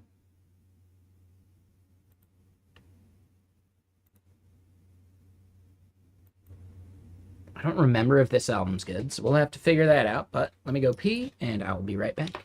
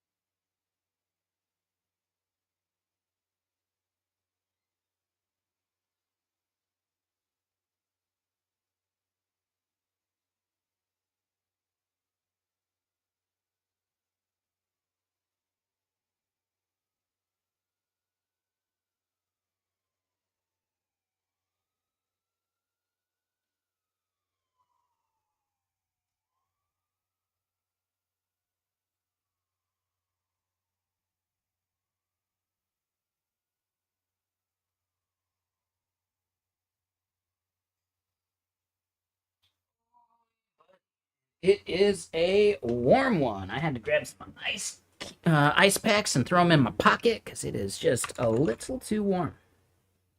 But yeah, so I could see this. Yeah, I feel like basic auth would be fine.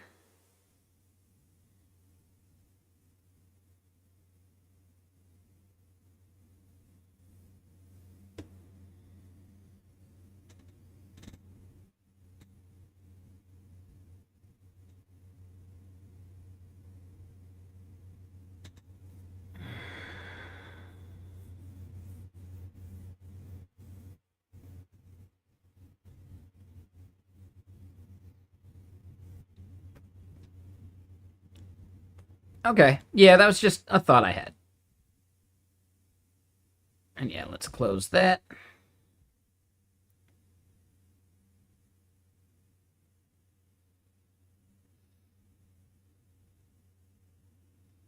Well, I really like this first song. Yeah, this one's good.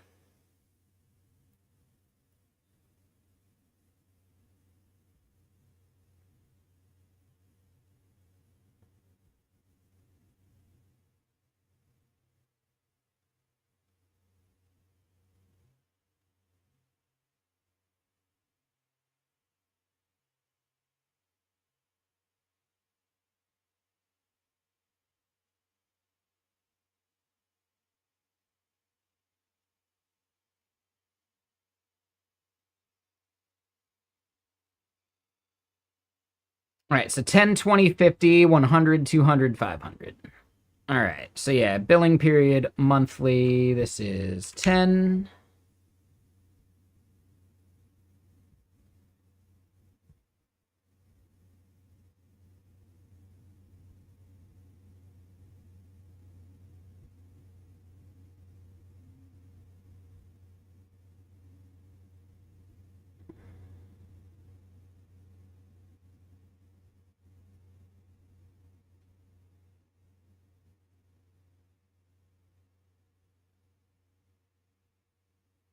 Let me double check something we're doing over in our seeds.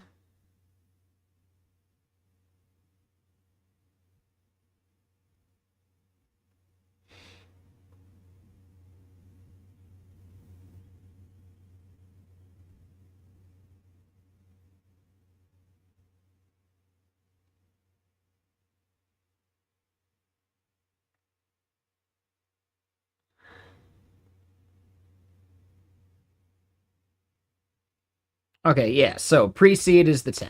I just wanted to double check the naming. And yeah, pre-seed monthly is what we do for that.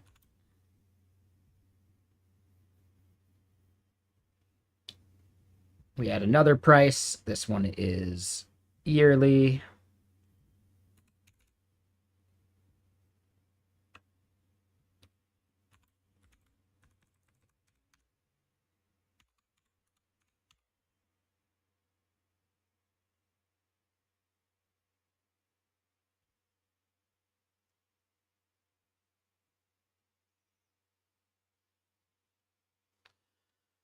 Okay, so here's a question.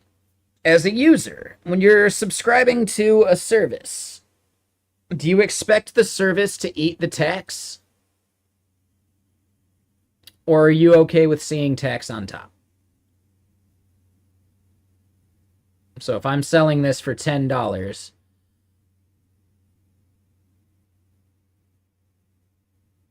would you be okay with then seeing at the end it being like 12, right? Because of tax, like wherever you live.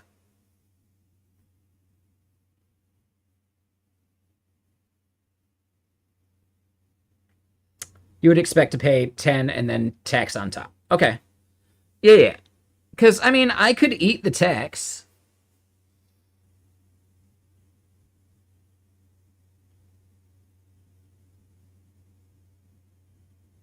You expect it, but you don't like it.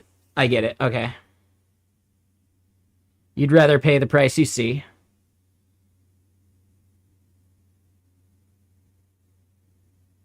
I think it makes sense.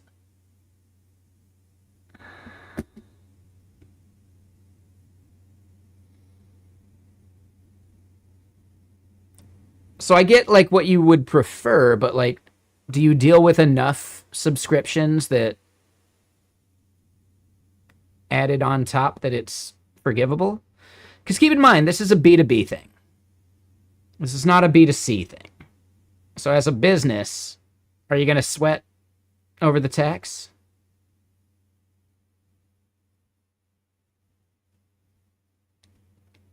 Other countries show the tax.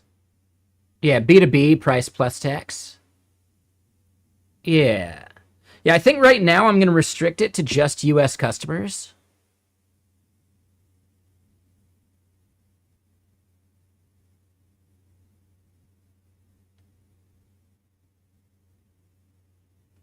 Right, I see.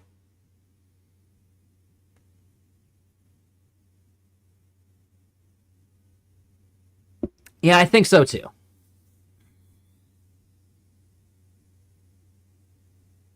Like at the end of the day, we can fix it, we can change it. I don't mind. I'd rather start out with it being more and then reduce people's prices. And then I just make a blog post about it like, hey, we heard your feedback and we are listening. We're rolling the tax into the price you pay so that when you see the value on our pricing page, that's exactly what you pay. Bam. Marketing page. Done. But to go the other direction would be wrong. So I'd rather start at a higher bit and then drop the tax into it.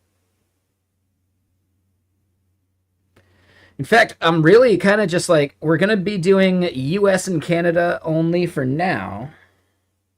Shit, maybe even just US only.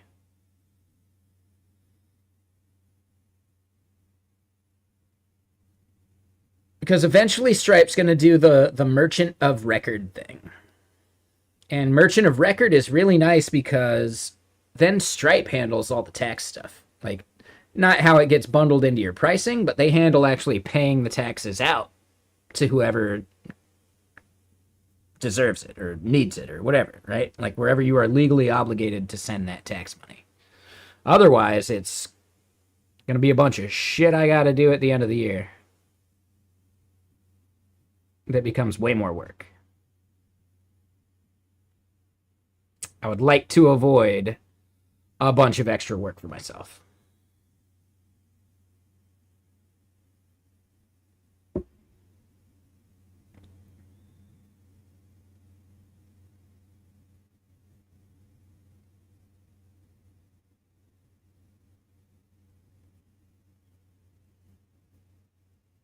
Yeah, eventually, but they don't do the Merchant of Record yet. That is something that I can't remember if that's what Lemon Squeezy was doing. I'm pretty sure it is. But yeah, Lemon Squeezy and Paddle, they are actually like world renowned for being that Merchant of Record. So yeah, Stripe acquiring Lemon Squeezy, it's kind of crazy that they haven't rolled that feature out to people yet.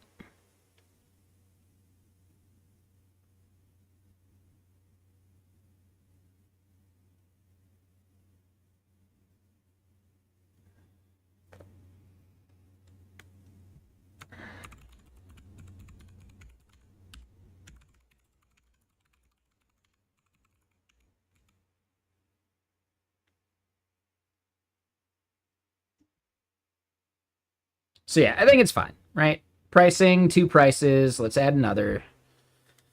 Just got to do it. So then this one is startup.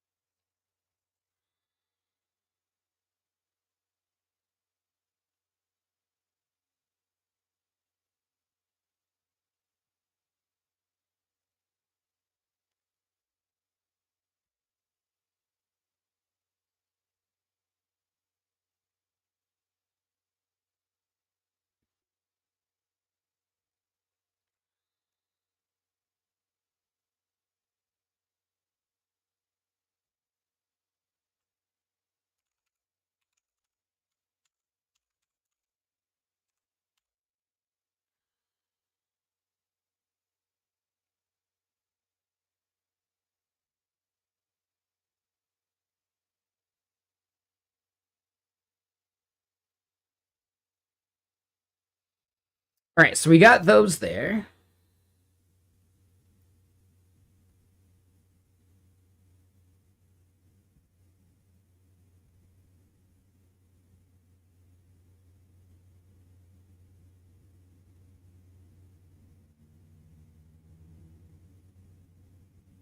Now I got to figure out where this API key is going to live.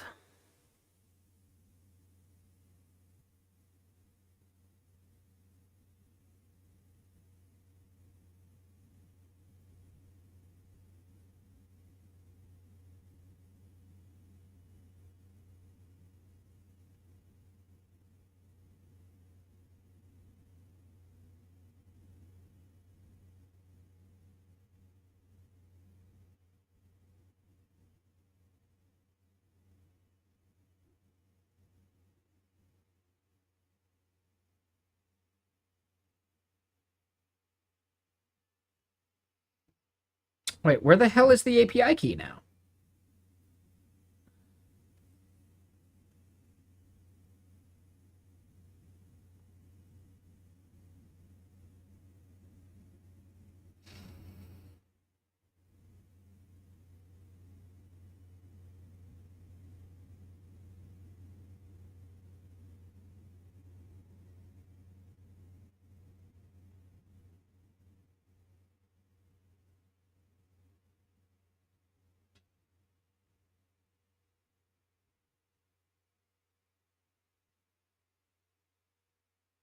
I almost feel like it would normally be over in that corner.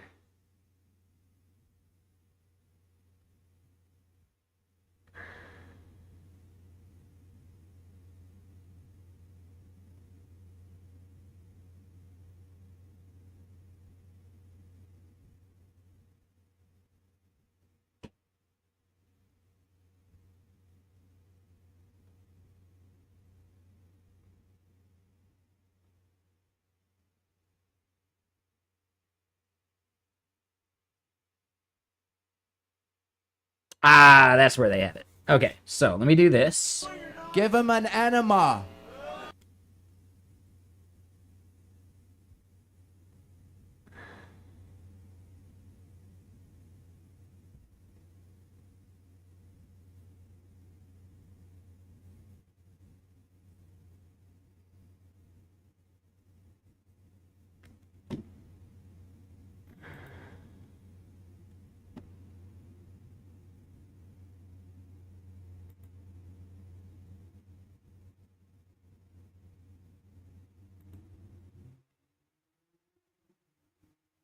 Oh, I have to tell it to actually send the verification.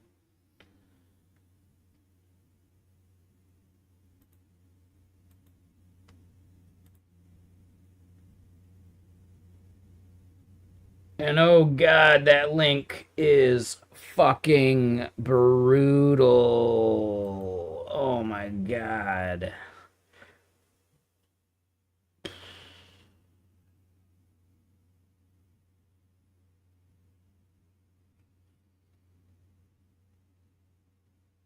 Shit.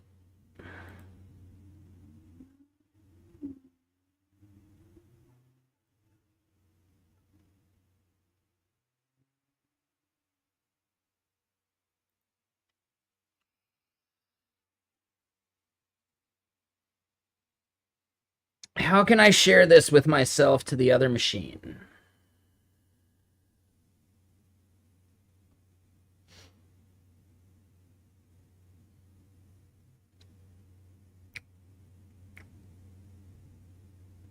Yeah, email.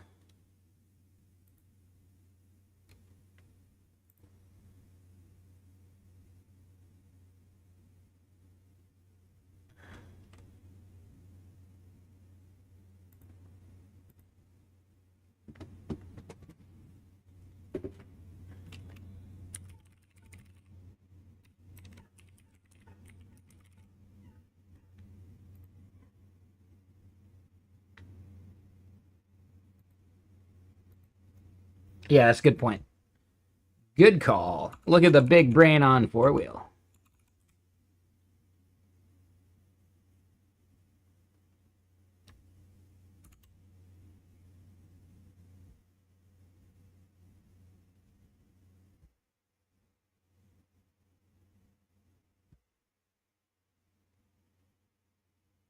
Identity verified.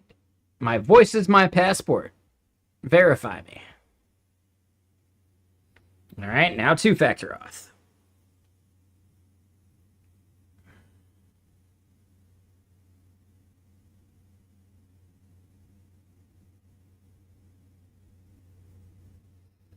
Oh, wow. Damn, that's a blast from the past. I forgot that I even had like a Stripe account when I worked at Symmetra.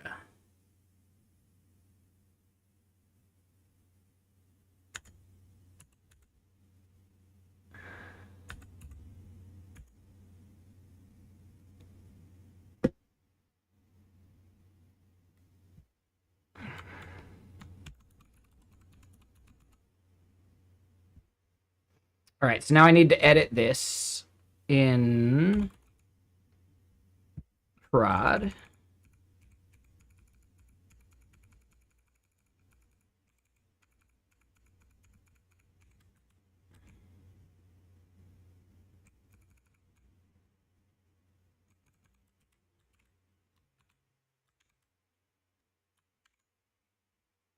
But I need the publishable key too.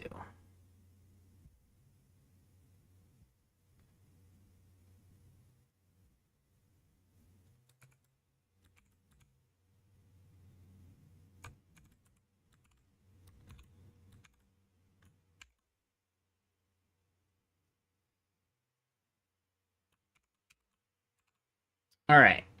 So then let me double check. I'm not leaking anything here on Stripe. Nope. Cool. I do end up needing to set up the webhook stuff. And yeah, good call, Four Wheel. That was definitely the right way to do that. Just, yeah, send a quick email. Problem solved. Done.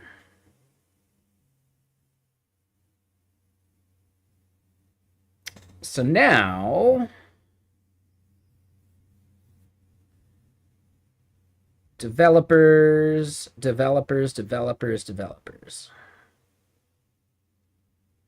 this is where we add a destination.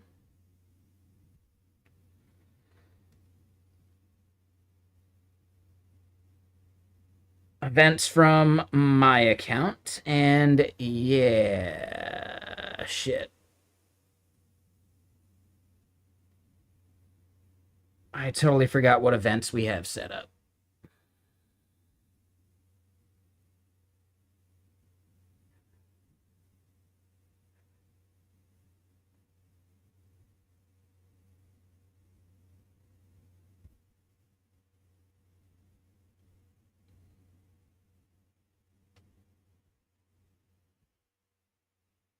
All right, so checkout sessions, we're not doing anything with, but we'll still listen to.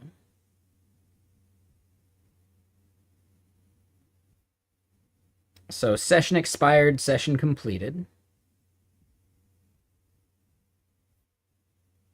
So then invoices.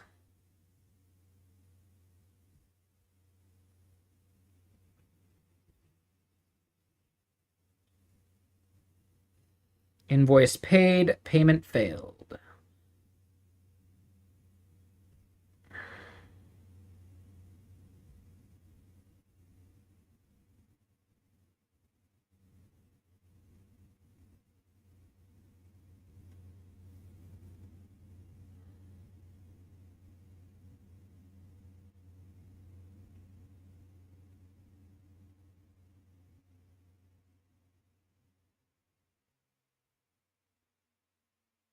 So yeah, it's just those two. And then after that, subscriptions.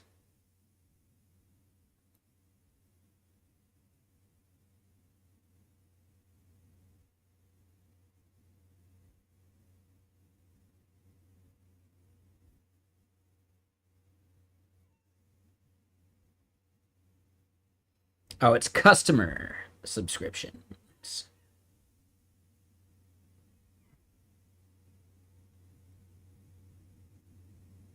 So we want created, updated, deleted, paused, resumed. Created, deleted, paused, resumed. Hold on, I missed one. Created, updated, deleted. And yeah, updated is probably last. There's number 5.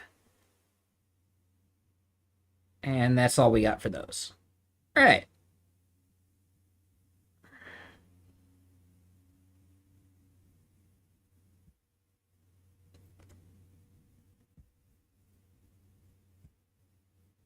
All right, so the destination name here is production.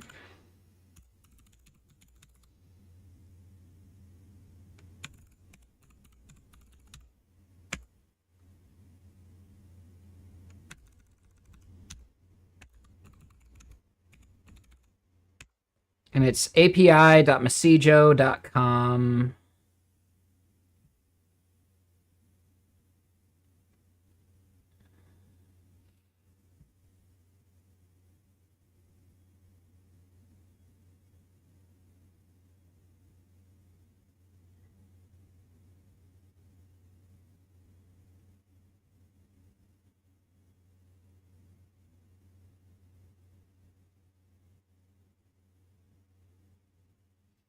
/billing/Stripe webhook.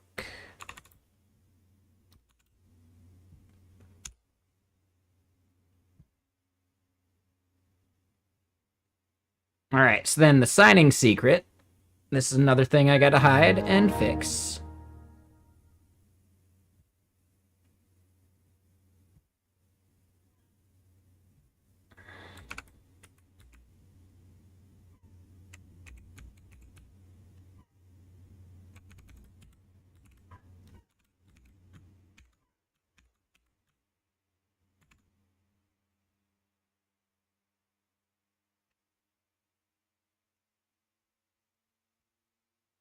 Okay.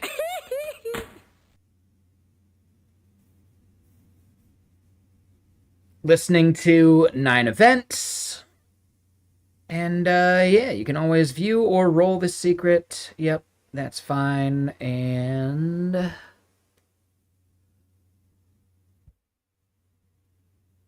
we do need to verify it eventually, but oh, I thought I was leaking something there. I was sweating for a second.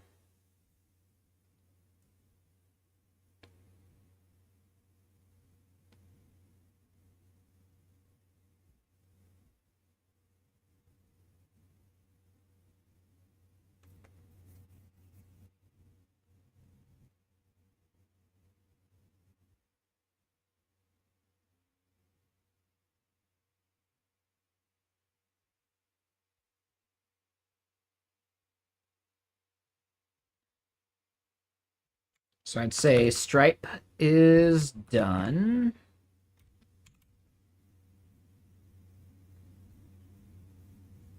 The Google stuff. Yeah.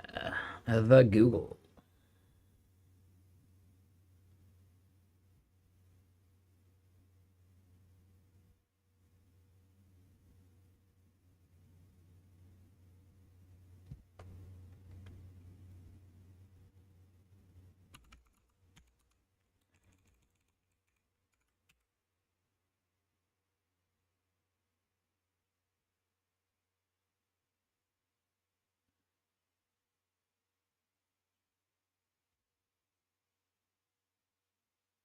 I am not a robot.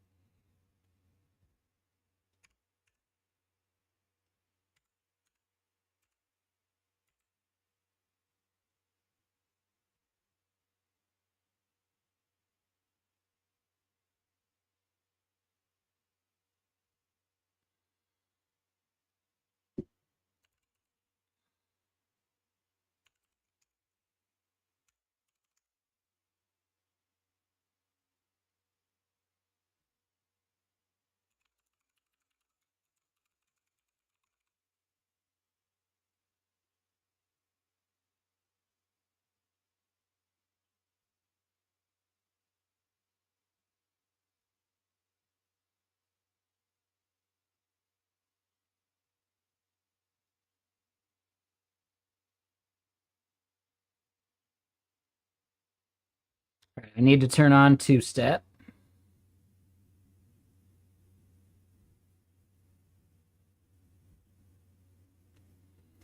Need to set up an authenticator.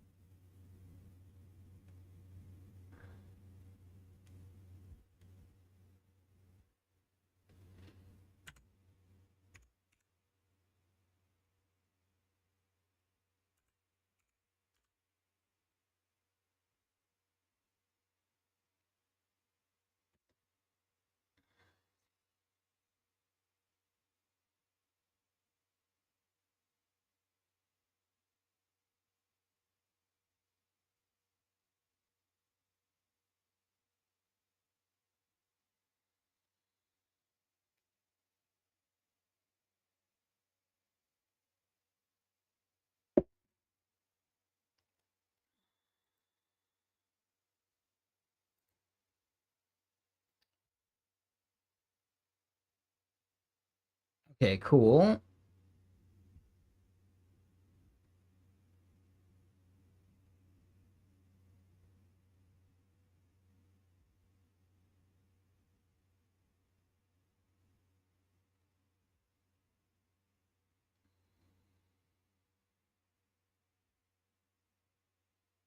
Okay, two-step verification is on.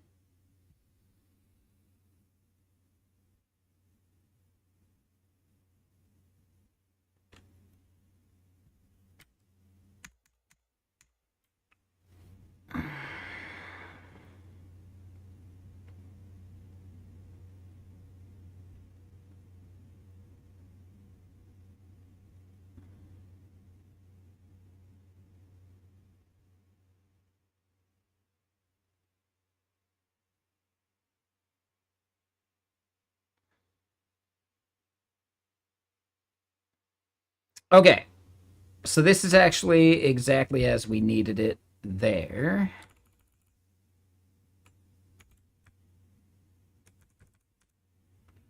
This is Gouda.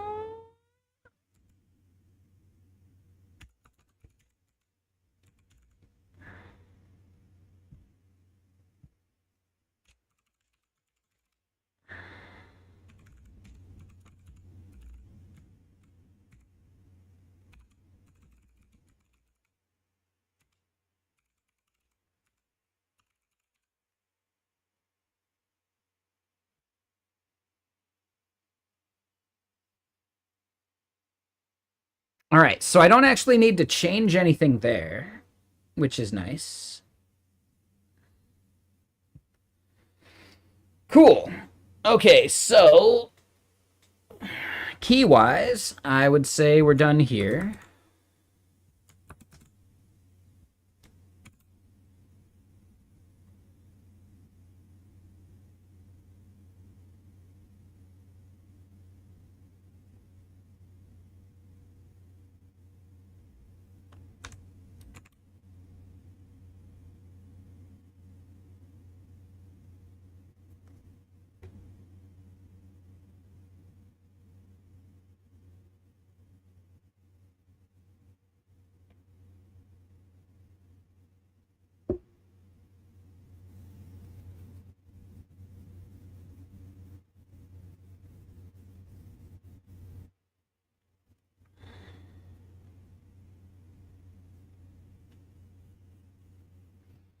We need to get the backup process going.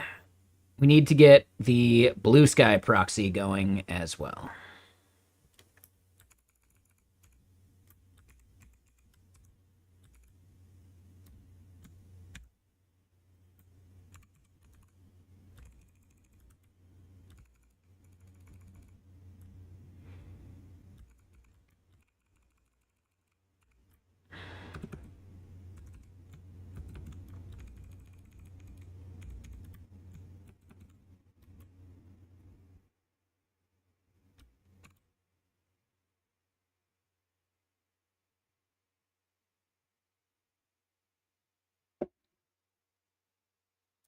That was the end of that album.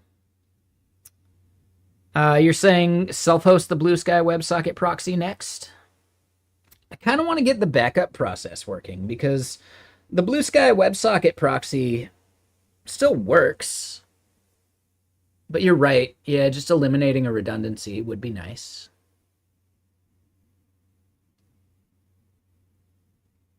I think either way, we're getting a little bit late at the moment. I do want to look at how we do that. So yeah, that was Gray's social. Well, I mean, we're not going to be backing up the Gray's social thing. Oh, and I forgot to play another realm. Yeah, this one's good. Yeah, like the only backup process I'm really following is just for the database, right? Everything else I can get back up and running pretty easily.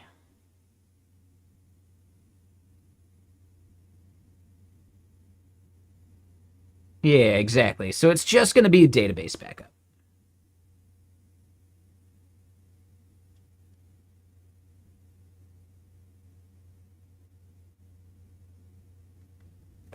So yeah, Gray's social, Blue Sky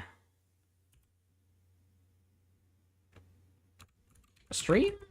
I forget what they called it. It's like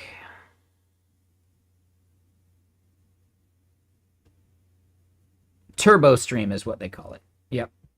Yeah, so Jetstream's like the easy one.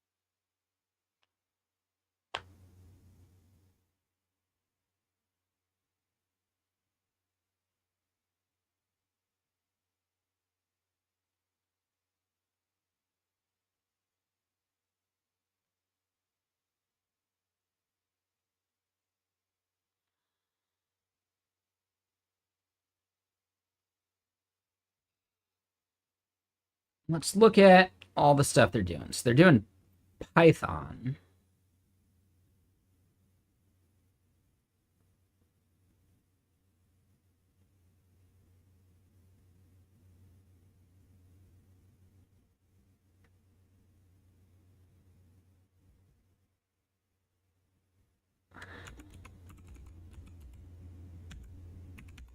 What is PDM?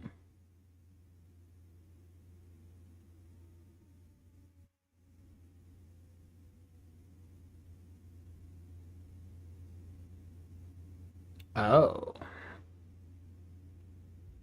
So it's like a package manager, but more?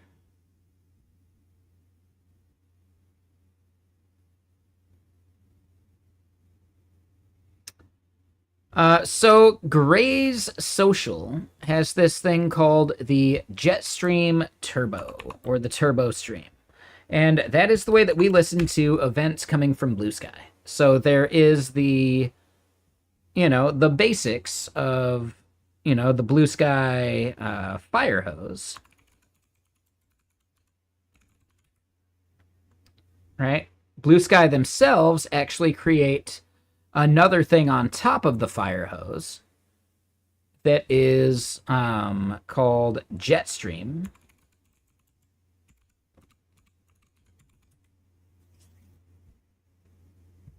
Right? And then this becomes JSON instead of like the binary format that they're shipping. And then Grays.social has one that allows you to Like, it's basically the same thing as Jetstream, but they allow you to fetch, like, metadata and expand things about, like, the messages you listen to.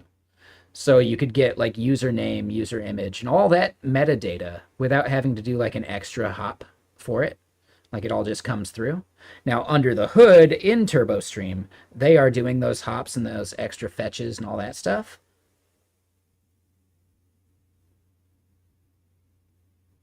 But yeah, it gives us all the data we need to populate, like, all of the metadata that we show within the application without having to do a bunch of extra junk. Number one, if I'm going to make any money off of this project, I don't necessarily want to, like, rely upon a third party. And also, like, there's something somewhat unethical about making a shitload of money off something some other company is just hosting out of the goodness of their heart, right? It's not technically wrong because they put it out there for a reason, but if I make any money off this project, I should self-host what's going on. Like, I can't self-host the Blue Sky, like, Firehose, but this thing that they're spinning up as, like, supplemental infrastructure, we can own that for our needs and be fine, you know? So number one, it's more ethical. It's not exploiting them. And number two, it's also just more robust. Like, if they go down, I'm still up. I don't want what I'm doing to go down just because their company folds or something, right?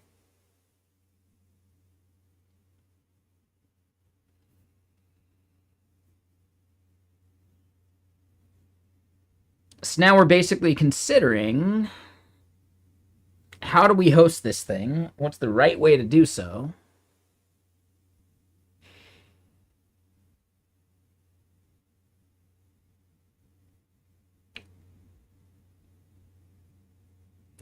That is a lot of layers of init pie. Init?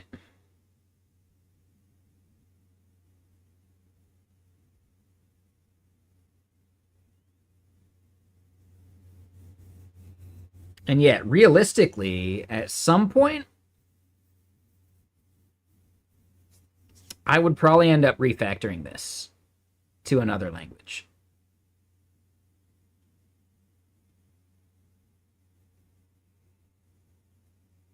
I'm sure the Python's fine.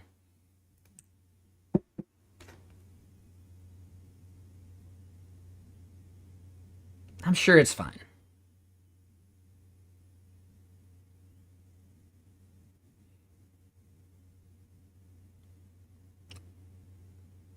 But theoretically, yeah, like, if we were to refactor this to Go or Rust, we'd get more out of our hardware. We're going to be putting it up on server.pro, so I'm not too worried about that.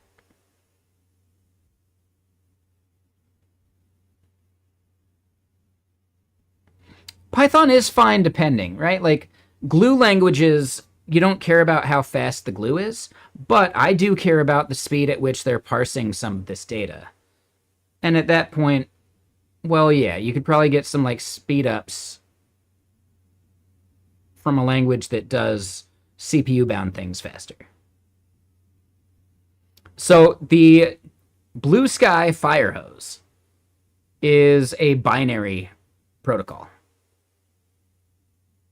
right? So converting that binary to JSON, that is CPU-bound. Python might be fast enough at it, but it depends.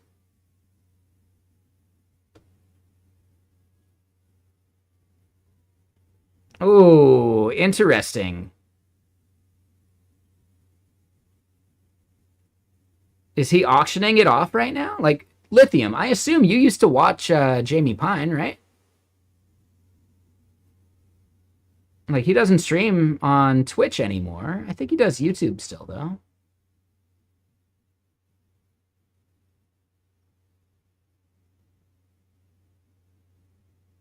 Oh, he let you into the bidding war. Yeah, I wasn't sure where the bidding war was happening. Yeah.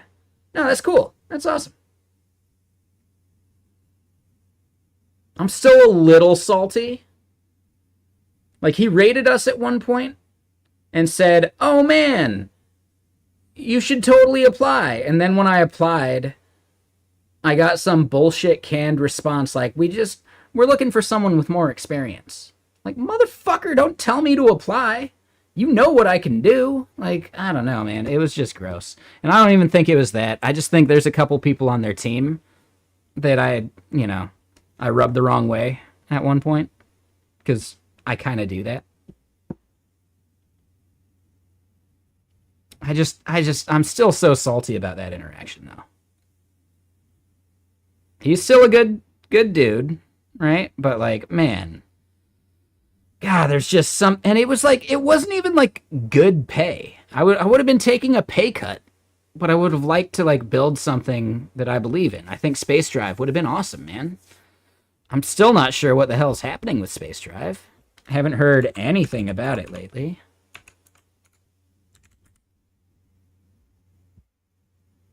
I hope they're killing it. Like, yeah, I want them to be successful. I'm still just so salty about, like, one interaction. And I shouldn't hold that grudge. It's not healthy. It doesn't make me feel good. Holding grudges never feels good. Some people deserve it, though. Not these guys. I'm thinking of, like, another interaction that I'm going to be holding a grudge for a long time.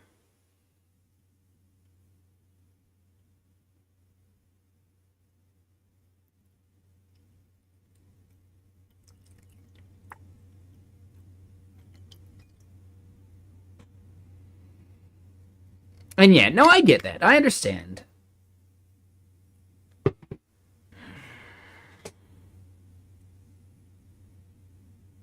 I feel like I'm normally pretty reasonable.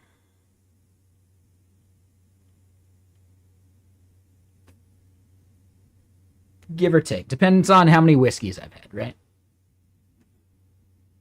And even then, with the whiskeys, I think I'm still pretty reasonable. I don't hold back.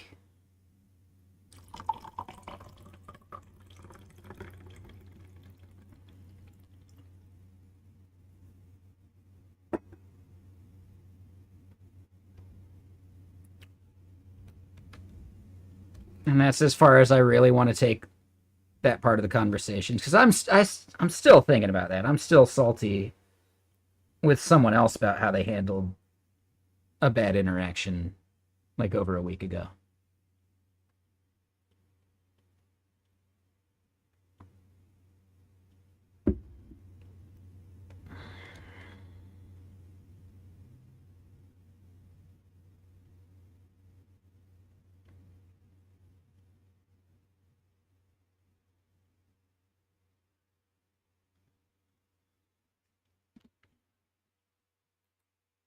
What's up, G-Bone? How you doing?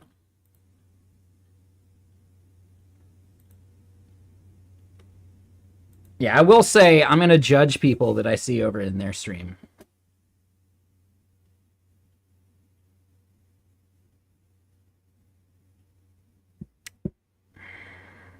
Like, massive judgment.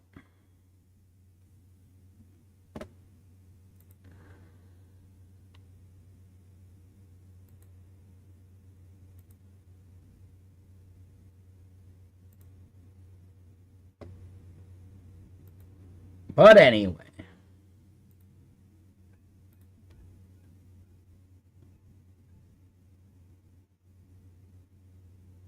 Yeah, Space Drive is a really cool idea. How's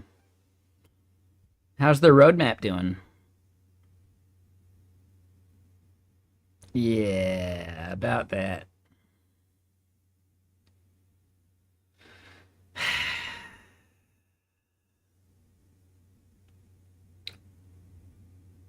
I mean, when you got 5 people on the team, 2 mil doesn't last as long as you think it does.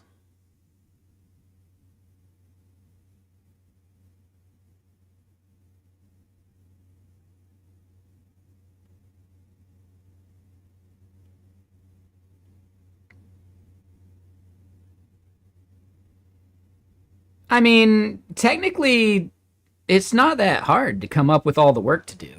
It seems like it is pretty hard to keep it up to date, though.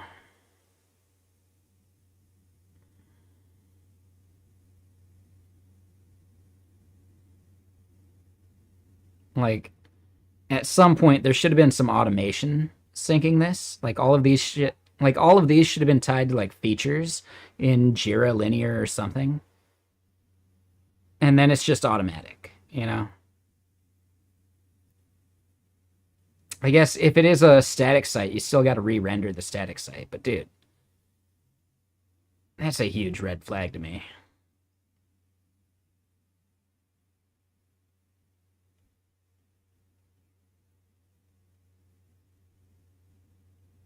Like, in general, if you're building a product, you know what you want to build.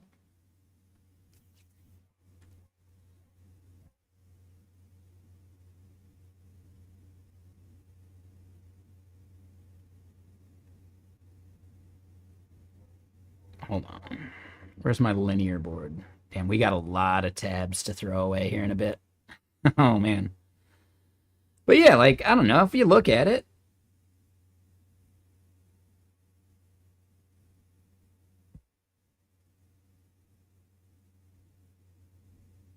we got a fair bit of things we want to add, right? Compound keywords, like, yeah. And this is such like a smaller scope of an application compared to something like Space Drive.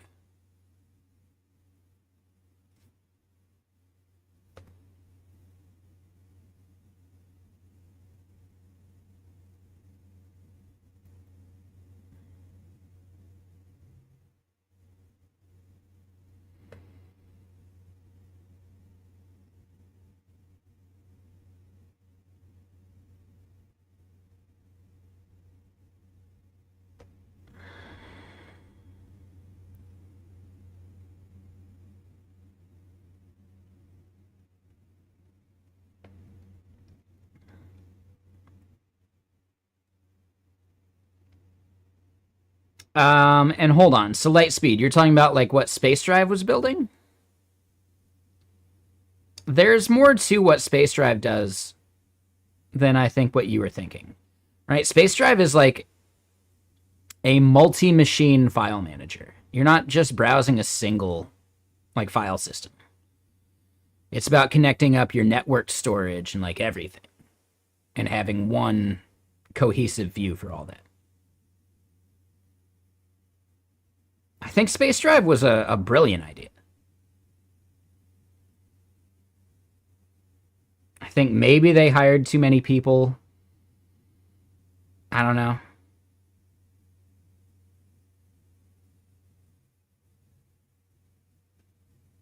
And I just think there's a bunch of like management stuff that's falling through the cracks.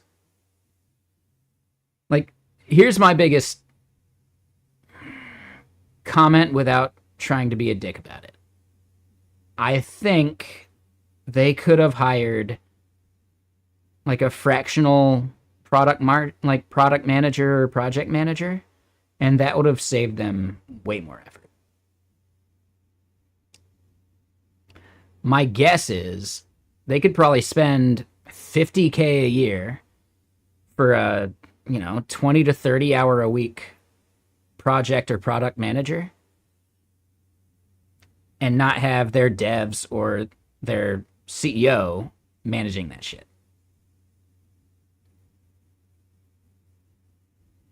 That said, I don't know. How much of like the heavy lifting do we think Jamie was coding?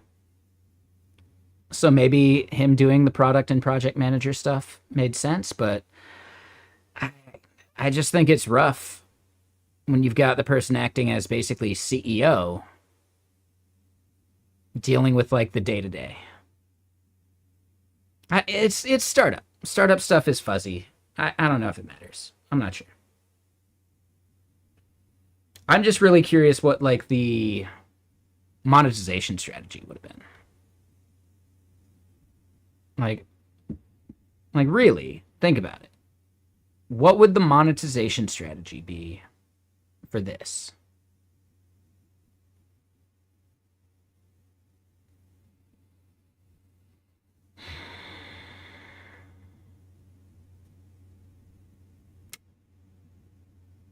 Enterprise stuff?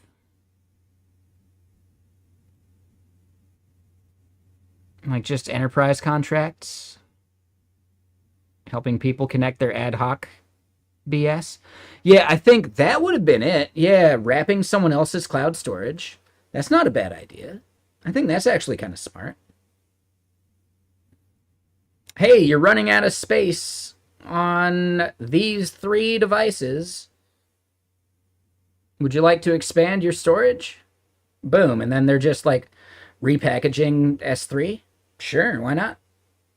Yeah, I think that's a smart move. Yeah, good call, Scion. I think that could be a really solid monetization strategy. And then also, yeah, enterprise contracts, custom enterprise development, right? Like embedded engineers. Not embedded, but like solutions engineers. That's what I was thinking of. Yeah, like could be value in that.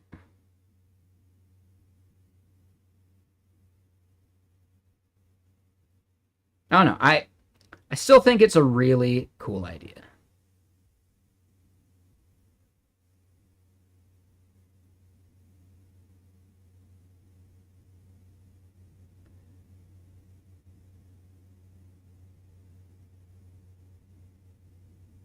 I question the whole like hover to see more thing on this part.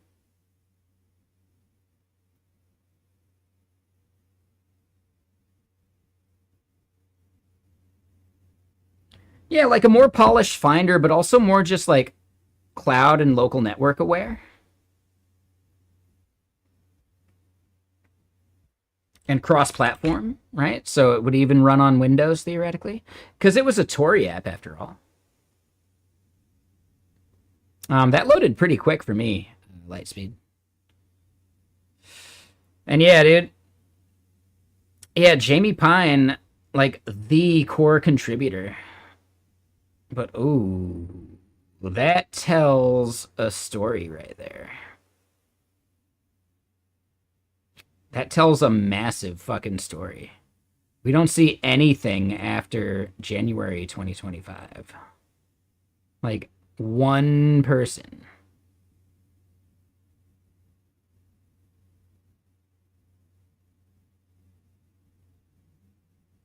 That's the most interesting and telling thing to me. Like, dude, he couldn't even continue paying Rendanovich past, like, May of 2024. Yikes. 400k seems vibe coded? Ooh, I doubt that. No, like, keep in mind there's a lot of, like, front-end code because it's a Tory app and it needs to be cross-compatible. But then there's also just all, like, the back-endy code. Like, there is a shitload more to this than there seems at first.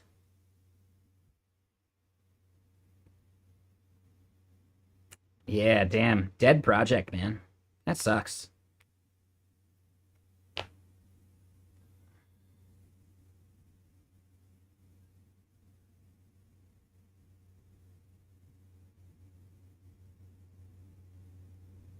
And they had users, too, which is the crazy part. Like, they had a bunch of users. Yeah, I don't know.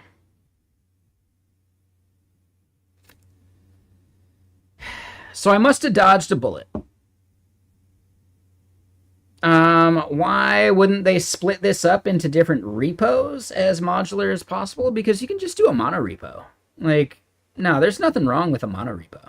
And if we look at it, they're probably doing cargo workspaces. They're doing PNPM workspaces for sure. Right, so they got packages, apps, like, it's a monorepo. So, Scion, have you ever worked with a monorepo? They're totally fine, man. And it's actually a better experience than having to, like, publish out all the packages to actually consume them. And it's better than having to do, like, NPM link bullshit, you know? I don't know if you've ever dealt with NPM link. It sucks. Like, it really, really sucks. Like, it's a really, really, really bad experience.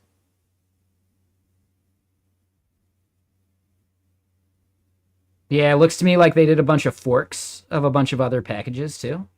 So, yeah, some of this is like, you know, all that code they got Well, yeah, it's some like FFmpeg stuff. And, you know, like I feel like a bunch of these things are forked. And that's where a bunch of that like code base comes from.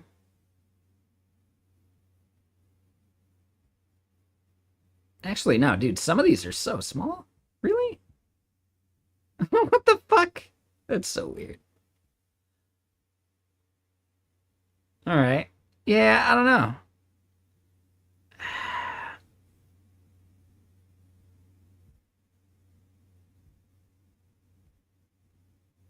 Yeah, like some of these are super micro.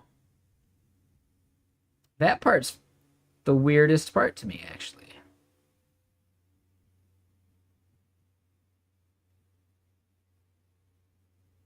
Of course, they were bringing AI into it.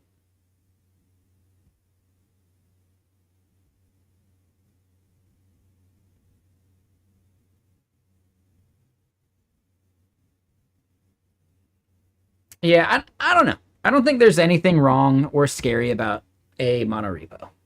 I would actually be more bummed on a bunch of repos for all this stuff, right? So think about it this way, right? The sheer size of a monorepo scares you. You know what sucks even more? Juggling all the tabs to find the PRs and like code review you have to do in a dozen repos. That shit sucks way more. That shit sucks way more.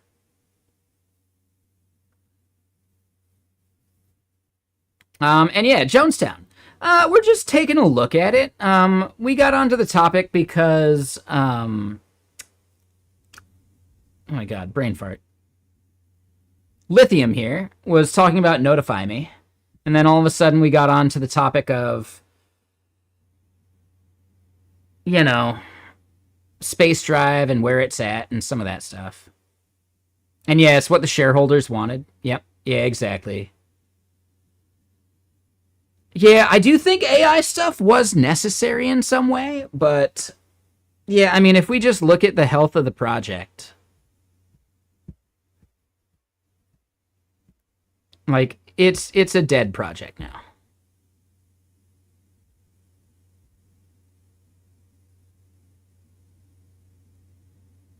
All right, the only commits we're seeing within 2025 are third-party contributors, I think. Like maybe Fogo, but I think Rocky is a third party.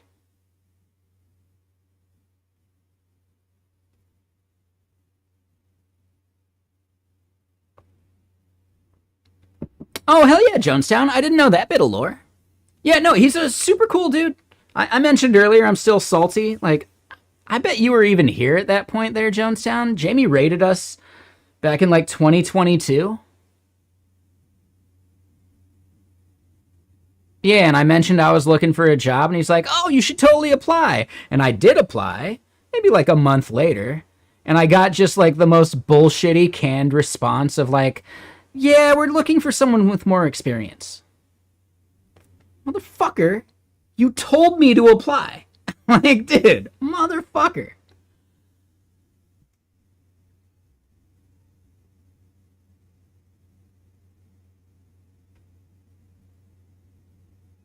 Yeah, the paid hosting, I think even like trying to like,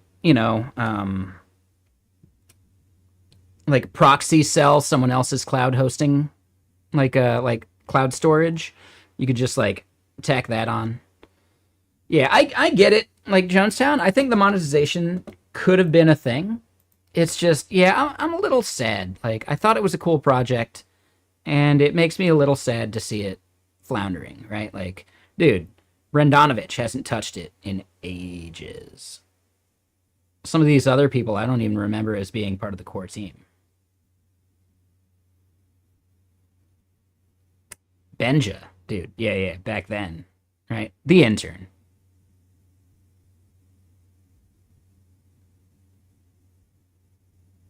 But yeah, it does really, really hint at, like, this thing was built by basically two people.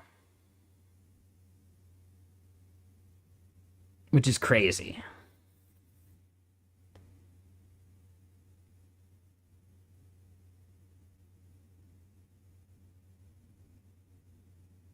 Yeah, no, and I get that, Jonestown. That's actually like the biggest thing. And that's the problem with like the solo founder. Maybe Brendanovich could be looked at as a co-founder. I don't know. But yeah. Yeah, I don't know. It's tough. It's tough. The fact that he's even able to get VC funding still is crazy to me. Cause yeah, like Notify Me like floundered pretty hard. Like just pivot after pivot after pivot. He's done it 3 times before. Okay, well I know Notify Me and Space Drive. I didn't know about anything before those. Again, he's a good dude. I wish him success. But yeah, I think it's tricky. I'd be so surprised if he's able to do it a 4th time.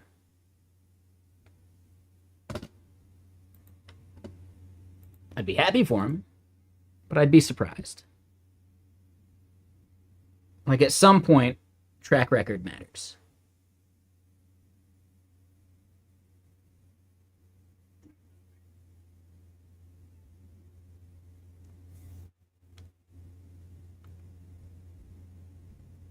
Like in general, you don't mind as a VC person, and I'm just speaking from what I've read, funding people that have failed because they've learned the hardest lessons already, you know?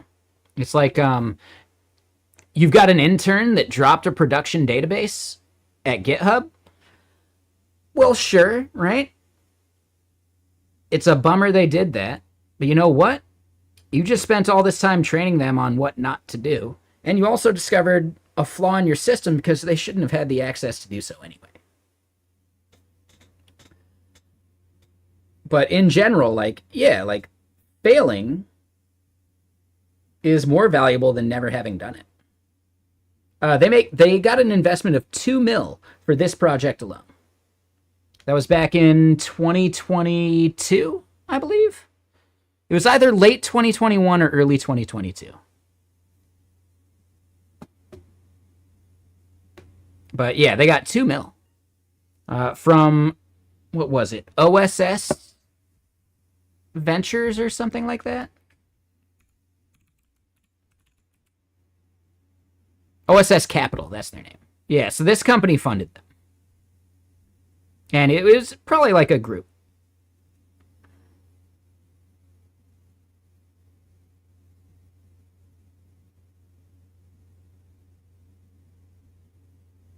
I mean, UI is important, Jonestown, right? Like, you can't discount UI. If there's no UI, the work of Brendan and Oscar doesn't matter. Right? Like, the UI is important.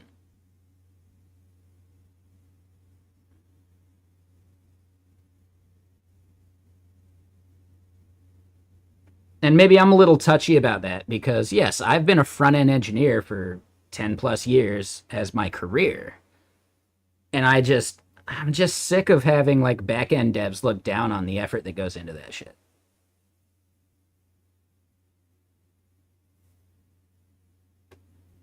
Like, I'm not saying back-end dev is easy either, right? Like, no one's job is easy. We have these jobs for a reason.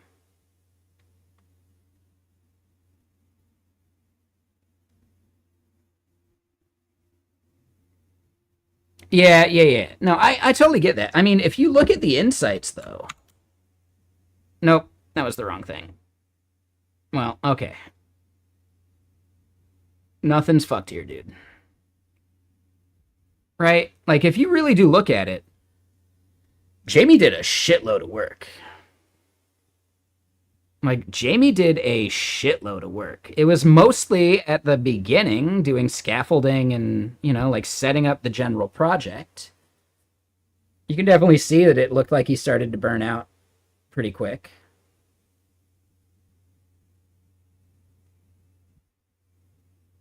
It was around this time he stopped streaming on Twitch, too.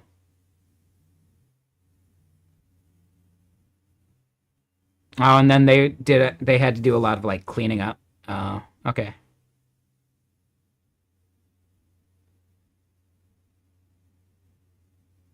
I do still think it's interesting. Like, I don't know.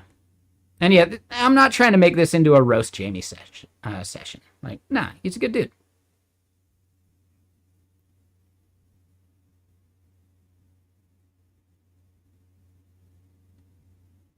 What I really think it was is a lot of the front end stuff that happened can only go so far until you've got the back end doing something with it, right?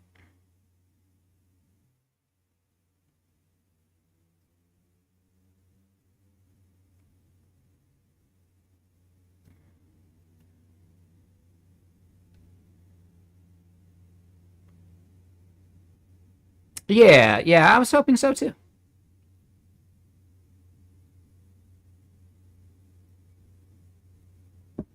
And even though I'm a little salty about getting the we're looking for more experienced email, it was probably a dodged bullet.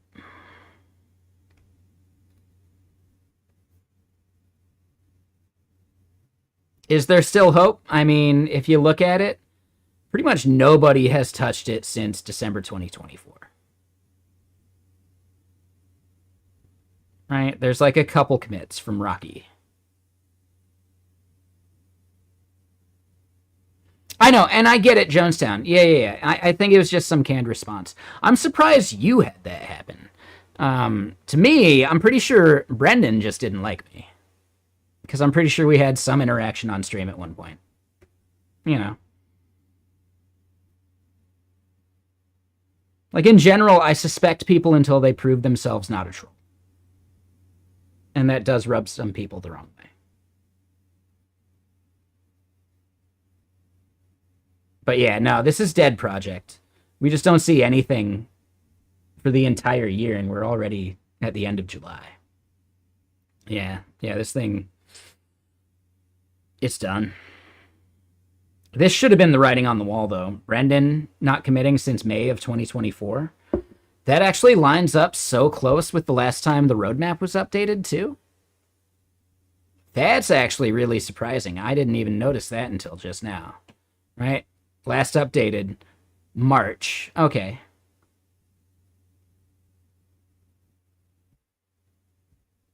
But yeah, like the writing was on the wall the moment Brendan kind of like stopped like contributing. So yeah, just like a month or two later and he's out. Because honestly, like, dude, Brendan is an amazing dev. He could make 400K a year at any FANG company, you know?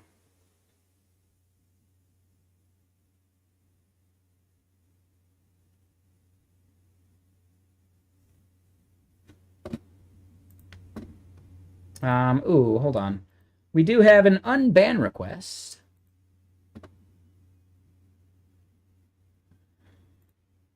Let me look at this one. You know, I'm a little like ban happy, so I should be unban happy too, as long as it's a sincere thing.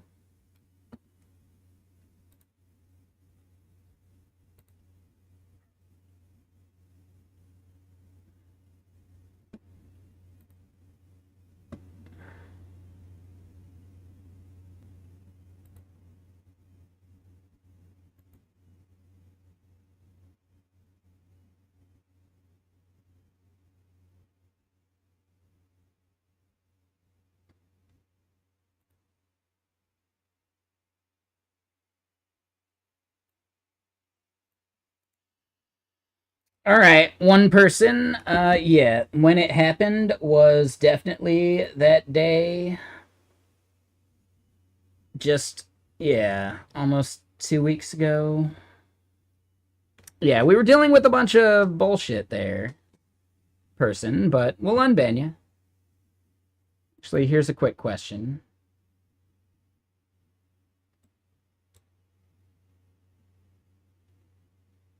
They did unfollow. Usually people that are here in good faith will keep the follow even if they get banned. But I don't know. We'll do it.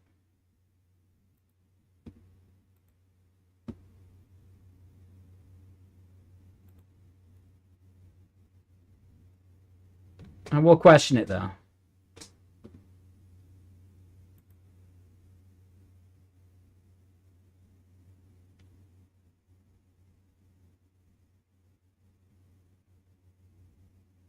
Maybe they never followed in the first place. Not sure.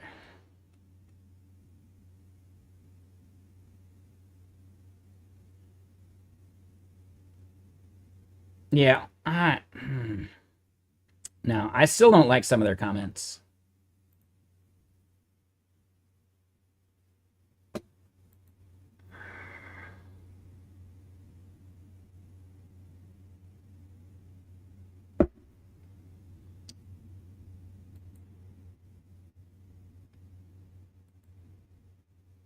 But anyway, whatever. We'll see when they come back. If they come back.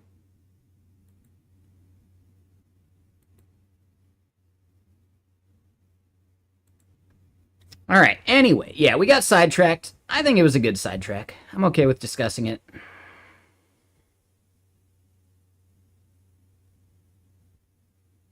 Damn, that's crazy though, Jonestown. Like, same thing happened to you. All right. Well, I don't feel nearly as bad.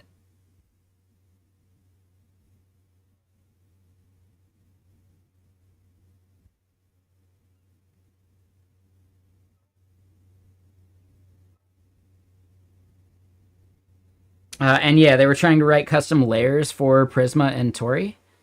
Yeah, I mean, at some point, that's actually a problem. Not invented here syndrome is actually worse than being a mediocre dev, in my opinion. Especially when you're just trying to get the MVP out the door.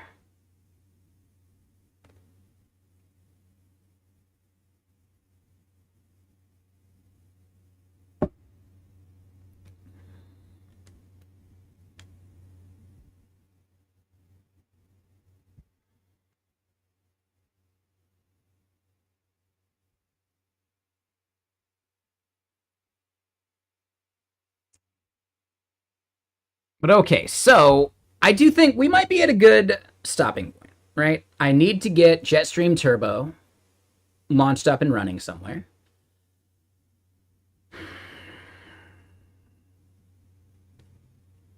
We need to figure out how to do that. It's not absolutely essential for the launch.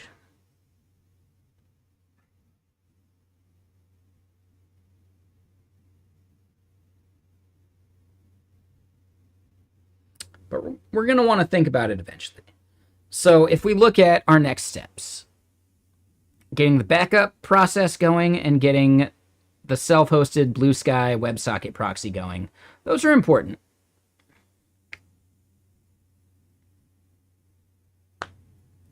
I think it's late enough in the day that we've gotten enough done that I am floundering a bit on what we should probably do next.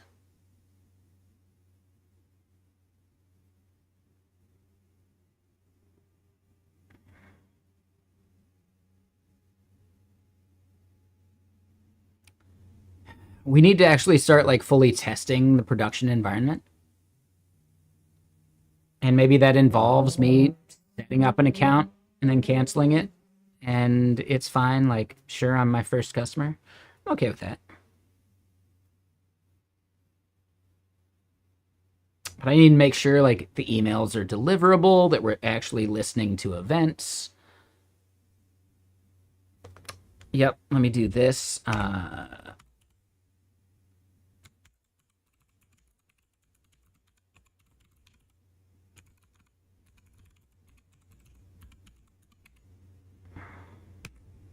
Yeah, I want to like password protect the live view dashboard so that I can see that stuff in production. And maybe that's just something where like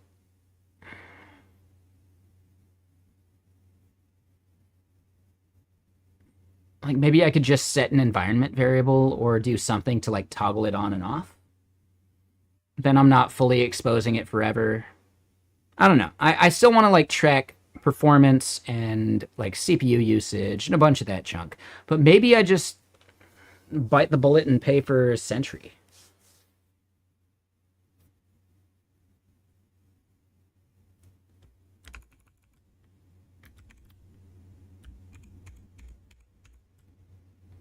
Yeah, the problem with the env variable is because I'm using systemd and like a service for the back end, I have to do like a full reboot of the back end to get those ENVs actually like brought in. And that's probably fine, but it's just, yeah, like, I don't know. I'd like to do some other thing that doesn't require like a restart of the service. And feature flag might be a good option. We do have a feature flag tool that I need to put a bunch of work back into at some point.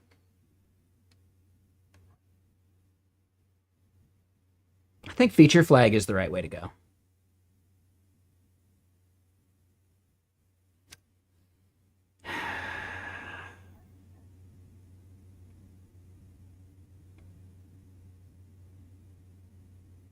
I don't know, maybe rebooting the service isn't that big of a deal.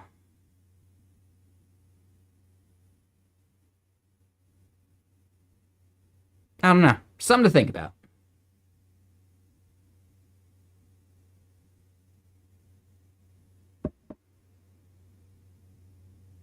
Yeah, probably, but then what's the right way to rig up a feature flag to what is essentially,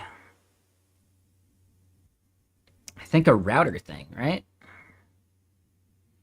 Yeah, this part. So this is currently how we're setting up the live dashboard.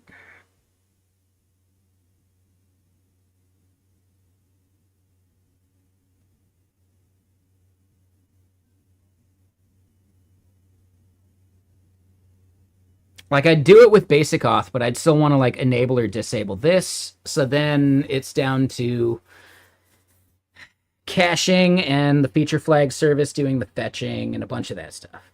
And I think, yeah, if we really do just use Vexilla, I think it'd be fine.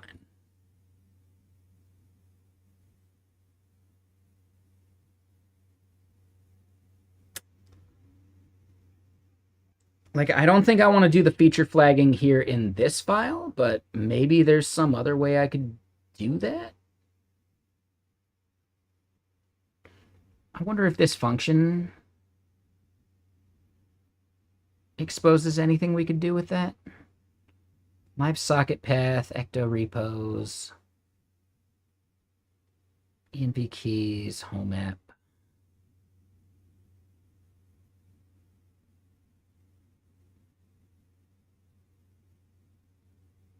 Maybe on mount.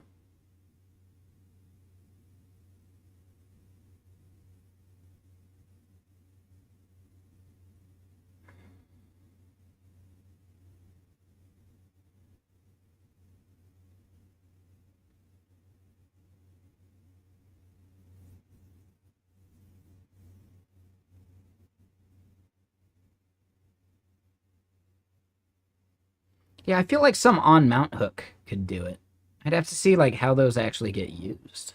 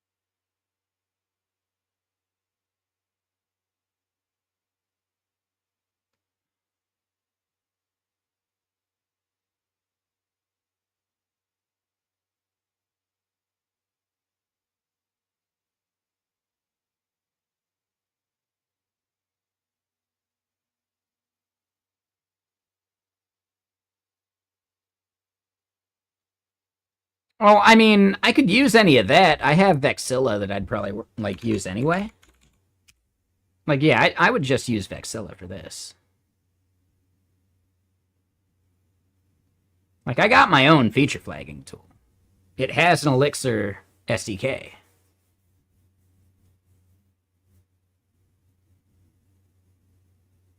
I'm still just wondering about the mechanism in which we have the feature flag get used, right? Like, could we within an on mount, if we just throw an error, does that prevent the thing from spinning up? Yeah, what I'm just wondering, though, is, like, how do we decide, like, oh, if it fails, does none of this work? Are we good? Like, I don't see any docs about the right way to fail this out.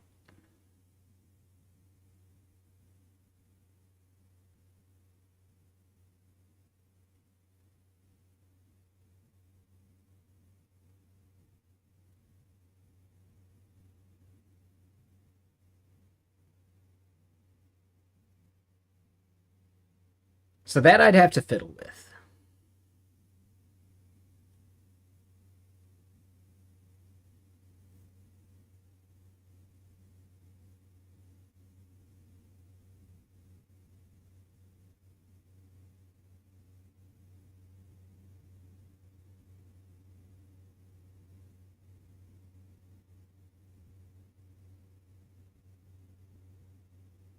So yeah, that's something we'd have to, like, really think about. But yeah, so it's 8 p.m. Tomorrow's a day off. I'll be over on gaming stream later tonight, just here in like 5 minutes after whoever we raid. And then tomorrow is like a full day gaming stream, depending on meetings and all that. Definitely won't be on this stream tomorrow. I will be on the gaming stream, co-working. And then Thursday, I'll be back on this stream. And that's where we need to decide on what we have left to do, planning-wise, before I can maybe get some, like, get cracking stuff involved here. And before we can start working on some of the new features and stuff, right? So, like, I want to do this before we start considering some of the new features. But if we look at the new features, hold on, let me skip this song.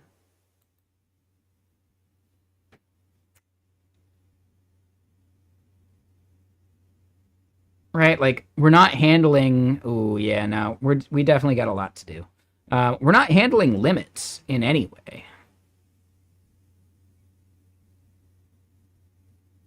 Paid Slack. I don't think we need to do that. We'll just call it canceled. Stripe production access is done. Pivot to SendGrid is done, theoretically. Implementing the limits. Yeah, we need to do that part. The DB backup strategy. Deploy the back end, I would say, is done.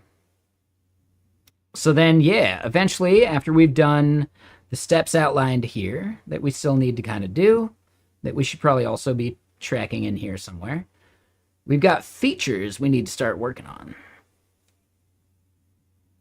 So compound keywords, I think, is a big one. And then adding other places that we listen to, such as Lobsters, Hacker News, Reddit. And then adding other notification support, such as Discord, webhooks, and MS Teams.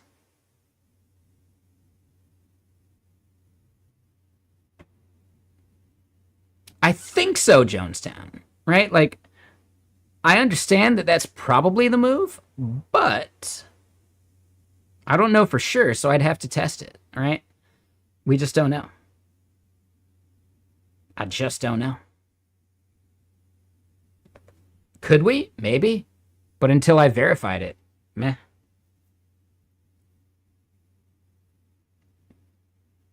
Maybe, Jonestown. Maybe. I don't know yet.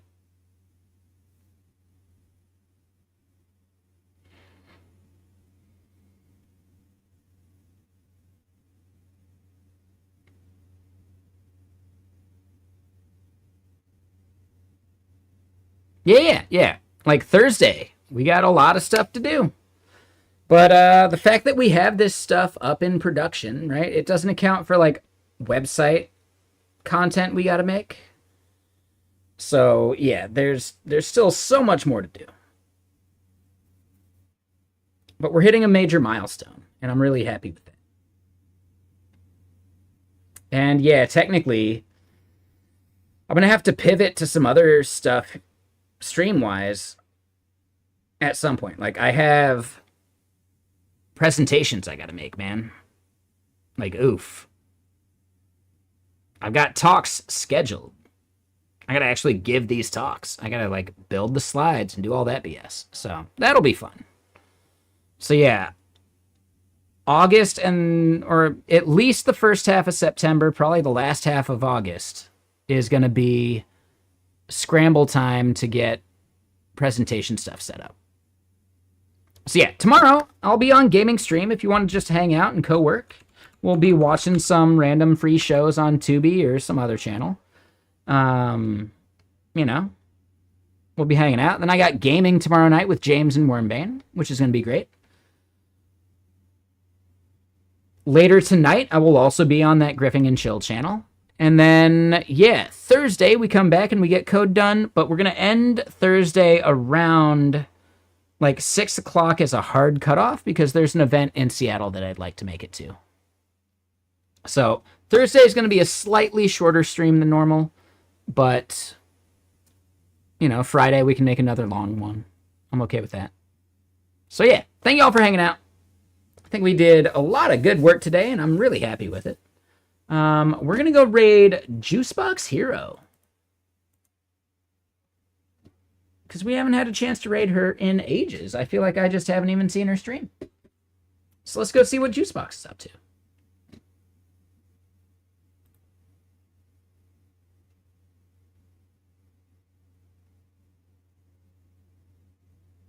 And yeah, I'm curious about her tech education nonprofit she's been working on since she left Twitch.